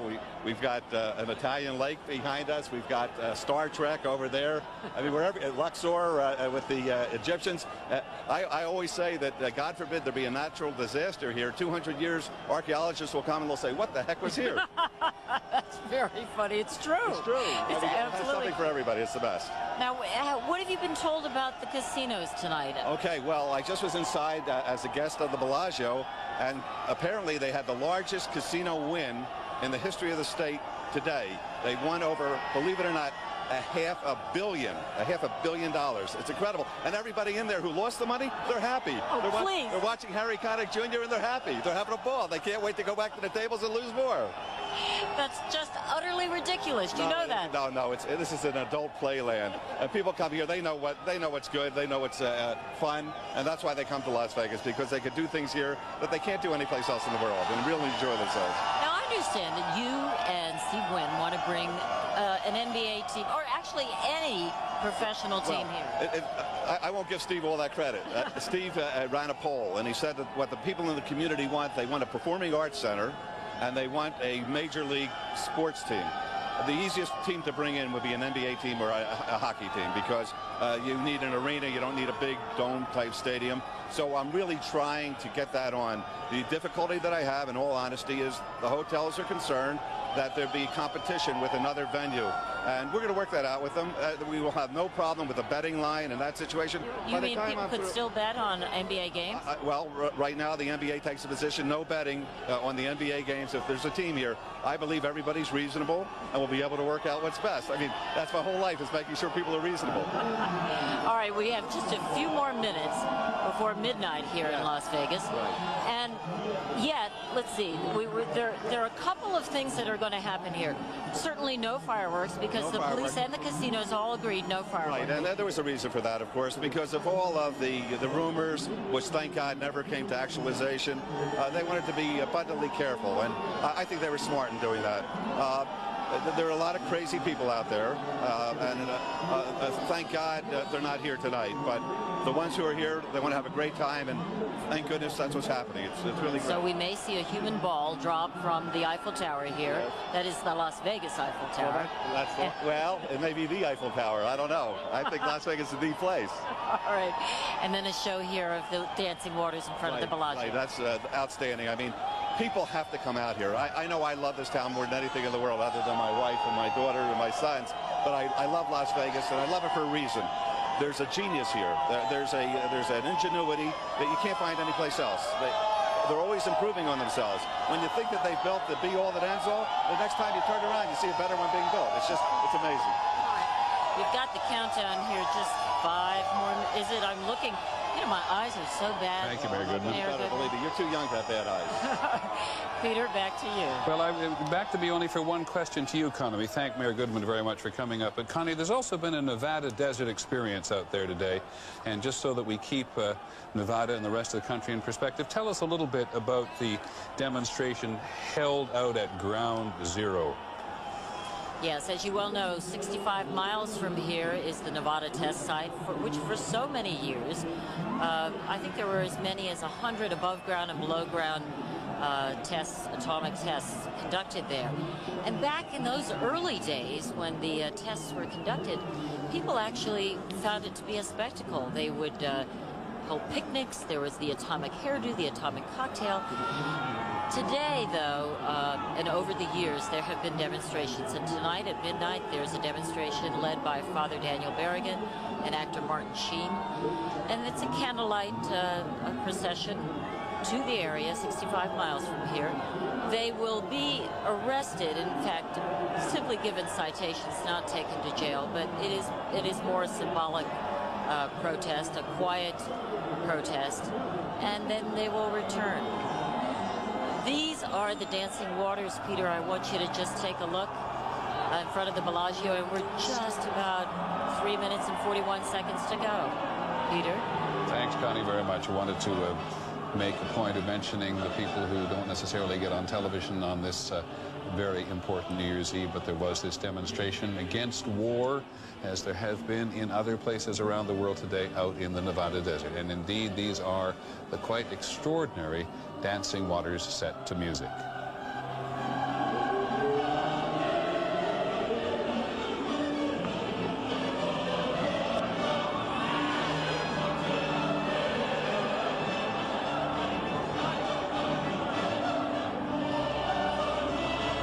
Union Square in San Francisco.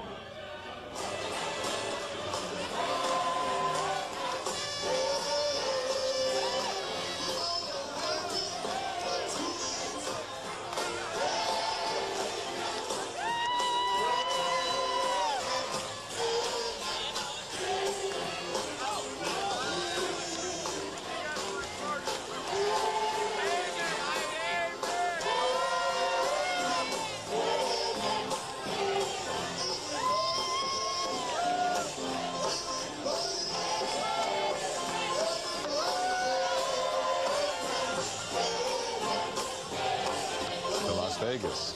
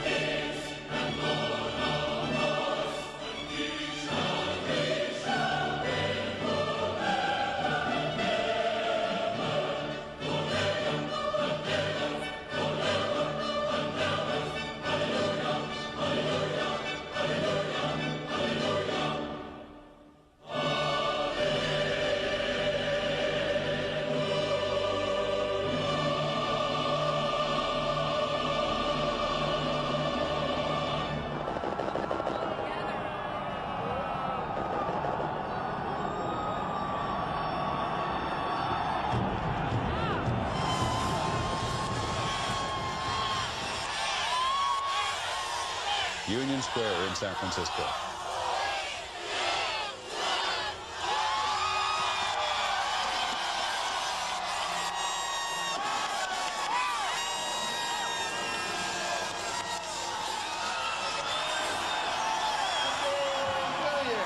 To Los Angeles, lest we forget, the lighting of the Hollywood sign. The Hollywood sign is back. Jay Leno and friends. Yes. Yes, yes, that's what I said. Feliz Navidad.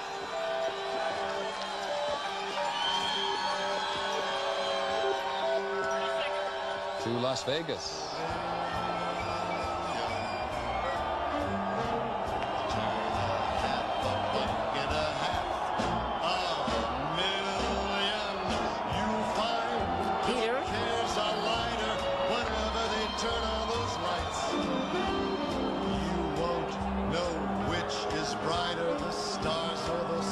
star-studded nights. Peter. Come find a brand new girlfriend or bring your wife. Las Vegas will light up your life. Union Square in San Francisco again.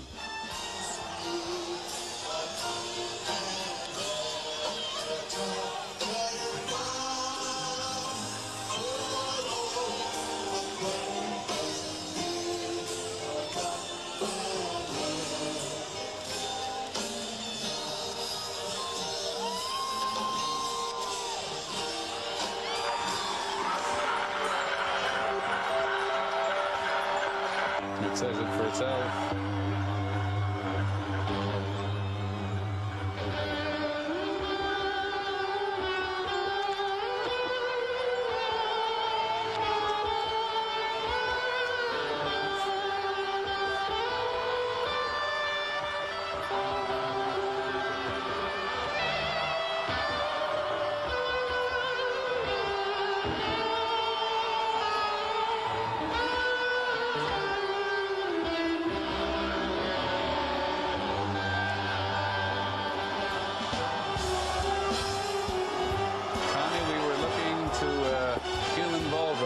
Vegas. Are we going to get it?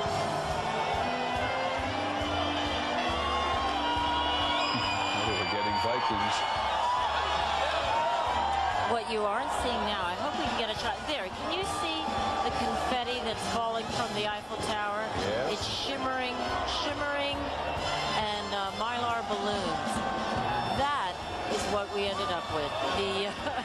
The human ball was actually there, but you couldn't quite tell it was a human ball, Peter, unfortunately. I guess they were trying very hard to outdo Times Square, but as I'm looking up now, it does sort of look like a champagne bottle popping off, doesn't it? A bit? Yes. Now that you mentioned it, of course. But as far as Eiffel Towers are concerned, we have to give it to Paris today. I think so. I saw that, and it was spectacular. But wouldn't you agree that these dancing waters are really quite elegant? Not what you have expected in Las Vegas. I must say, for whatever reason, my apologies, for whatever reason anybody wants to go to Las Vegas, there are lots of reasons. To see those dancing waters was quite extraordinary. Yeah, I think so. I mean, there was a writer who said this was the mecca of glitz that gave bad taste a good name. But that's just not true anymore. I mean, there are many more C's here besides crafts. There is culture. There's a $100 million art gallery here. I mean, $300 million art gallery. There are clothes, meaning Armani, Prada, Chanel, you name it. And everything else that you can think of here. It's very, very high-end now.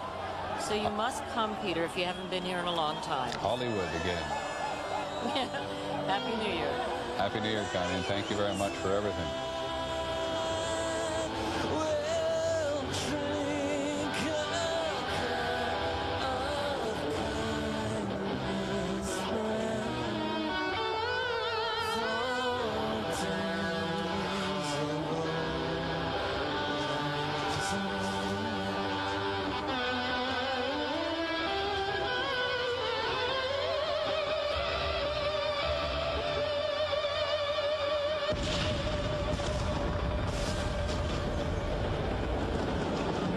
Guitarist John Brian playing Auld Lang Syne. I don't know how many times we've heard it today, but we have not heard it this way.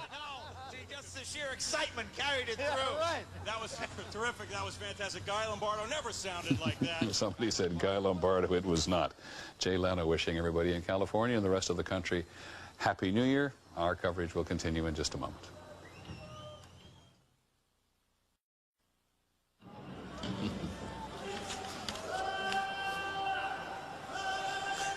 Times Square, and let's have a quick look at Union Square in San Francisco.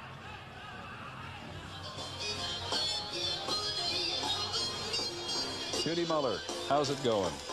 Oh, Oh, it's going great, Peter. You know, all day long we've been watching the rest of the world march into the millennium, and it started to feel like those days when the presidential elections were announced before California voters could get to the polls, and we're going, well, wait, what about us? What about us? And finally, we had our chance to celebrate with the rest of you. I know you must be exhausted, but we're really just starting to party here. No, I must confess, I'm very invigorated by the celebration in San Francisco, and I was thinking just a few minutes ago that for both you and me, presidential politics is going to seem rather dull after this. Sure is. So what's going to happen the rest of the night there? The rest of the night, people are starting to dance. They're dancing out into the streets, leaving the square. And I think it's going to be just more parties. The hotel where I'm staying right behind me, I believe, is just packed with party goers. So I don't know when we'll get any sleep. Well, Judy, thanks very much for your coverage. We very much appreciate it. Your mayor out there in San Francisco, Willie Brown, told us a while ago that everything in town has been just as smooth as silk. It's been beautiful. Good. Happy New Year. Happy New Year to you. Thanks very much. Judy Muller in San Francisco, Union Square, where it started off today as a great celebration of spirituality. We've seen it around much of the world today, people wanting to have a spiritual moment among all of the celebration. We had quite a show out there in Union Square, both spiritual and otherwise tonight. We've managed to catch up with the sets on either side of the Millennium story. It turns out there is not one set of twins in Indianapolis, but 3 sets of twins in Berlin, in Germany, in Fairfax, Virginia, and in Indianapolis. This is Indianapolis. 1 twin born in the 20th century and 1 twin born in the 21st century. There have been times today when those of us in New York have taken slightly of a backhand to Seattle, which should not have occurred. They had a celebration in Seattle tonight. As you know, the city celebration was canceled, but they did have fireworks up there tonight. So from all of us here in the East to all of you in the Pacific Northwest, a very happy New Year. We know it has been a very trying time for you, as it did look for a while very much as if Seattle was going to be a target on this evening. And though it was a very controversial decision, the mayor of Seattle decided first to cancel the public ceremony around that famous needle, the symbol of Seattle in so many ways, and then the private party that was going to be held up there as well was also canceled. But the fireworks tonight in Seattle, we're glad to see, because it engages the city with us and the rest of the world. Speaking of which, ABC's Bob Brown has spent a very long and we think very productive day gathering the highlights of the day as we have moved across the world. And here is his latest rendition of what has happened as one century has turned over to the other. Past the midnights, toward the dawns, through what people feared might happen and what they hoped would, this has been a day of spectacle in which all the world was a stage. As New York City raised the crystal ball it would drop at midnight, a human conductor led a virtual orchestra with a laser baton, a virtuoso feat of the kind of technology that has defined the end of this millennium. But the fire of old-fashioned enterprise has also played a prominent role. After all, the South Pacific island nation of Kiribati had the international dateline reconfigured so that it would be the first to celebrate the new millennium. Kiribati had seen heavy casualties during World War II when U.S. troops drove out Japanese forces. My dear child, take this torch of peace and hope from Kiribati so that it may light the whole world. An old man and a boy headed out to sea in the direction of the next midnight, while dancers chanted a goodbye to the pain of the past in a ceremony of good luck. How quickly things seemed to move after that. In Auckland, New Zealand, the first city that might have experienced a millennium bug, there were no reported problems, only a giant celebration, although it will take much longer to assess what's really happened to the world's computers. And among the midnight theatrics, often staged around familiar landmarks, the Sydney, Australia Opera House offered a performance unlike any that had been seen there before. Dancers representing sea creatures from the harbor roamed the roof as 1 million people watched. China, one of the countries that gave fireworks to the rest of the world, had an impressive display of its own in Shanghai. But officials, anxious to dispel concerns that the country could be a Y2K disaster, kept its airlines flying past midnight to engender confidence. And in Beijing, the official celebration that started at midnight ended at 12:08.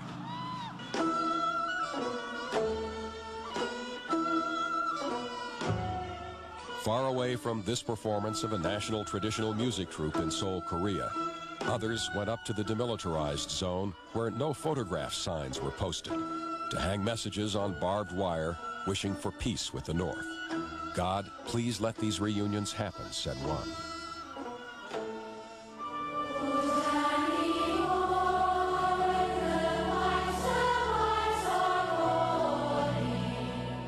The same hopes for peace in a different area of the world were represented in a joint concert between singers in Dublin, Ireland, and Derry, Northern Ireland.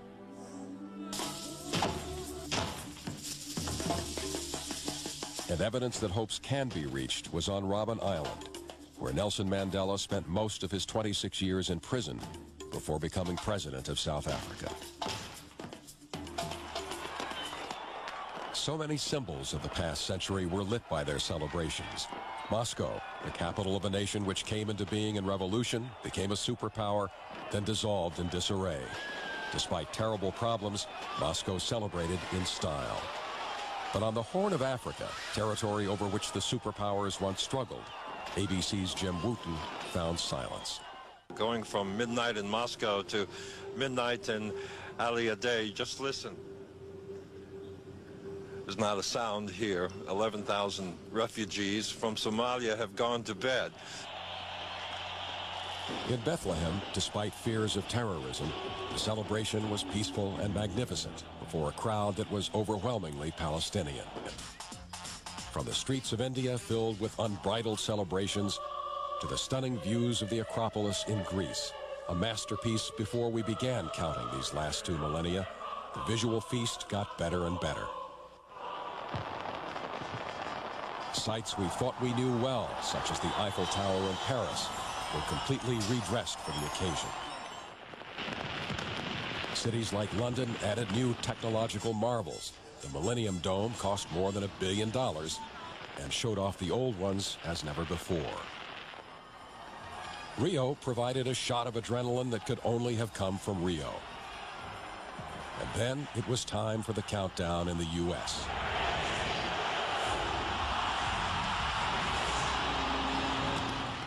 The clock finally swept into our own time zones as if it had been wound even more tightly by the events that had preceded these for 18 hours.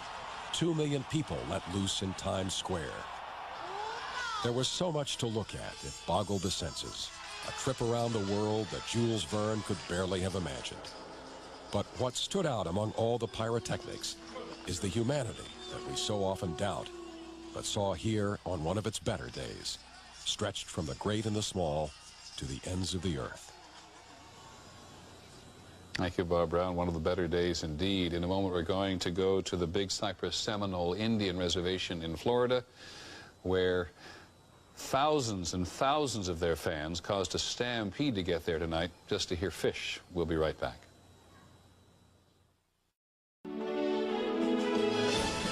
ABC 2000 continues live from Times Square. Once again, Peter Jennings. It's a little hard to see it from up here, but the Times 2000 celebration continues in Times Square and will till about 4 or 5 o'clock in the morning. By that I mean the official celebration that the Times Square organizers have put together, which has been quite spectacular in its own right. Jack Ford is still there. Jack? Peter, we are indeed still here, and there are a great many people with us. Peter, you will recall, as I do, Broadway show from a few years ago, Guys and Dolls, where one of the lead characters contemplates the quiet of New York City streets just a couple of hours before dawn.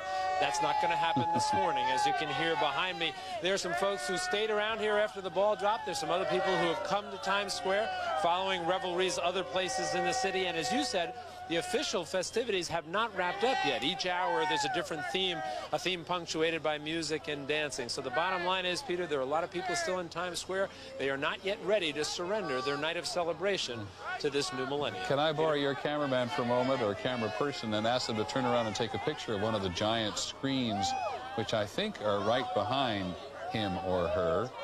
And this is what I mean by saying that not us, but the... Well, I probably shouldn't have to do some of these now. Oh, there it is. There's one of the giant screens that are all over Times Square.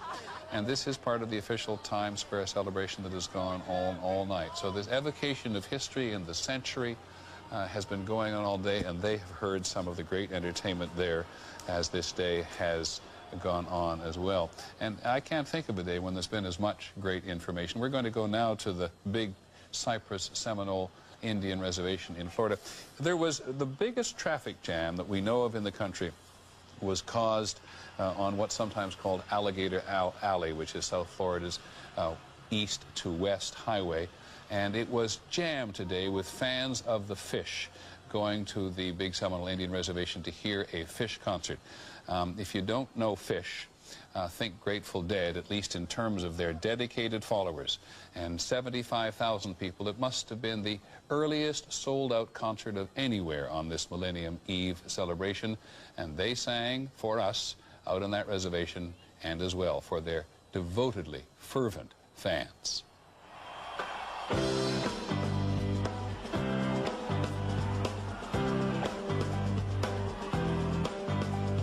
Things are falling down on me, heavy things I could not see.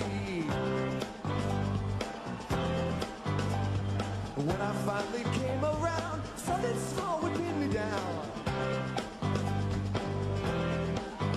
When I tried to step aside, I moved to where they'd hoped I'd be. Vanessa calls me on the phone, reminding me I'm not alone. I fuss and quake and cavitate, I try to speak and turn to stone, till he reaches through my vest to do the thing that she does best. She probes and tears my ventricles, steals my one remaining breath. Things are falling down on me, heavy things I could not see. When I finally came around, something small would pin me down. When I tried to step aside, I moved to where they'd hoped I'd be. Stumbling as I fall from grace, she needs my vision to replace her ailing sight throughout the night, leaving 2 holes in my face. Mary was a friend, I'd say, until one summer day she borrowed everything I owned and then quickly ran away. Things are falling down on me, heavy things I could not see. When I finally came around, something small would pin me down. When I tried to step aside, I moved to where they'd hoped I'd be.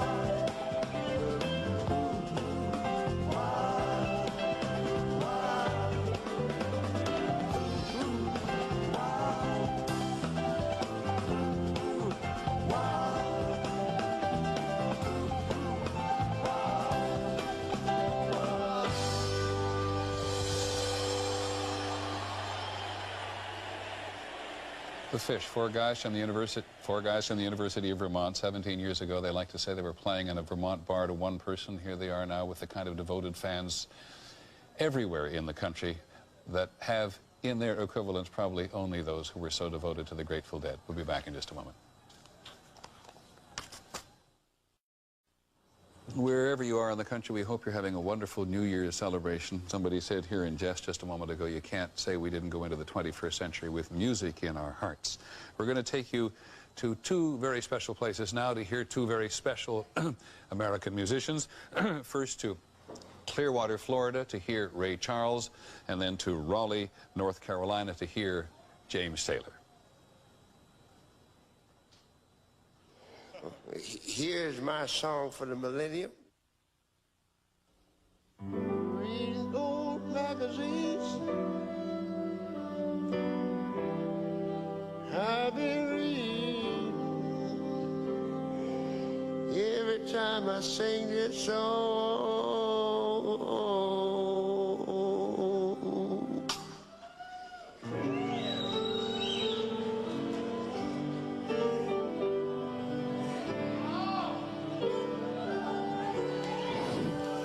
I sing for Georgia.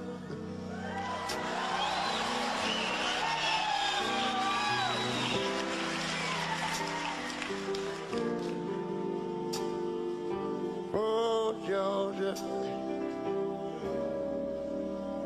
The whole day through. This whole street song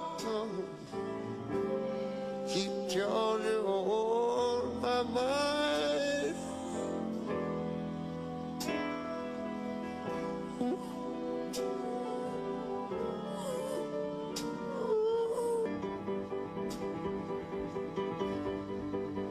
I know I said my Georgia, Georgia.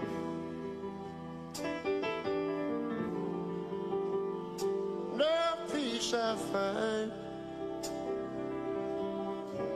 I'm so glad tonight that this old street song, it's this song to keep joy on my mind.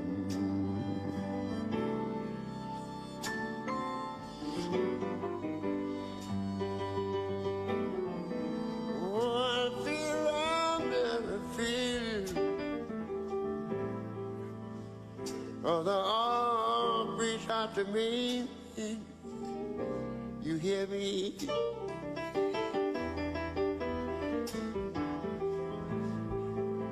Oh, the eyes smile tenderly.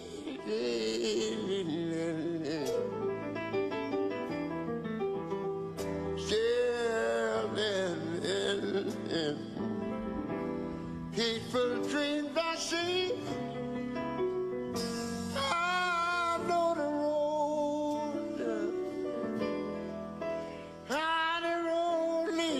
To you, girl. Oh, now.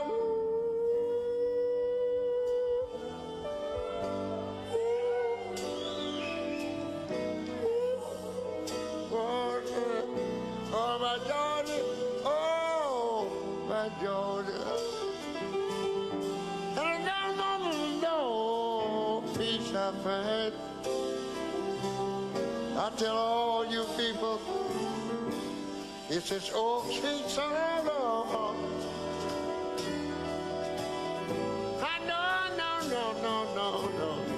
Keep Georgia in my mind, yeah.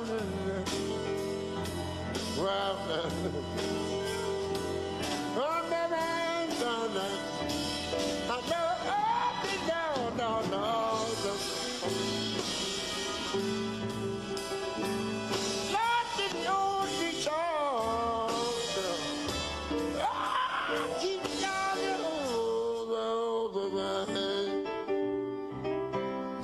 People, the little girls on my mind.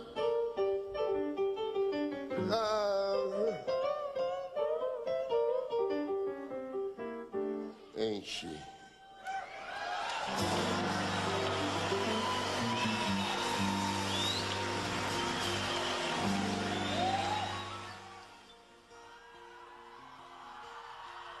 my mind, I'm going to Carolina. Can't you see the sunshine? Can't you just feel the moonshine? Ain't it just like a friend of mine to hit me from behind? And I'm going to Carolina in my mind. Catherine, she's a silver sun. You best walk her way and watch her shining. Watch her watch the morning come. The silver tear appearing now while I'm crying. Ain't I? I'm gone to Carolina in my mind. There ain't no doubt in no one's mind that love's the finest thing around. Whisper something soft and kind. Hey babe, the sky's on fire, I'm dying, and I'm gone to Carolina in my mind. In my mind, I'm gone to Carolina. Can't you see the sunshine? Say, can't you just feel the moonshine? Just like a friend of mine to keep me from behind. And I'm gone to Carolina in my mind. Dark inside, late last night, or you might have heard the highway call. Peace in flight and dogs at night. Signs at night.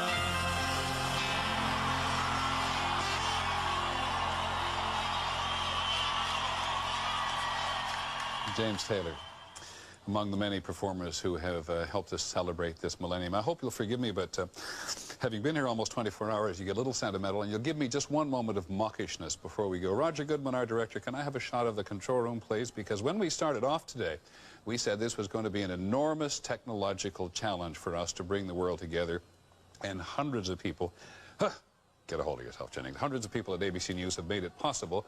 But I want to thank particularly Tom Yellen, Mark Burstein, Phyllis McGrady, and Gary Smith, our producers, without whom we would not have got through the day, and Vince in audio. Vince, I don't think you ever missed a cue all day, and that, ladies and gentlemen, is a tour de force. And here in the studio, if I may, she'll hate it, but may I never have to do a broadcast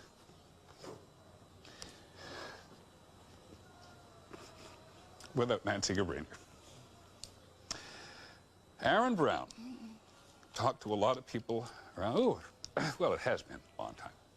Aaron Brown's been talking to a lot of people around the country and around the world on what this day has meant to them. In the majesty of it all, it was easy to see it as just one huge party, a giant global made-for-TV celebration. But it's been much more. Athens at midnight was a reminder that we celebrate a millennium, 1,000 years, more time than you can get your mind around. Many of the South Pacific islands that ushered in the new year hadn't been formed yet 1,000 years ago. The British didn't know the Chinese existed, and vice versa.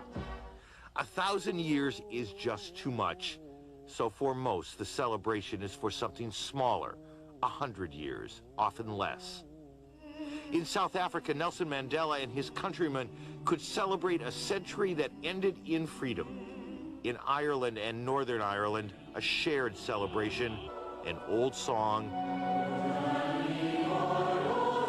and a new hope that the troubles, as they call them, may be over. And what a century it has been for the Russians, from the czars to the dictators to uncertainties. And what a century it has been for the United States, the American century. And together, the fireworks that lit the skies in every corner of the globe seem to celebrate a most simple truth. We made it. It wasn't always easy or even certain, but we did. Thank you, Aaron Brown, very much for a long day of service. One of our division's best writers, working hard all day long. If you've wondered what's been going on, and I'm sure you have, at the Millennium Dome, which we saw so much of earlier in London, here's a little bit of what they've been doing.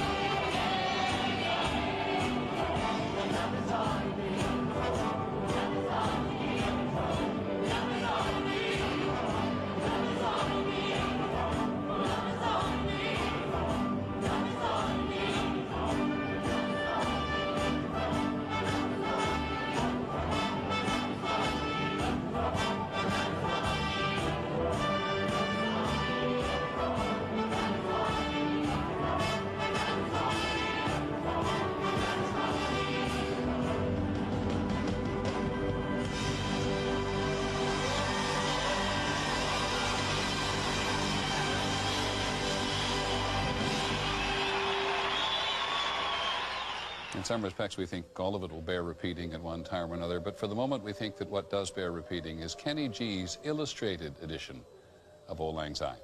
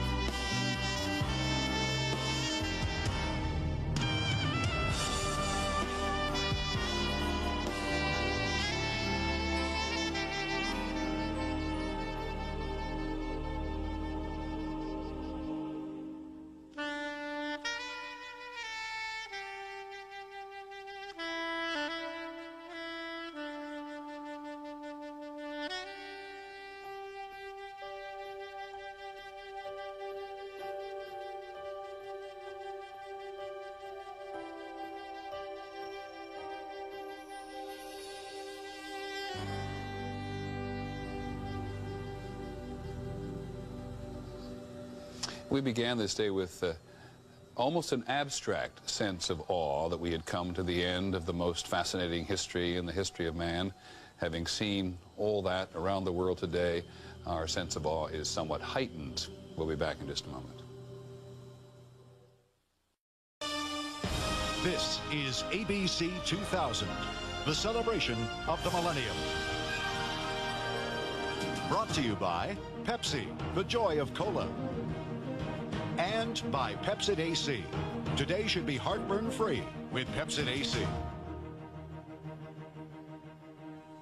Well, our broadcast is coming to an end. I should remind you that if you want to see more of it, and some of it has been fantastic from around the world, Sam Donaldson will be on duty at 8 o'clock Eastern Time. I was tempted to say tomorrow, but I really mean today from Washington for a broadcast called Dawn of a New Era. And he will have all of the great highlights that we've seen touches of in the last few minutes from around the world. And just before we leave, some absolutely unplanned, unrehearsed comments. I feel a little bit, as I think a lot of us do, like the people who were entering the 20th century 100 years ago with great fascination that we were on the edge of the unknown, and because there was so much yet to be known, a real hunger to know more. And a certain trepidation. They were coming into the technological age, and we now go into a new technological age. There'll be lots of time in the days ahead to revisit all of the commentary that has been offered up about the millennium in the last several days and weeks and months. I remind myself of only one thing at the end of this thing, and it's what one of our great futurists, we do have futurists, you know, at the end of the 20th century said, remember, when you put the known and the unknown into a computer, the unpredictable always outweighs the predictable. So the future is exciting and it is uncertain. Thank you very much for joining us for this broadcast. I'm Peter Jennings. Good night from Times Square.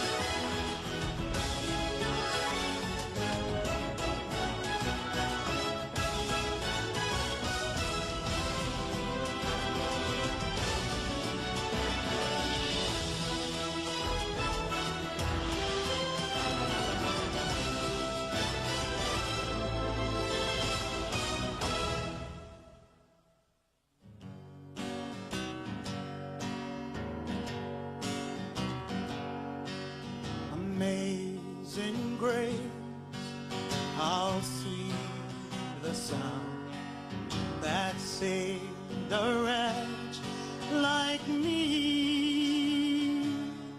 I once was lost, but now I'm found.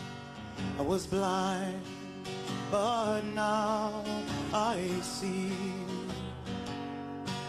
'Twas grace that taught my heart to fear, and grace my fears relieve. How precious did that grace appear the hour I first believed. Through many, many dangers, toils and snares, I have already come. God's grace has brought me safe thus far, and His grace will lead me home. Oh, amazing grace, how sweet